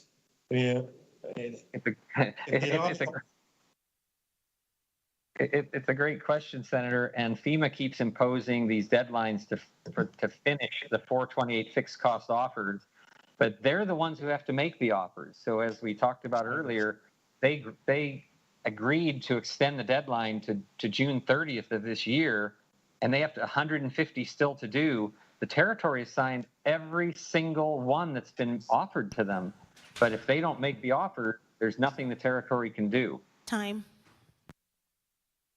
Thank you very much, testifiers. Thank you very much, Madam Chair, for the time. Thank you, Senator Potter. Colleagues, we're going to a second round of 5 minutes. Senator Francis.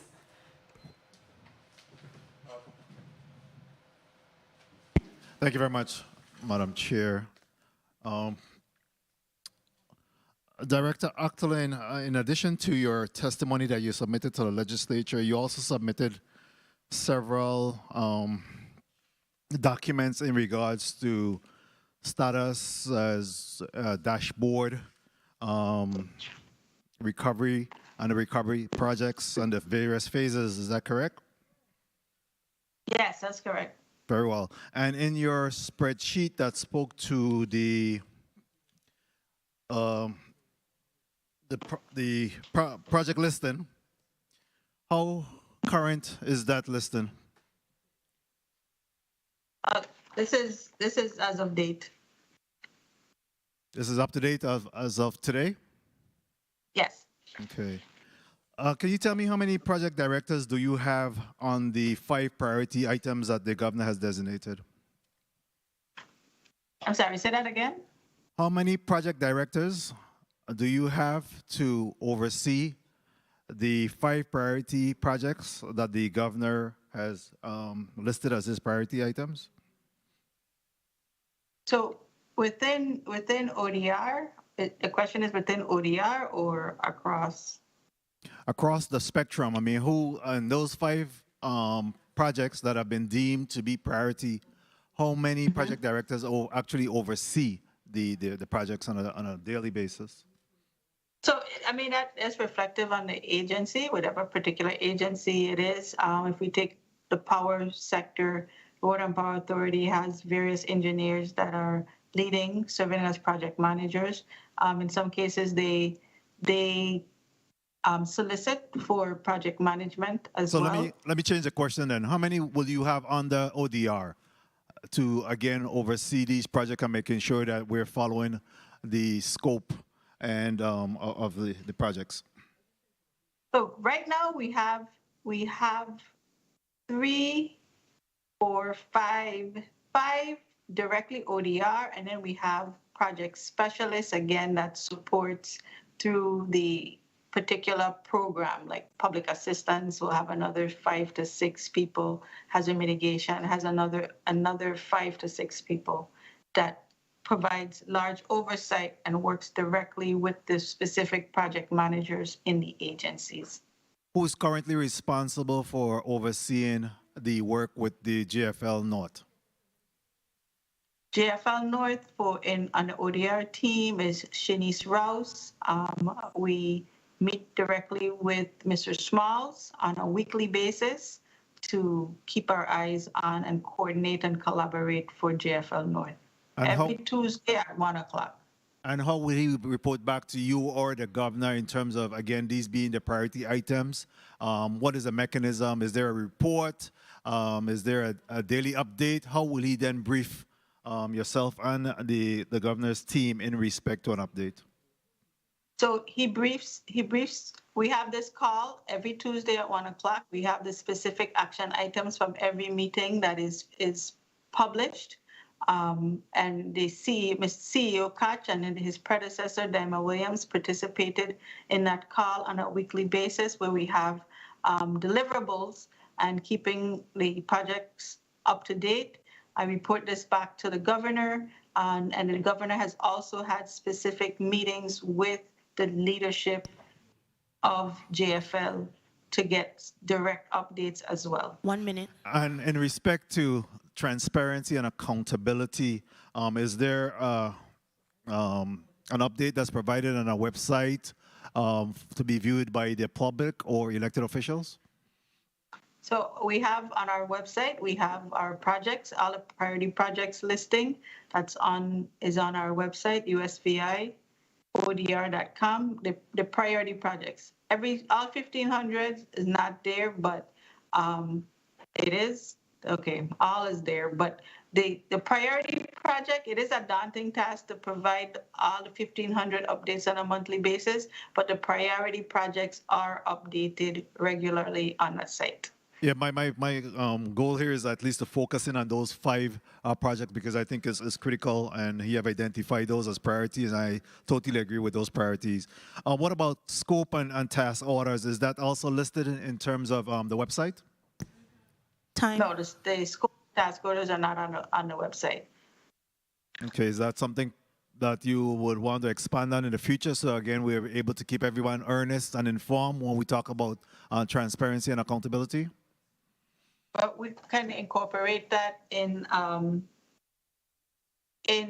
course, any future updates to the site and the information that we're tracking, we're definitely open to that. Very well. Madam Chair, can I just wrap up with 2 quick questions, please? So the University of the Virgin Islands Sport and Fitness Center, where $3 million have been earmarked for that project, 2.7 obligated, 2.7 remain unexpended. What's the situation with that, and where are we with that particular project? We don't have real-time updates. If you see some areas with the University of the Virgin Islands, our updates are as we have it, so we'll try to get some specific updates on that for you, but that is not as easy as the other agencies. Okay. And my final question to you is in respect and going back to the Envision Tomorrow program. And I apologize for keep beating this dead horse, but it's critical that we understand that this is a priority issue and certainly one that's very difficult, especially when we up to another hurricane season and individuals have been out of their home, for the last 5 years and either bunking with family members or actually renting additional properties. Does the Housing Finance Authority have the staff resources to oversee the construction of those 50 homes that has just been awarded to the construction co-workers until they're complete and for the rebidding process? So they have, the resources are not optimum. They're committing to getting the first 50 homes started. After that, it's going to be extremely challenging, and that's why they need to get that staff augmentation, solicitation back out and awarded ASAP. So we are looking at what it'll take to get that to the optimum level because again, there's more room for slippage in this particular area. I totally agree. So that's a yes. You are looking at ramping up the resources. Yes, there isn't any more resources. In the meantime, everyone who's there is going to have to just work harder than ever and get that solicitation back out. That's critical to get the solicitation done, evaluated, awarded, contracted, so that by the time we get to the next 25 homes that we need to provide the contractors, that they're on board to provide that support. Very well. Thank you for your response. God help us all in this endeavor. Thank you. Thank you, Senator Joseph. Thank you so much, Madam Chair. I'm sorry I missed my turn. I had to attend a administrative function. I wanted to, ask you, Ms. Williams-Octoline, some questions pertaining to your testimony that you had, I think it's a wise decision, had hired or had purchased a management design system to actually manage all of these funding sources. You have it here on page 17 of your testimony. Kindly indicate for us what was the cost of this system.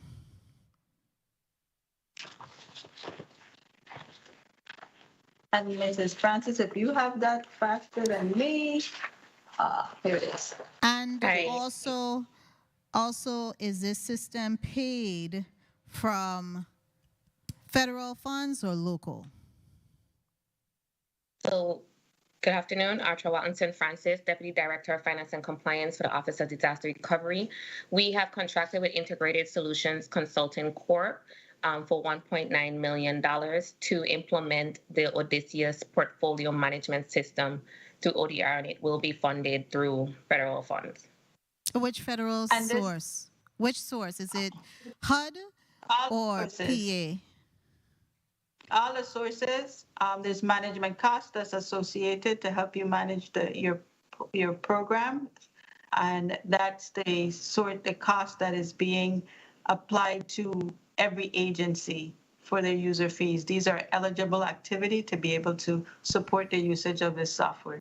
So I want to spread it out and understand, because we have other federal funding sources that are coming down the pipeline.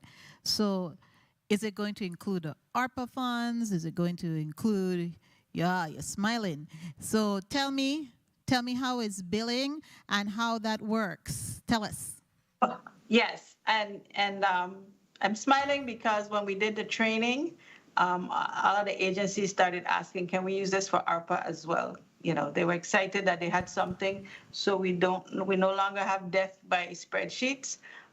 We can actually be able to run reports and manage all of the deadlines and other reporting requirements.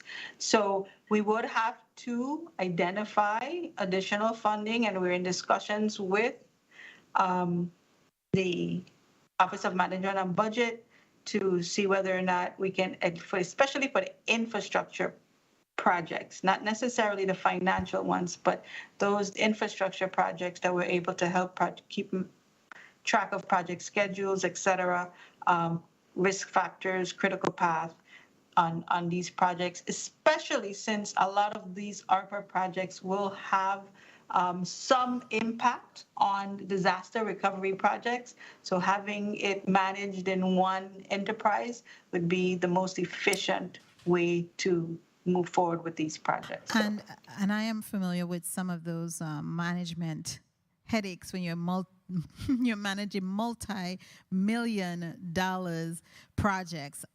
So it can be a headache. My next question regarding this is whether it's going to also have that level of transparency wherein the public, including all stakeholders, can see where projects are located in the pipeline.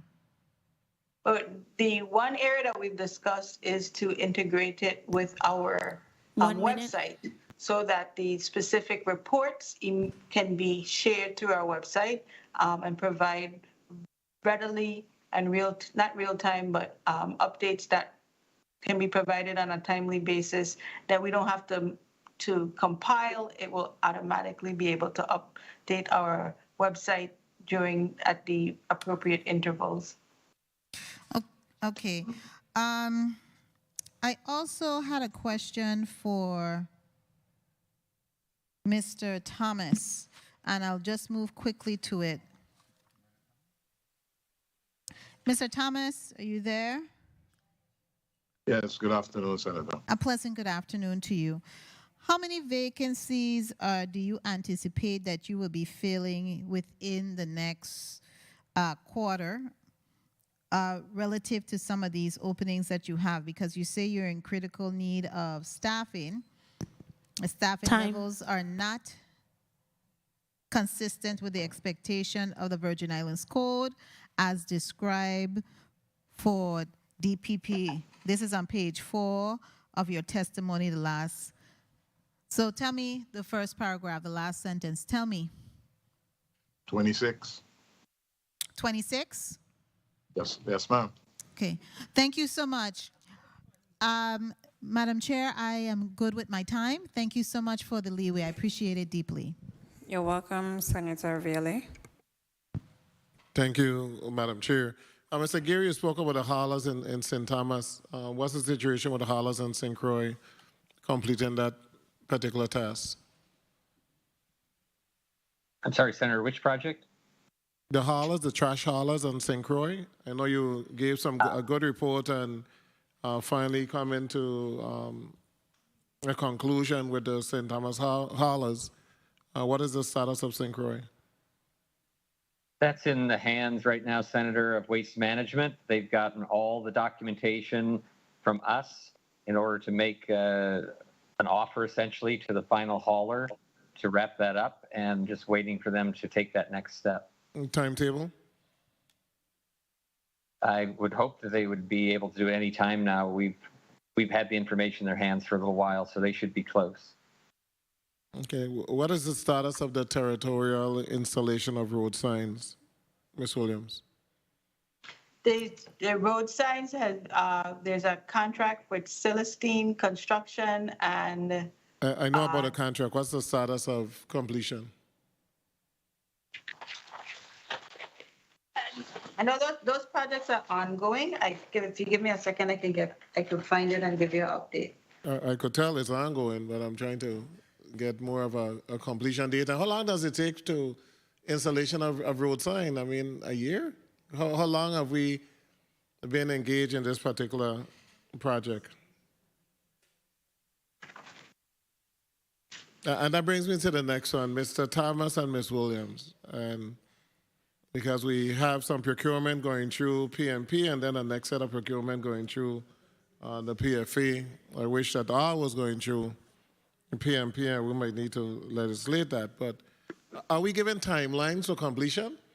When we have these projects, you award a project. Is there a timeline for completion? And penalties if you don't meet the timeline? The short answer, Senator, is yes. Okay, so what was the timeline for the completion of the road signs?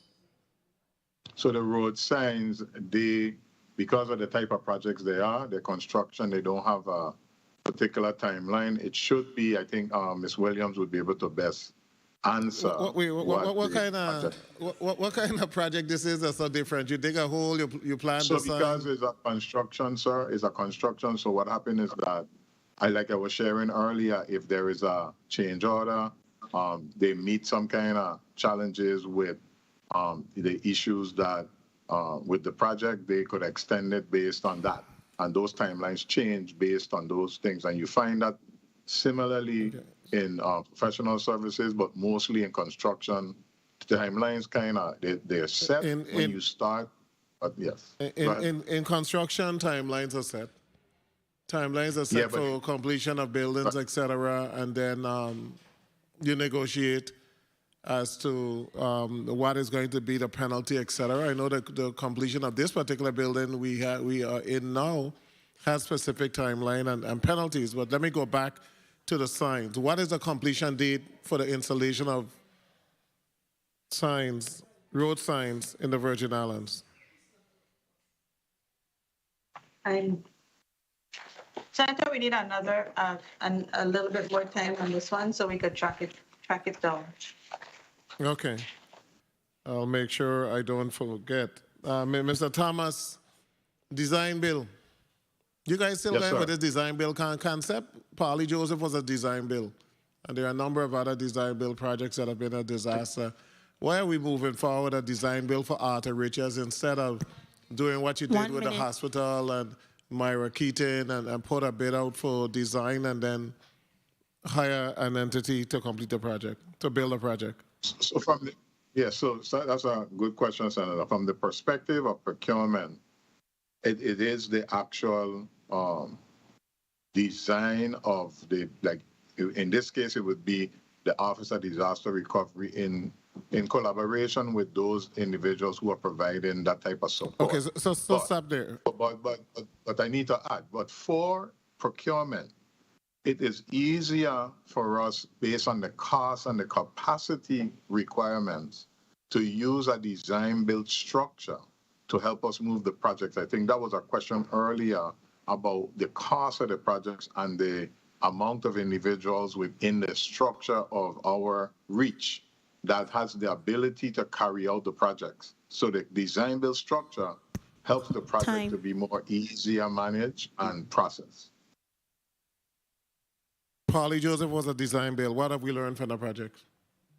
But what I've learned from Polly Joseph in my seat is that changes were made to the construction of it. That lends itself to the same question you were asking. It's like, we have a timeline, yes, but if a person comes and decides that the scope of what was previously put in place needed to change, they made those adjustments and that extend timelines. Additionally, funding has to always be part of the mechanism. Okay. Thirdly, we try to purchase properties that were privately owned. Okay, so hold up there, Mr. Thomas. Yeah. I know you will continue on the explanation. Yeah, hold up. I have a next question before my time has expired. When we passed the last set of monies for Polly Joseph Stadium, the bill was structured in such a way that there was supposed to be completion of certain aspects of the stadium. And I was not at that particular meeting, but I heard where the request was made by the contractor for a drawdown of $4 million. Why did we approve that drawdown when they did not meet what was decided on in that particular measure, where we said that the foundation had to be laid? Because our concern was that with this, I think it was 6 million more we gave them, 6 or 8 million more, that we should have seen substantial completion with the 20 million that was given before. So now we have no walls. They did a foundation, a part of the foundation, and they requested $4 million more. But they did not prescribe to what was written in that bill. Who approved that? So that project is a public works project, or maybe Ms. Octilin might be able to shed some light. That really is not in my purview. I do the contracts and the contracts are executed, and then the engineers would go through that process with the department who's initially who initialized the contract. Miss Dr. Lane. Yes. So the new project manager, Ms. Tawana Albany Nicholas, has been working with the schedule of values. The pour for the floor was done, as well as they're getting ready to pour the walls. So she has been working closely with them to ensure that the deliverables align with the schedule of value for that project. So they were very comfortable. The work performed for the amount that was paid.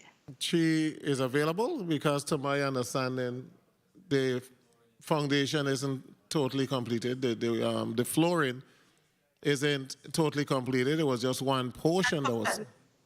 Right, a portion of it was poured. You're correct. Okay. But the schedule of values, that was approved because they agreed with the amount of work that was done for the cost. I'm going to end with this, Madam Chair. We have paid $24 of $28 million to the contractor. And 50%, well, I won't even say maybe they're underground, but I don't even know if 50% of the project has been completed. So, but we have already expended more than 80% of the monies. So you're telling me that the contractor only have $8 million worth of work left? That's a question. I can answer that. Yeah, it's a question. Okay. Yes. I mean, the contractor knows that the amount for the project that is there should provide us with everything that was agreed upon in the schedule of values. There's different what they call a la carte for items that were not agreed upon, but all of the work and the scope of the work that exists, those are in the existing cost. It is not to exceed anything that has been approved. So they're well aware, and Public Works is managing the contract towards that end. I don't agree with the figures at all, and I'm predicting that 2 or 3 months, there's going to be a measure before us asking for additional monies and cost overrun, etc. Thank you so much, Madam Chair. Thank you for that. I have to skip. Some of you guys are now for a flight to catch. But before, quickly, Water and Power Authority, your discussions with them, the Advanced Meter Reading System, the AMI, obligated $20.6 million, expended amount $5.8 million. Remember the AMI, there was a base rate increase the PFA granted some years ago for this very same system that we seem to be providing federal funds for. And then, of course, HUD had their stipulation that if WAPA does not, they won't release funding until WAPA guesstimates less than 3%. What's the status of the AMI system? Do you have conversations with WAPA, Director Actaline? Because this is on your list, so I'm asking. It's on my list. We have a standing meeting with WAPA bi-weekly. The AMI project is actually managed by Shavante Marsh. There's different components and scope to for the AMI building. There's an assessment that is needed, that is out to bid, and we're waiting for the information on the contract being executed. So that is a project that's being managed. We asked them to ensure, for the same reasons that you just mentioned, that it's prioritized. That's a key deliverable for our next meeting. And our next meeting will be the first meeting with the new CEO, which will again reiterate the importance of keeping that project on schedule and getting that contractual documentation done timely. Okay, I have a lot more questions, but I'll proceed. Senator Fred Gregory, you are recognized at this time. Thank you, Madam Chair. I was just talking about the fact that I received a bill from WAPA for the month of March for $1,000, and we're not in March yet. So, excuse me, yes, March 2022, yes. I know that one of my colleagues were talking about the prison system, the jail. What is there any work going on at what's going on with the Alva Swan facility in St. Thomas?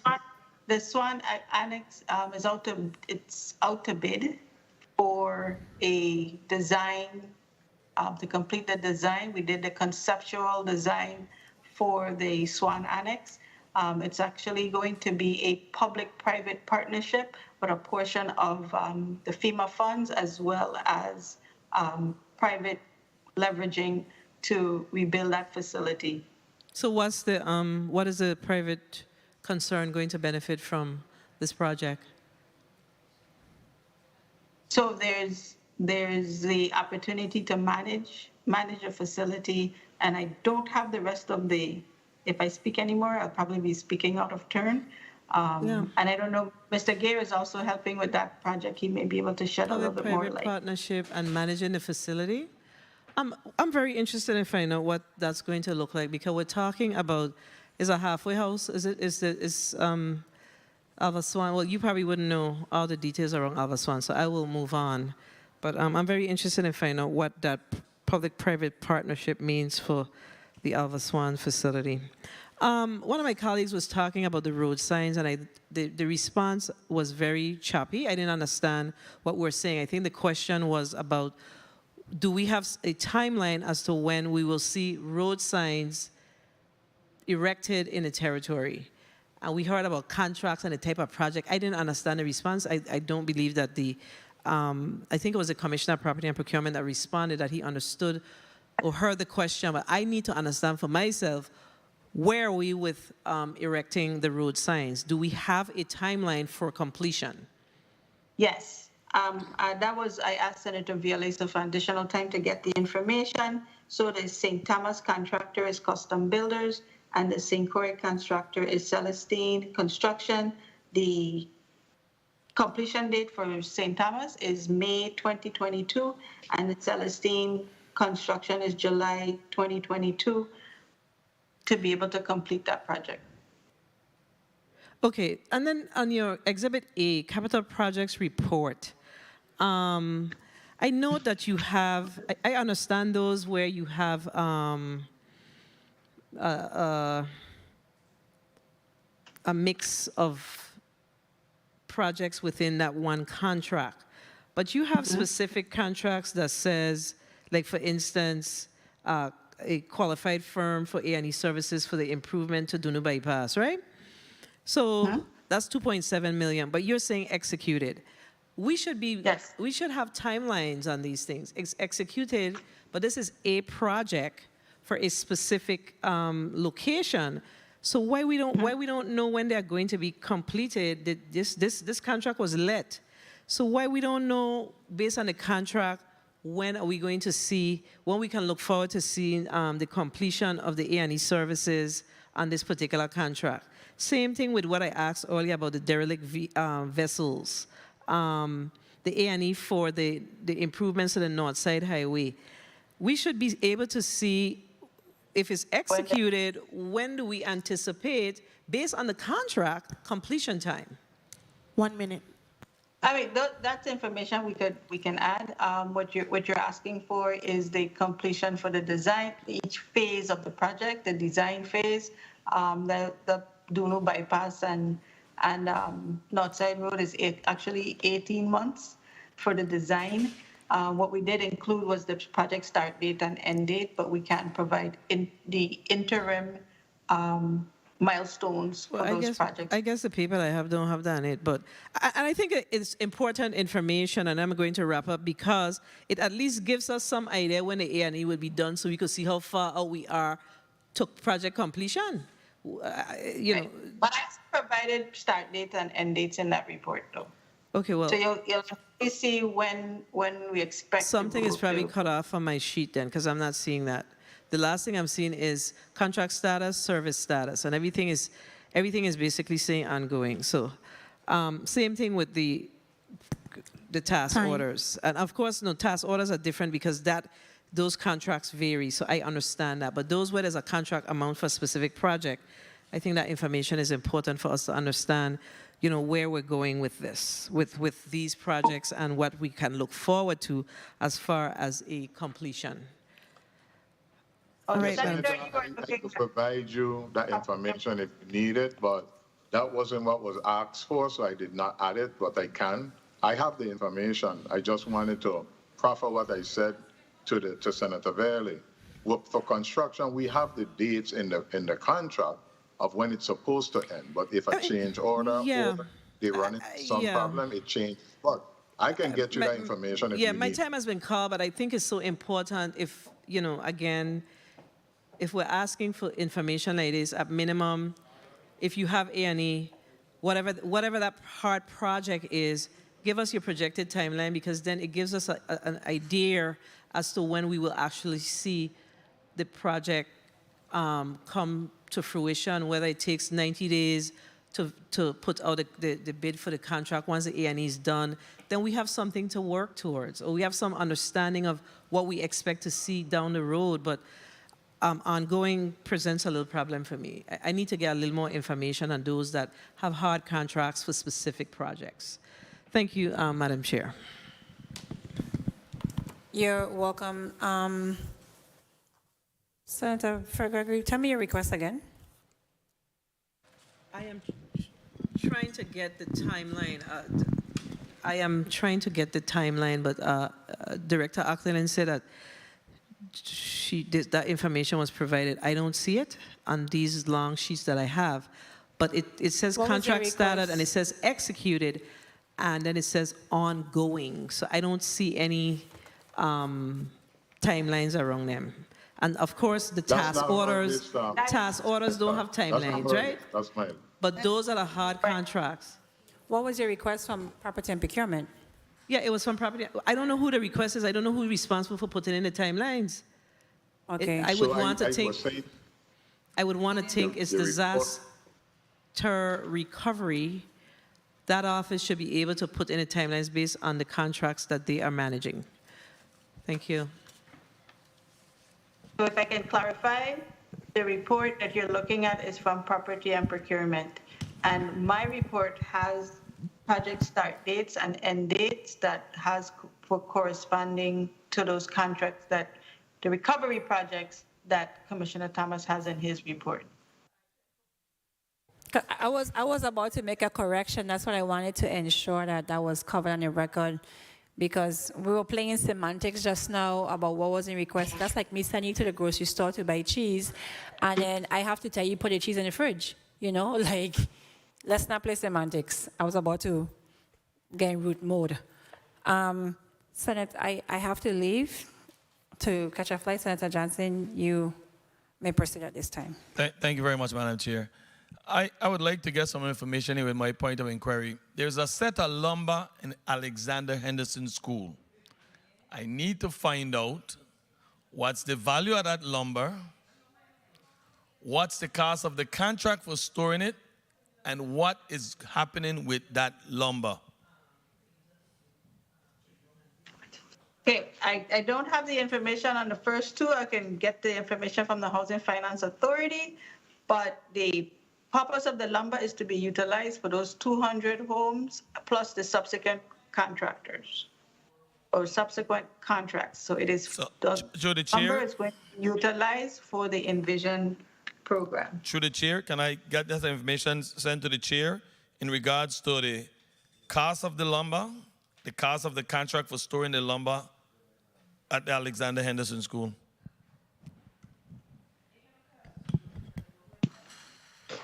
Hold the Senator's time. The requested information right now is part of your request to appear here today, the detailed request. I asked you for almost everything, and I'm a little peeved hearing that that's not what we requested. Contract phase and the details include all of that. So I'll take that through the chair request, but that should have been provided today. Please resume the Senator's time. It's a point of inquiry? Yeah, that was my point. You have your 5 minutes as well. Thank you very much, Madam Chair. You may proceed. Director Ackland, I need to find out about 2 sections of Melvin Evans Highway, from Home Depot to Prophet and from Williams Delight to Good Hope intersection. What's the status on those two sections of Melvin Evans Highway? Clifton Hill, we're calling the one by Home Depot, Clifton Hill. Clifton Hill contract has been awarded and is issued a notice to proceed. So you're going to see work started very shortly. Melvin Slow down. When is very shortly? Time, frame. I mean, next month. And March. what's the completion date for that?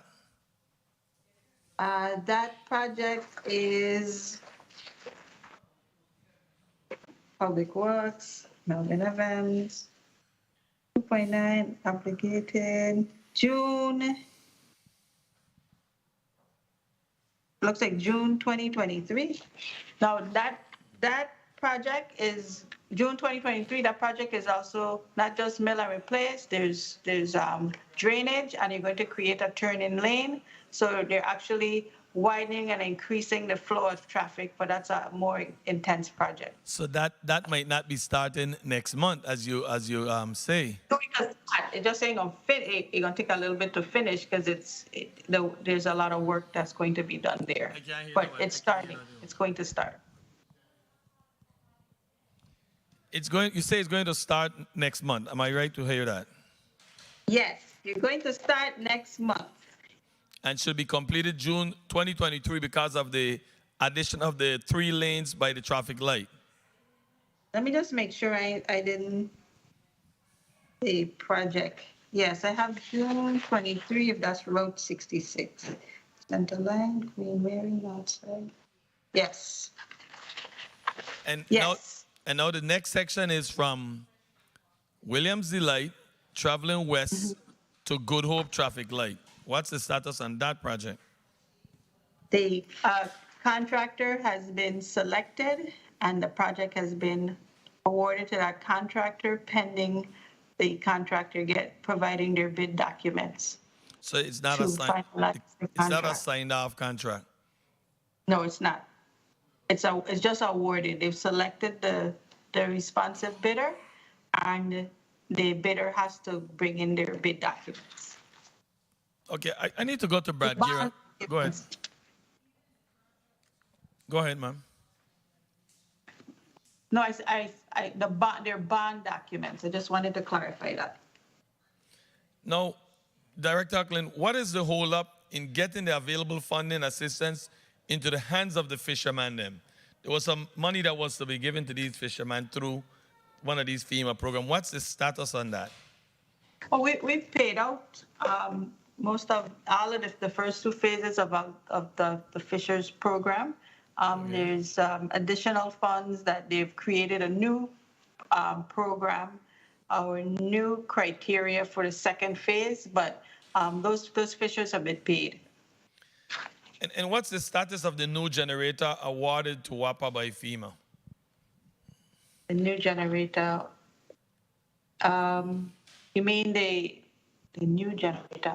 I'm not following. Yeah, the turbine generators for St. John and for St. Thomas.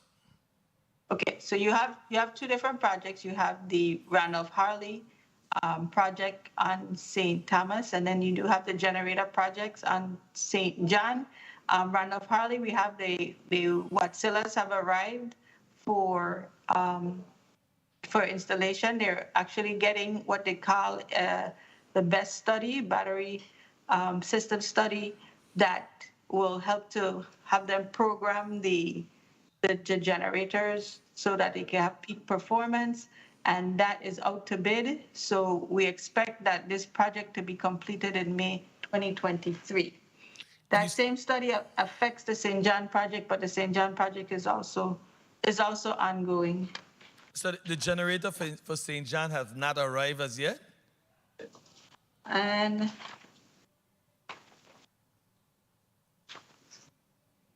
I don't have I can't speak to the St. John project as eloquently as I can speak to the Randolph Harley. So I would have to get back and be willing to provide a full update to the chair subsequent to this meeting. I'm Mr. Brad Gear.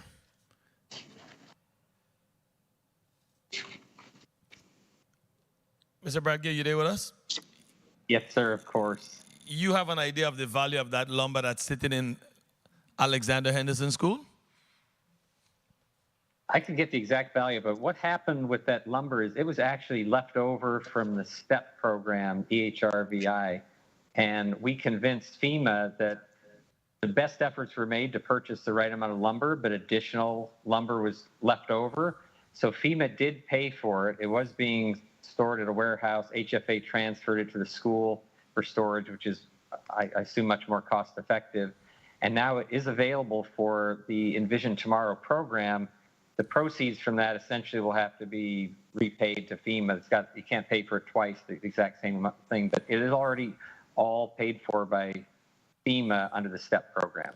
Well, when you say cost effective, it's always good to find ourselves to try to save money. But if we're trying to save money and the wood is going to be out there and rotten by the time we're ready to use it, what's the cost saving? Because I know there was most 90% of that lumber was in a warehouse where it was protected from the weather. And we're saying that we're trying to save some money, and I kind of support trying to save some money. But if we're going to say we're saving money and putting the lumber out in the weather and nobody know the time frame we're going to touch it, we're going to be putting rotten wood on people's house. Or either the lumber is going to be thrown away. So what is the save cost? What are we saving? We pretty much losing based on what that move that we made. And even in the stockpiling of the lumber, common sense. There was some lumber that was outside. Those lumber should have been put on the top, and the lumber that was in the building put to the bottom. Now when you look at how the one lumber was stuck, all of those that have been out in the weather, they're to the bottom, and the one that was in the building being protected are now on the top to be wet and probably start to rot. Thank you so much, Senator. I'll allow you to go ahead and respond, Mr. Gear. Well, all I can do is agree. My job ended when we got FEMA to agree to pay for the lumber. After that, it was up to HFA to figure out how to use it for the Envision Tomorrow program. As I said, I assume it's cost effective, but I wasn't involved in that decision. Mr. Chair, they need to get the figures to you. And can you repeat what figures you were trying to get? The cost of the lumber? Yes, the cost of the lumber, the cost of what the previous contract was, and the cost of the contract that we have now. Okay, thank you so much, Senator Johnson. Mr. Thomas, we have an MOU with Department of Education and the entity that's storing the stuff. We have an executed contract. An MOU was drafted, yes, for that particular relationship. And it has already been signed. Yes, it has. Ms. Actaleen, you spoke about a new criteria for the fishers. What is that new criteria for the second tranche of money? So they're in the process. The Department of Planning and Natural Resources in the process of vetting out that program. So we're waiting to get those updates and responses from them in our next inquiry. Those funds expire next year, so that's the phase that they're in now. Okay, so we have a timetable as to when the new criteria would be issued and communication to the fishers so that application can be made for the additional tranche of money? Yes, this is actually phase 3, and yes, there's a project plan, a time plan for getting that out and making sure that the funds are expended by the end date for the grant. Okay, thank you so much. Senator Carrion, do you recognize?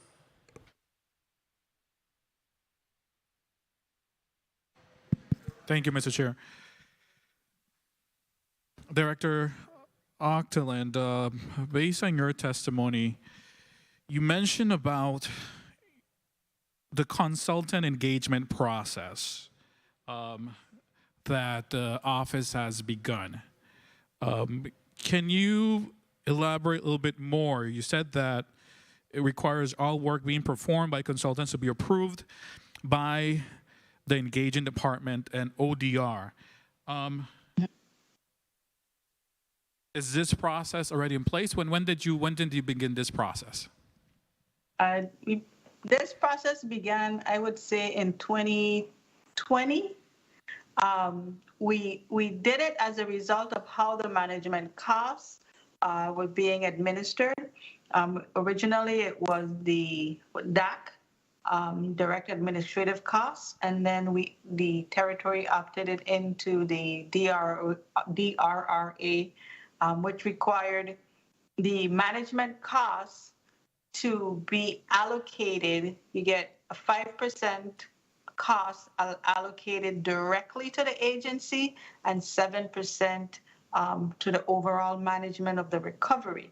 So therefore, each agency has an amount of management costs that they would utilize to pay for their consultant support or any other their support or their costs for managing their projects.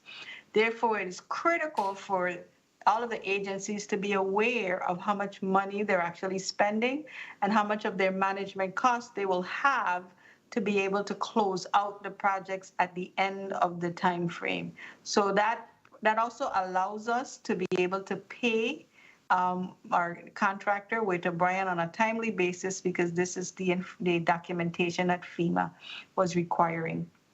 So it was done to ensure that we can manage resources all the way to the end of closing out this disaster.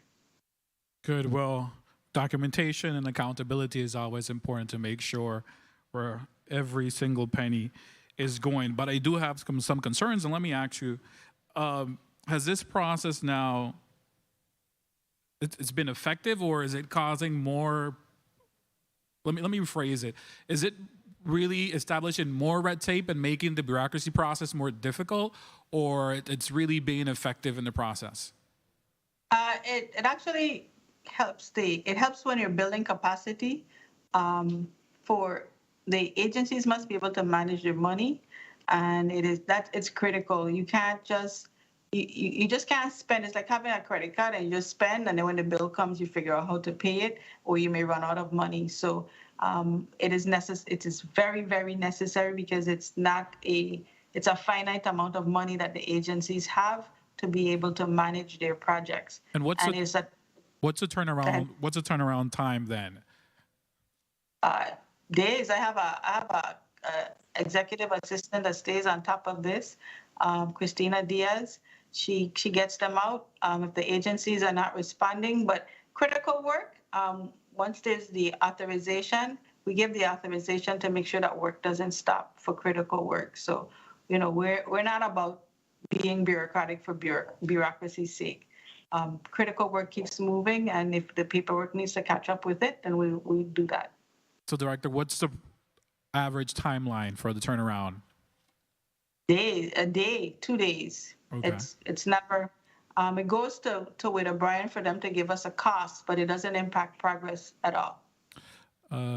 Mr. Brad, have you seen any issues or any challenges with this process? No, it works fine for us. It's not unlike what we do on other contracts on the mainland, where we have a master services agreement like we do here, and then we're issued individual task orders for specific types of work. So it's pretty typical. I'm glad to hear that. Have you had any challenges then in receiving payments for the services that you've rendered? Well, everyone would like to be paid as fast as possible, and we know that ODR does their best. Some of it's dependent on FEMA providing them with the funds, so we are patient. Okay. So what's the longest time that you've been waiting for payment of services have been rendered and documents have been submitted? That's really hard to say. I'm sorry I didn't prepare that information for today, but we can certainly get that to you. No problem. Once you're okay, then we're all okay. We guys make sure that services and our vendors are being paid. Director Octon, now you also mentioned in testimony about creating a centralized system to house and manage all the process of the projects that are coming through your office. What's the status on that? When was it implemented, and what's the status currently? So we're in the process of doing training and uploading data. We've been working on the implementation of this software. I would say it was around, I guess, October. The contract has been in place for, yes, SFT. All right, it's in September. We've been working on gathering all the data, so it's implemented. We've done training across the entire government and for nonprofits. We're getting to the point where we're finalizing the types of reports so that we can generate these reports. So we're still creating all the ways that we can properly manage the data and get project schedules into the software. So it's up and running, and we're building it out with the data. Costs? 1.9 million. 1.9 million. Thank you very much. Commissioner from PNP, how are you, Mr. Thomas? I'm fine, Senator. Carry on. Good. With regard to contracts, I know you mentioned in your testimony those that are in progress and in different stages and phases. Now, I'm curious to find out from the contracts that are in progress, how many contracts that you've put out to bid, you've had to put out to bid again, and what are some of the reasons for that? So as it relates to the procurement functions, contracts that are reissued are counted as a new workflow. It goes back through the process from beginning to end. If you need that specific number, I can't give it to you, but there are several reasons why. The first one would be that only one contractor actually provided a scope, and that scope could not be considered to be competitive in its first approach. Second could be that it did come back, but all of the proposals that came in were more than what funding was set aside, and it's in our best interest to actually do it again to see if we attract the right funding source. We have more cancellations than repeat services for that particular reason. Yeah, and then the term would be over budget. That would be the term. Over budget, okay. And do you have approximately a number of how many of those then you've had to put back out? Yeah, I can get that number for you, Senator. Please do. I didn't include it in this listing, and I have to get my team to provide that number, but I can get you that number. I appreciate that. Now, with regards to your legal counsel division, how many attorneys do you have? Because I know you have a number of documents and contracts that you have to review for legal sufficiency. What's the status in that division? I received an email from Department of Agriculture. Also, they're waiting to find out with regards to the neuter spray program. They submitted in December, and we're now almost in March, and they haven't received any information. All right, so that's a good question. First and foremost, we have 3 young attorneys that are being trained. I can say that the queue has at least 70 items in it, and I think Director Williams, she spoke about our strategy to move the disaster projects forward. So if I was to take a guess, it would be that it's lower down on the list. But that specific request you're speaking to me about, I reviewed it, and we are having to do some reconciliations because there are payment requirements that are 2 years prior year that cannot be approved by me in its current form. So we reviewed it, and some reconciliations have to be done, but we're going to get to it much sooner than the next 2 weeks. But I did review it. We had it, yes, from December, but on our list of what's important, everything is. But we just don't get to that stage where we could process as freely until I get that 26 bodies on, like I've been asked, and that I was shared today when I was asked by the senator. You may respond, Senator Carrion, and then I'll go to a point of inquiry, and then Senator Blyden. No, I understand the importance of this division, so I know that having the right people and the amount of staff necessary to be able to review legal sufficiency in most of these contract documents is important. So I urge you to continue to do what you can to recruit and fill the vacancies that you may have so that you won't have any bottleneck in this area. Thank you very much, Mr. Chair. Thank you Yes, sir. so much, Senator Carrion. In terms of the procurement that is going through the PFA, Ms. Arteline, and the limited staff, how are you keeping account of what is taking place and what is going on? Wouldn't it have been better for us to just do everything through property and procurement? And when you say property and procurement, who in particular, what department in particular would manage this? PMP. I guess you could ask Commissioner Thomas if all this additional work. The answer to this question, Okay, this is before you ODR's answer. big job. No, there's no other agency or entity responsible for managing the disaster other than the Office of Disaster Recovery. This is our 8 to 5. Everyone else is doing this in addition to something else. I wasn't So talking about the, 1 minute, I wasn't talking about the management component. I totally agree with you. I was talking about the procurement, put in when contracts go out to bid and the review. I'm not talking about the management. The management must stay with you. Can't go to nobody else. I'm talking about the procurement aspect of it. All of the projects and all of that goes through property and procurement. I mean, we have a few projects that are ours that we send to PFA, but all of the construction contracts, everything goes to either their proper procurement processes. If it's central government, it goes through property and procurement. If it's the autonomous instrumentalities, they do their own procurement. If it's government-wide and we're building capacity for ODR, we may, like what's being done with O'Brien and Ernst & Young, that there's some merit in using it for those government-wide projects, but they're few and far between. Okay, thank you. Senator Johnson, point of inquiry. Good afternoon, Mr. Thomas. I think under the line of questioning, you said that there's a contract for that lumber being stored at Alexander. What money does the government make from it, or how much money does the government make with that contractor that is utilizing the government property for storing the lumber there? There's no monies. It's a MOU. And if I understand it correctly, the lumber actually belongs to the government. There's no money being transitioned. It's a MOU. So there's no money involved at all. But someone is being paid for securing or something with that lumber there? Not that I am aware of. I understand that it's on the property.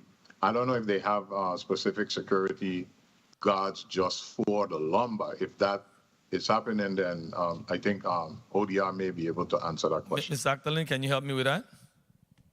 There's security there, and I am believing that it is Housing Finance Authority that's paying to secure the lumber that's there because it's under their purview. So there's the lumber doesn't belong to a contractor. It actually belongs to the government. But we have some kind of a contractual agreement for someone to secure it. Am I right to say that? Yes, there's a management company on site that includes security. So taking it, the Housing Finance Authority didn't just put it there without any kind of oversight. So there's a firm out there that's managing and keeping it so that there's no theft. Thank you. There is a contract. I think the contract is $3 million for security and the next $3 million for the company that is going to be distributing the lumber. Isn't that the figures that we received before? Yes, Senator, but that's not with me, Senator. No, not you, Not you, Mr. Thomas. I know it's not you. I just wanted to know if ODR knew those numbers. No, I don't. Okay, thank you so much. We're hearing a lot of discussion about FEMA capacity. But it's been 5 years in the Virgin Islands, and we're not a state in which you could jump in a car and go 40 miles to another hospital. We are island jurisdiction, and there's certain components that we must be able to fast track, and that FEMA must understand the importance of fast tracking those particular entities. And one definitely is healthcare. You know, we can't not have healthcare on the island of St. John because Myra Keating Clinic is destroyed, and not have a radiation center any place in the Virgin Islands because the Kimmelman Center is gone, and be totally struggling on St. Croix with not having the hardened modular unit open. So I think we really need a concerted effort with FEMA, with the federal government, and with the Biden administration to understand that there are some components of the Virgin Islands rebuild that can't wait anymore. It's only been 5 years. You know, we still can't. We know that we are going to have some new schools, but one is in the pipeline and it's a couple years off. And we look at Charlotte Amalie being on the field and Julia Sproul being in the field, and for our children to have to go through those conditions for the next 5, 6 years is something that I hope that we can avert. In reference to the way it is on the sheet, Ms. Achterlin, in education, I'm seeing figures, page number 5. Eulalie Rivera, 27 million, non-obligated. So that is what that's the cost that you're speaking about, the FEMA gives to that particular project? Page 5. Like the whole center, you're seeing non-obligated. Yes. So if all of the non-obligated projects, these are like preliminary costs that FEMA would give, and then we would have to go in and review and make sure that all of the work that's necessary is included in the scope, so they can give us a final cost. Okay. So then these are all preliminary numbers. Okay. Then you go across, and I'm seeing application development. Right. That's Department of Education that is going through the process with the application development? Along with O'Brien's. That is the process to get the project funded. So that's how we've termed it in this report, as application development, just a broad term for the getting the project funded. Okay. So there's a large number of projects that are deemed application development. Mr. Gear, what's going on with Department of Education? And this first sheet I'm looking at alone is Eulalie Rivera, Eudora Ken, Doba, Alfredo Andrews, Henderson, Lockhart, Woodson, St. Croix Educational Complex, Alternative Education, Juanita Gardine, Joseph Gomez, Clara Marco, Pearl B. They're all in application development. That kind of scares me, because these are massive projects. These are not the little small building. These are massive projects. Some might be a rebuild, some might be renovation. What's the status of those particular, or how is the discussion moving along in getting it completed? Senator, the best way I can explain it is FEMA is essentially eating their bowl of rice one grain at a time instead of scooping it up. Literally, all of the projects are in their court and they're coming out one at a time. The most recent one that came out was Adelina Cancrine on St. Thomas, where they agreed that that was a prudent replacement. We quickly submitted the cost estimate for that, and it's in their hands to review. They're telling us that we're soon going to hear about Sprout, and then after that about Charlotte Amalie High School, but they're coming out one at a time with many weeks in between. And I just want to speed the process up. And I just heard you say the next one that came out of HAPA is Adelita Cancrine, and I just shake my head because we don't even know where we're going to build Adelita Cancrine. We don't even have a site. Do we have a site? Senator, so pardon me for interrupting. So, Senator, the concept is the same as what I was explaining earlier for Arthur Richards. What FEMA bases their cost on is to build Adelita Cancrine back in the same location based on industry standards, and then you take that Correct. dollar amount once you've got the fixed cost offer and you can build it wherever you want. So our job is to get them to approve the dollar amount, the fixed grant, and then it'll be up to VIDE to take it from there. And I said what I said out loud because we have just transferred the old site for the Adelita Cancrine to the Port Authority for the expansion of the cargo facilities there. So then it is up to this body, along with the administration, to find a suitable location for Adelita Cancrine as quick as possible. So we have some work to do. If I could give you an update, Senator, on that, the Lockhart School is the new, will be expanded according to the master plan for the Department of Education. The funds from Adelita Cancrine will be utilized to expand the Lockhart School to a K through 8. And remaining funds will be utilized on other schools to ensure that it meets the standard that education would like. Okay, I guess at some point the St. Thomas district will be doing some redistricting because I know Adelita Cancrine was already the heaviest populated junior high school in St. Thomas. The population was almost double that of Bertha Shelter. That corridor have Charlotte Amalie that exists right there. That is the largest high school in the territory. So we're talking easily of having, if we get back our enrollment, over 2,000 students in that particular corridor that will be traversing every day. I didn't necessarily agree with the Department of Education on that decision. But Senator Carla Joseph, you have about 2 or 3 questions you'd like to ask? Yes. You may proceed. Yes, Senator Viale, Mr. Chairman, thank you so much for the time.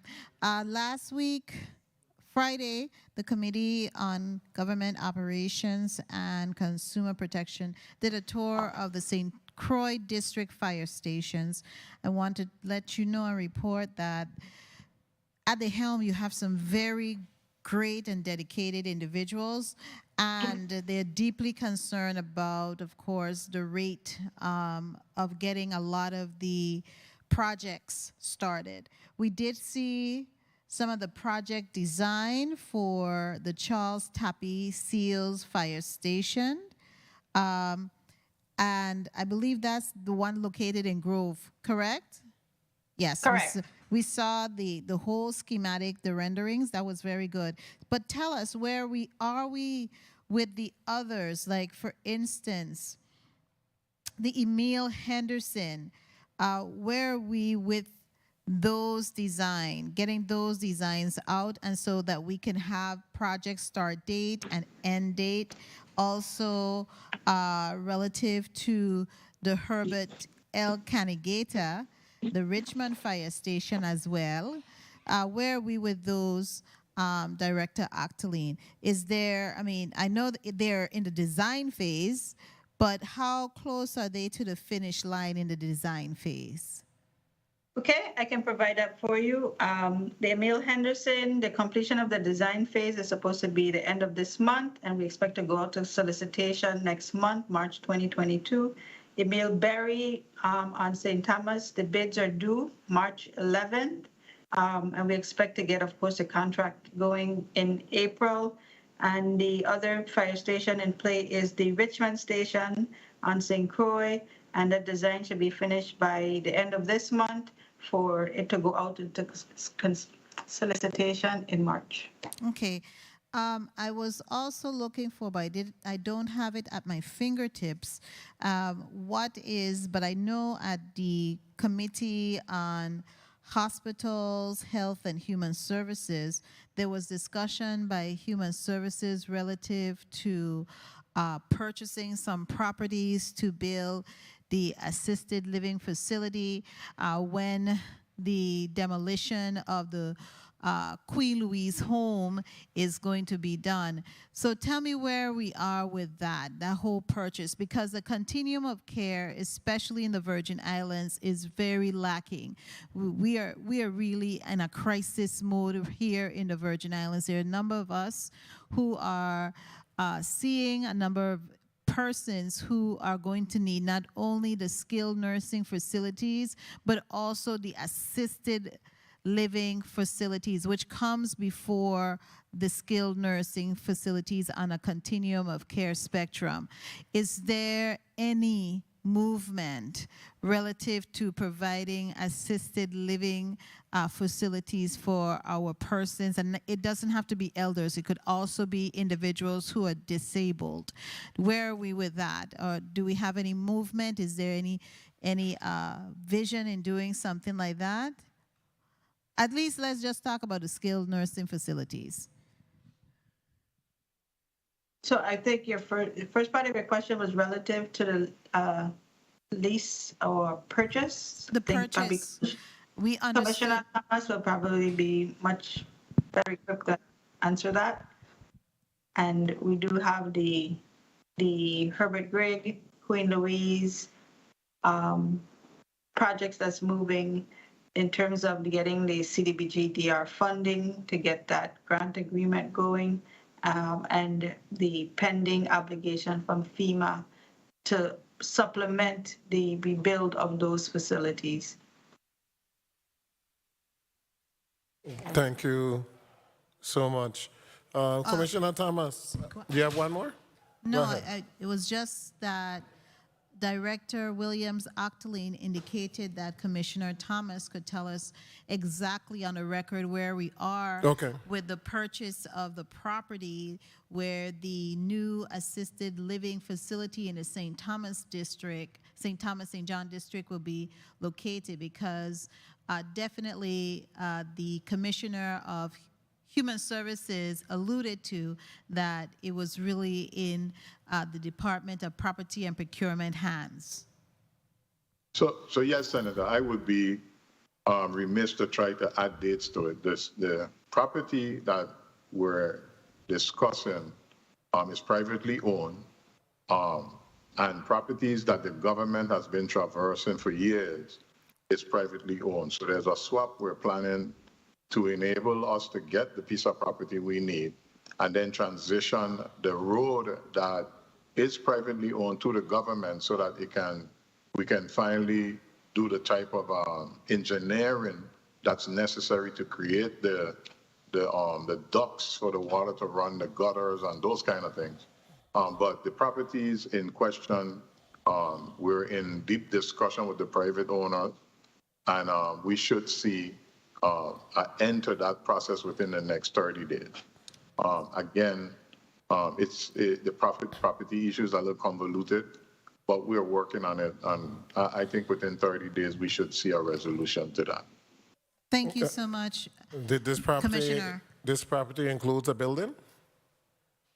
No, it's the property. So I could say that the property is between the hospital and the professional building up at Sugar Estate. It's the roadway. It's a privately owned roadway, but the government uses it. So we're trying to swap out that piece to get that under the government's control. And then there's a separate piece that we're trying to attain from the private owner for DHS. Again, it's a convoluted process. We've been working on it for the last couple of months. Within the next 30 days, we should have a resolution. And then I'll feel more comfortable talking in public about it. I don't want to put any, Okay, so that seems to be a process that is going well, but it's going to take a while. So do we have a short-term solution for Queen Louise? Is there any federal monies allocated to at least get the facility up to snuff? I am not aware. It has to be the Office of Disaster Recovery might be able to answer that. I cannot. No, the question was for her. Don't worry. There isn't we don't have a temporary solution. If we're able to get the costing and all of that done with the project, then we may be able to get a temporary facility approved through FEMA. Okay. I don't know. And again, those are the areas that I'm concerned about, because we have an aging population and it's just not going away. So we have to come up with those solutions. Commissioner Thomas, through the executive order, you were able to have the Office of Procurement and Contract Management and Reporting. I know that you have done a lot of training with other government entities. You had some mandatory training that individuals from the various procurement offices were supposed to attend. What is the result of the training? Have you seen an improvement overall in the various government entities and their procurement practices? So Senator, that's a good question. So based on the training that we had done, the development of the structure, what you consider called the OPCMR, we saw a 200% increase in contracts being executed.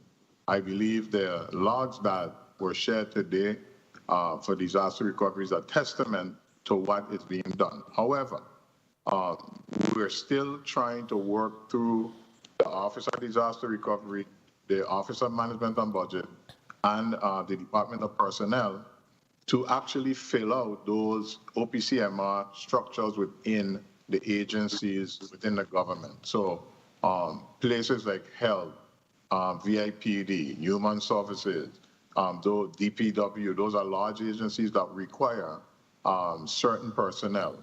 We are making headway. It's a little slower than I would like it to, but I can say this, we have the new GVI buy system, which centralizes and structures the procurement process. That allows us a little bit more reach and a little bit more control to ensure that agencies abide and vendors abide within those procurement rules. So we're just about there. It's getting better. We still have ways to go. And the capacity issue, we're working it out, working through it. We weren't as successful as we would have liked to be, but we were successful. That's why we could speak in terms of those 200% contract executed structure.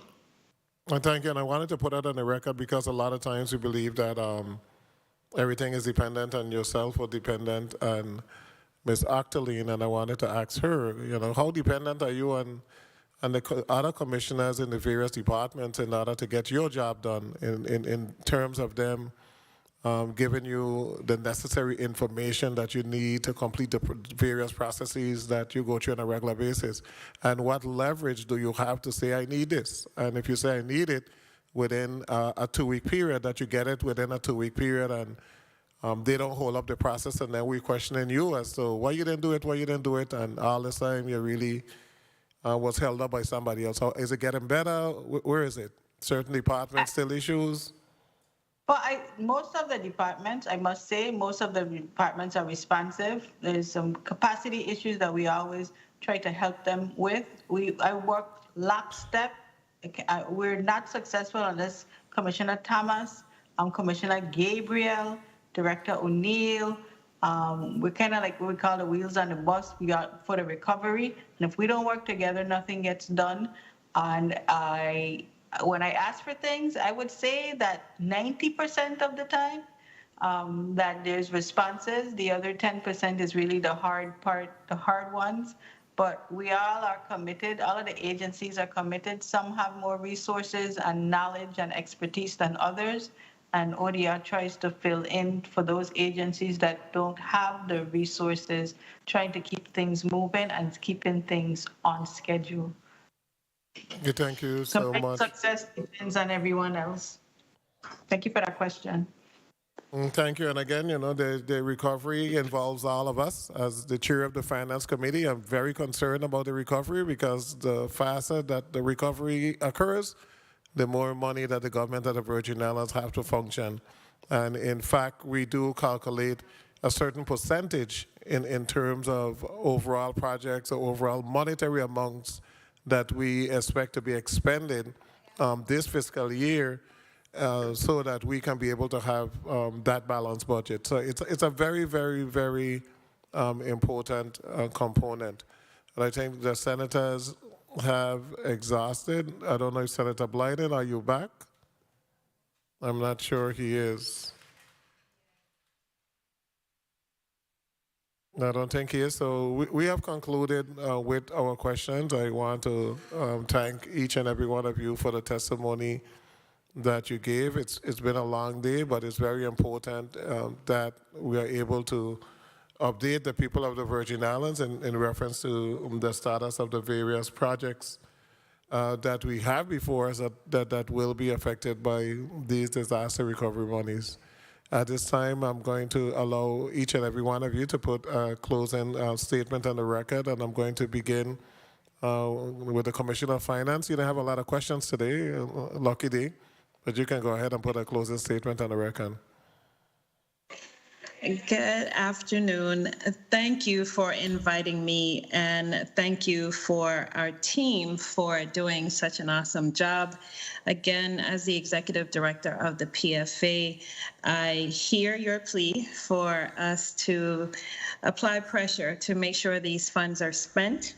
We will make sure that we are fiscally responsible in this spending, and we are happy to be a part of the efforts of disaster recovery and infrastructure. Thank you. Commissioner Thomas. Yes, good afternoon, Senator. I would like to just again echo the sentiments of the Finance Commissioner. Thank you for allowing us the opportunity to be here today to share with the people of the Virgin Islands the updates on disaster recovery and where we're going. I want to thank the team at DPP for the outstanding job that they do.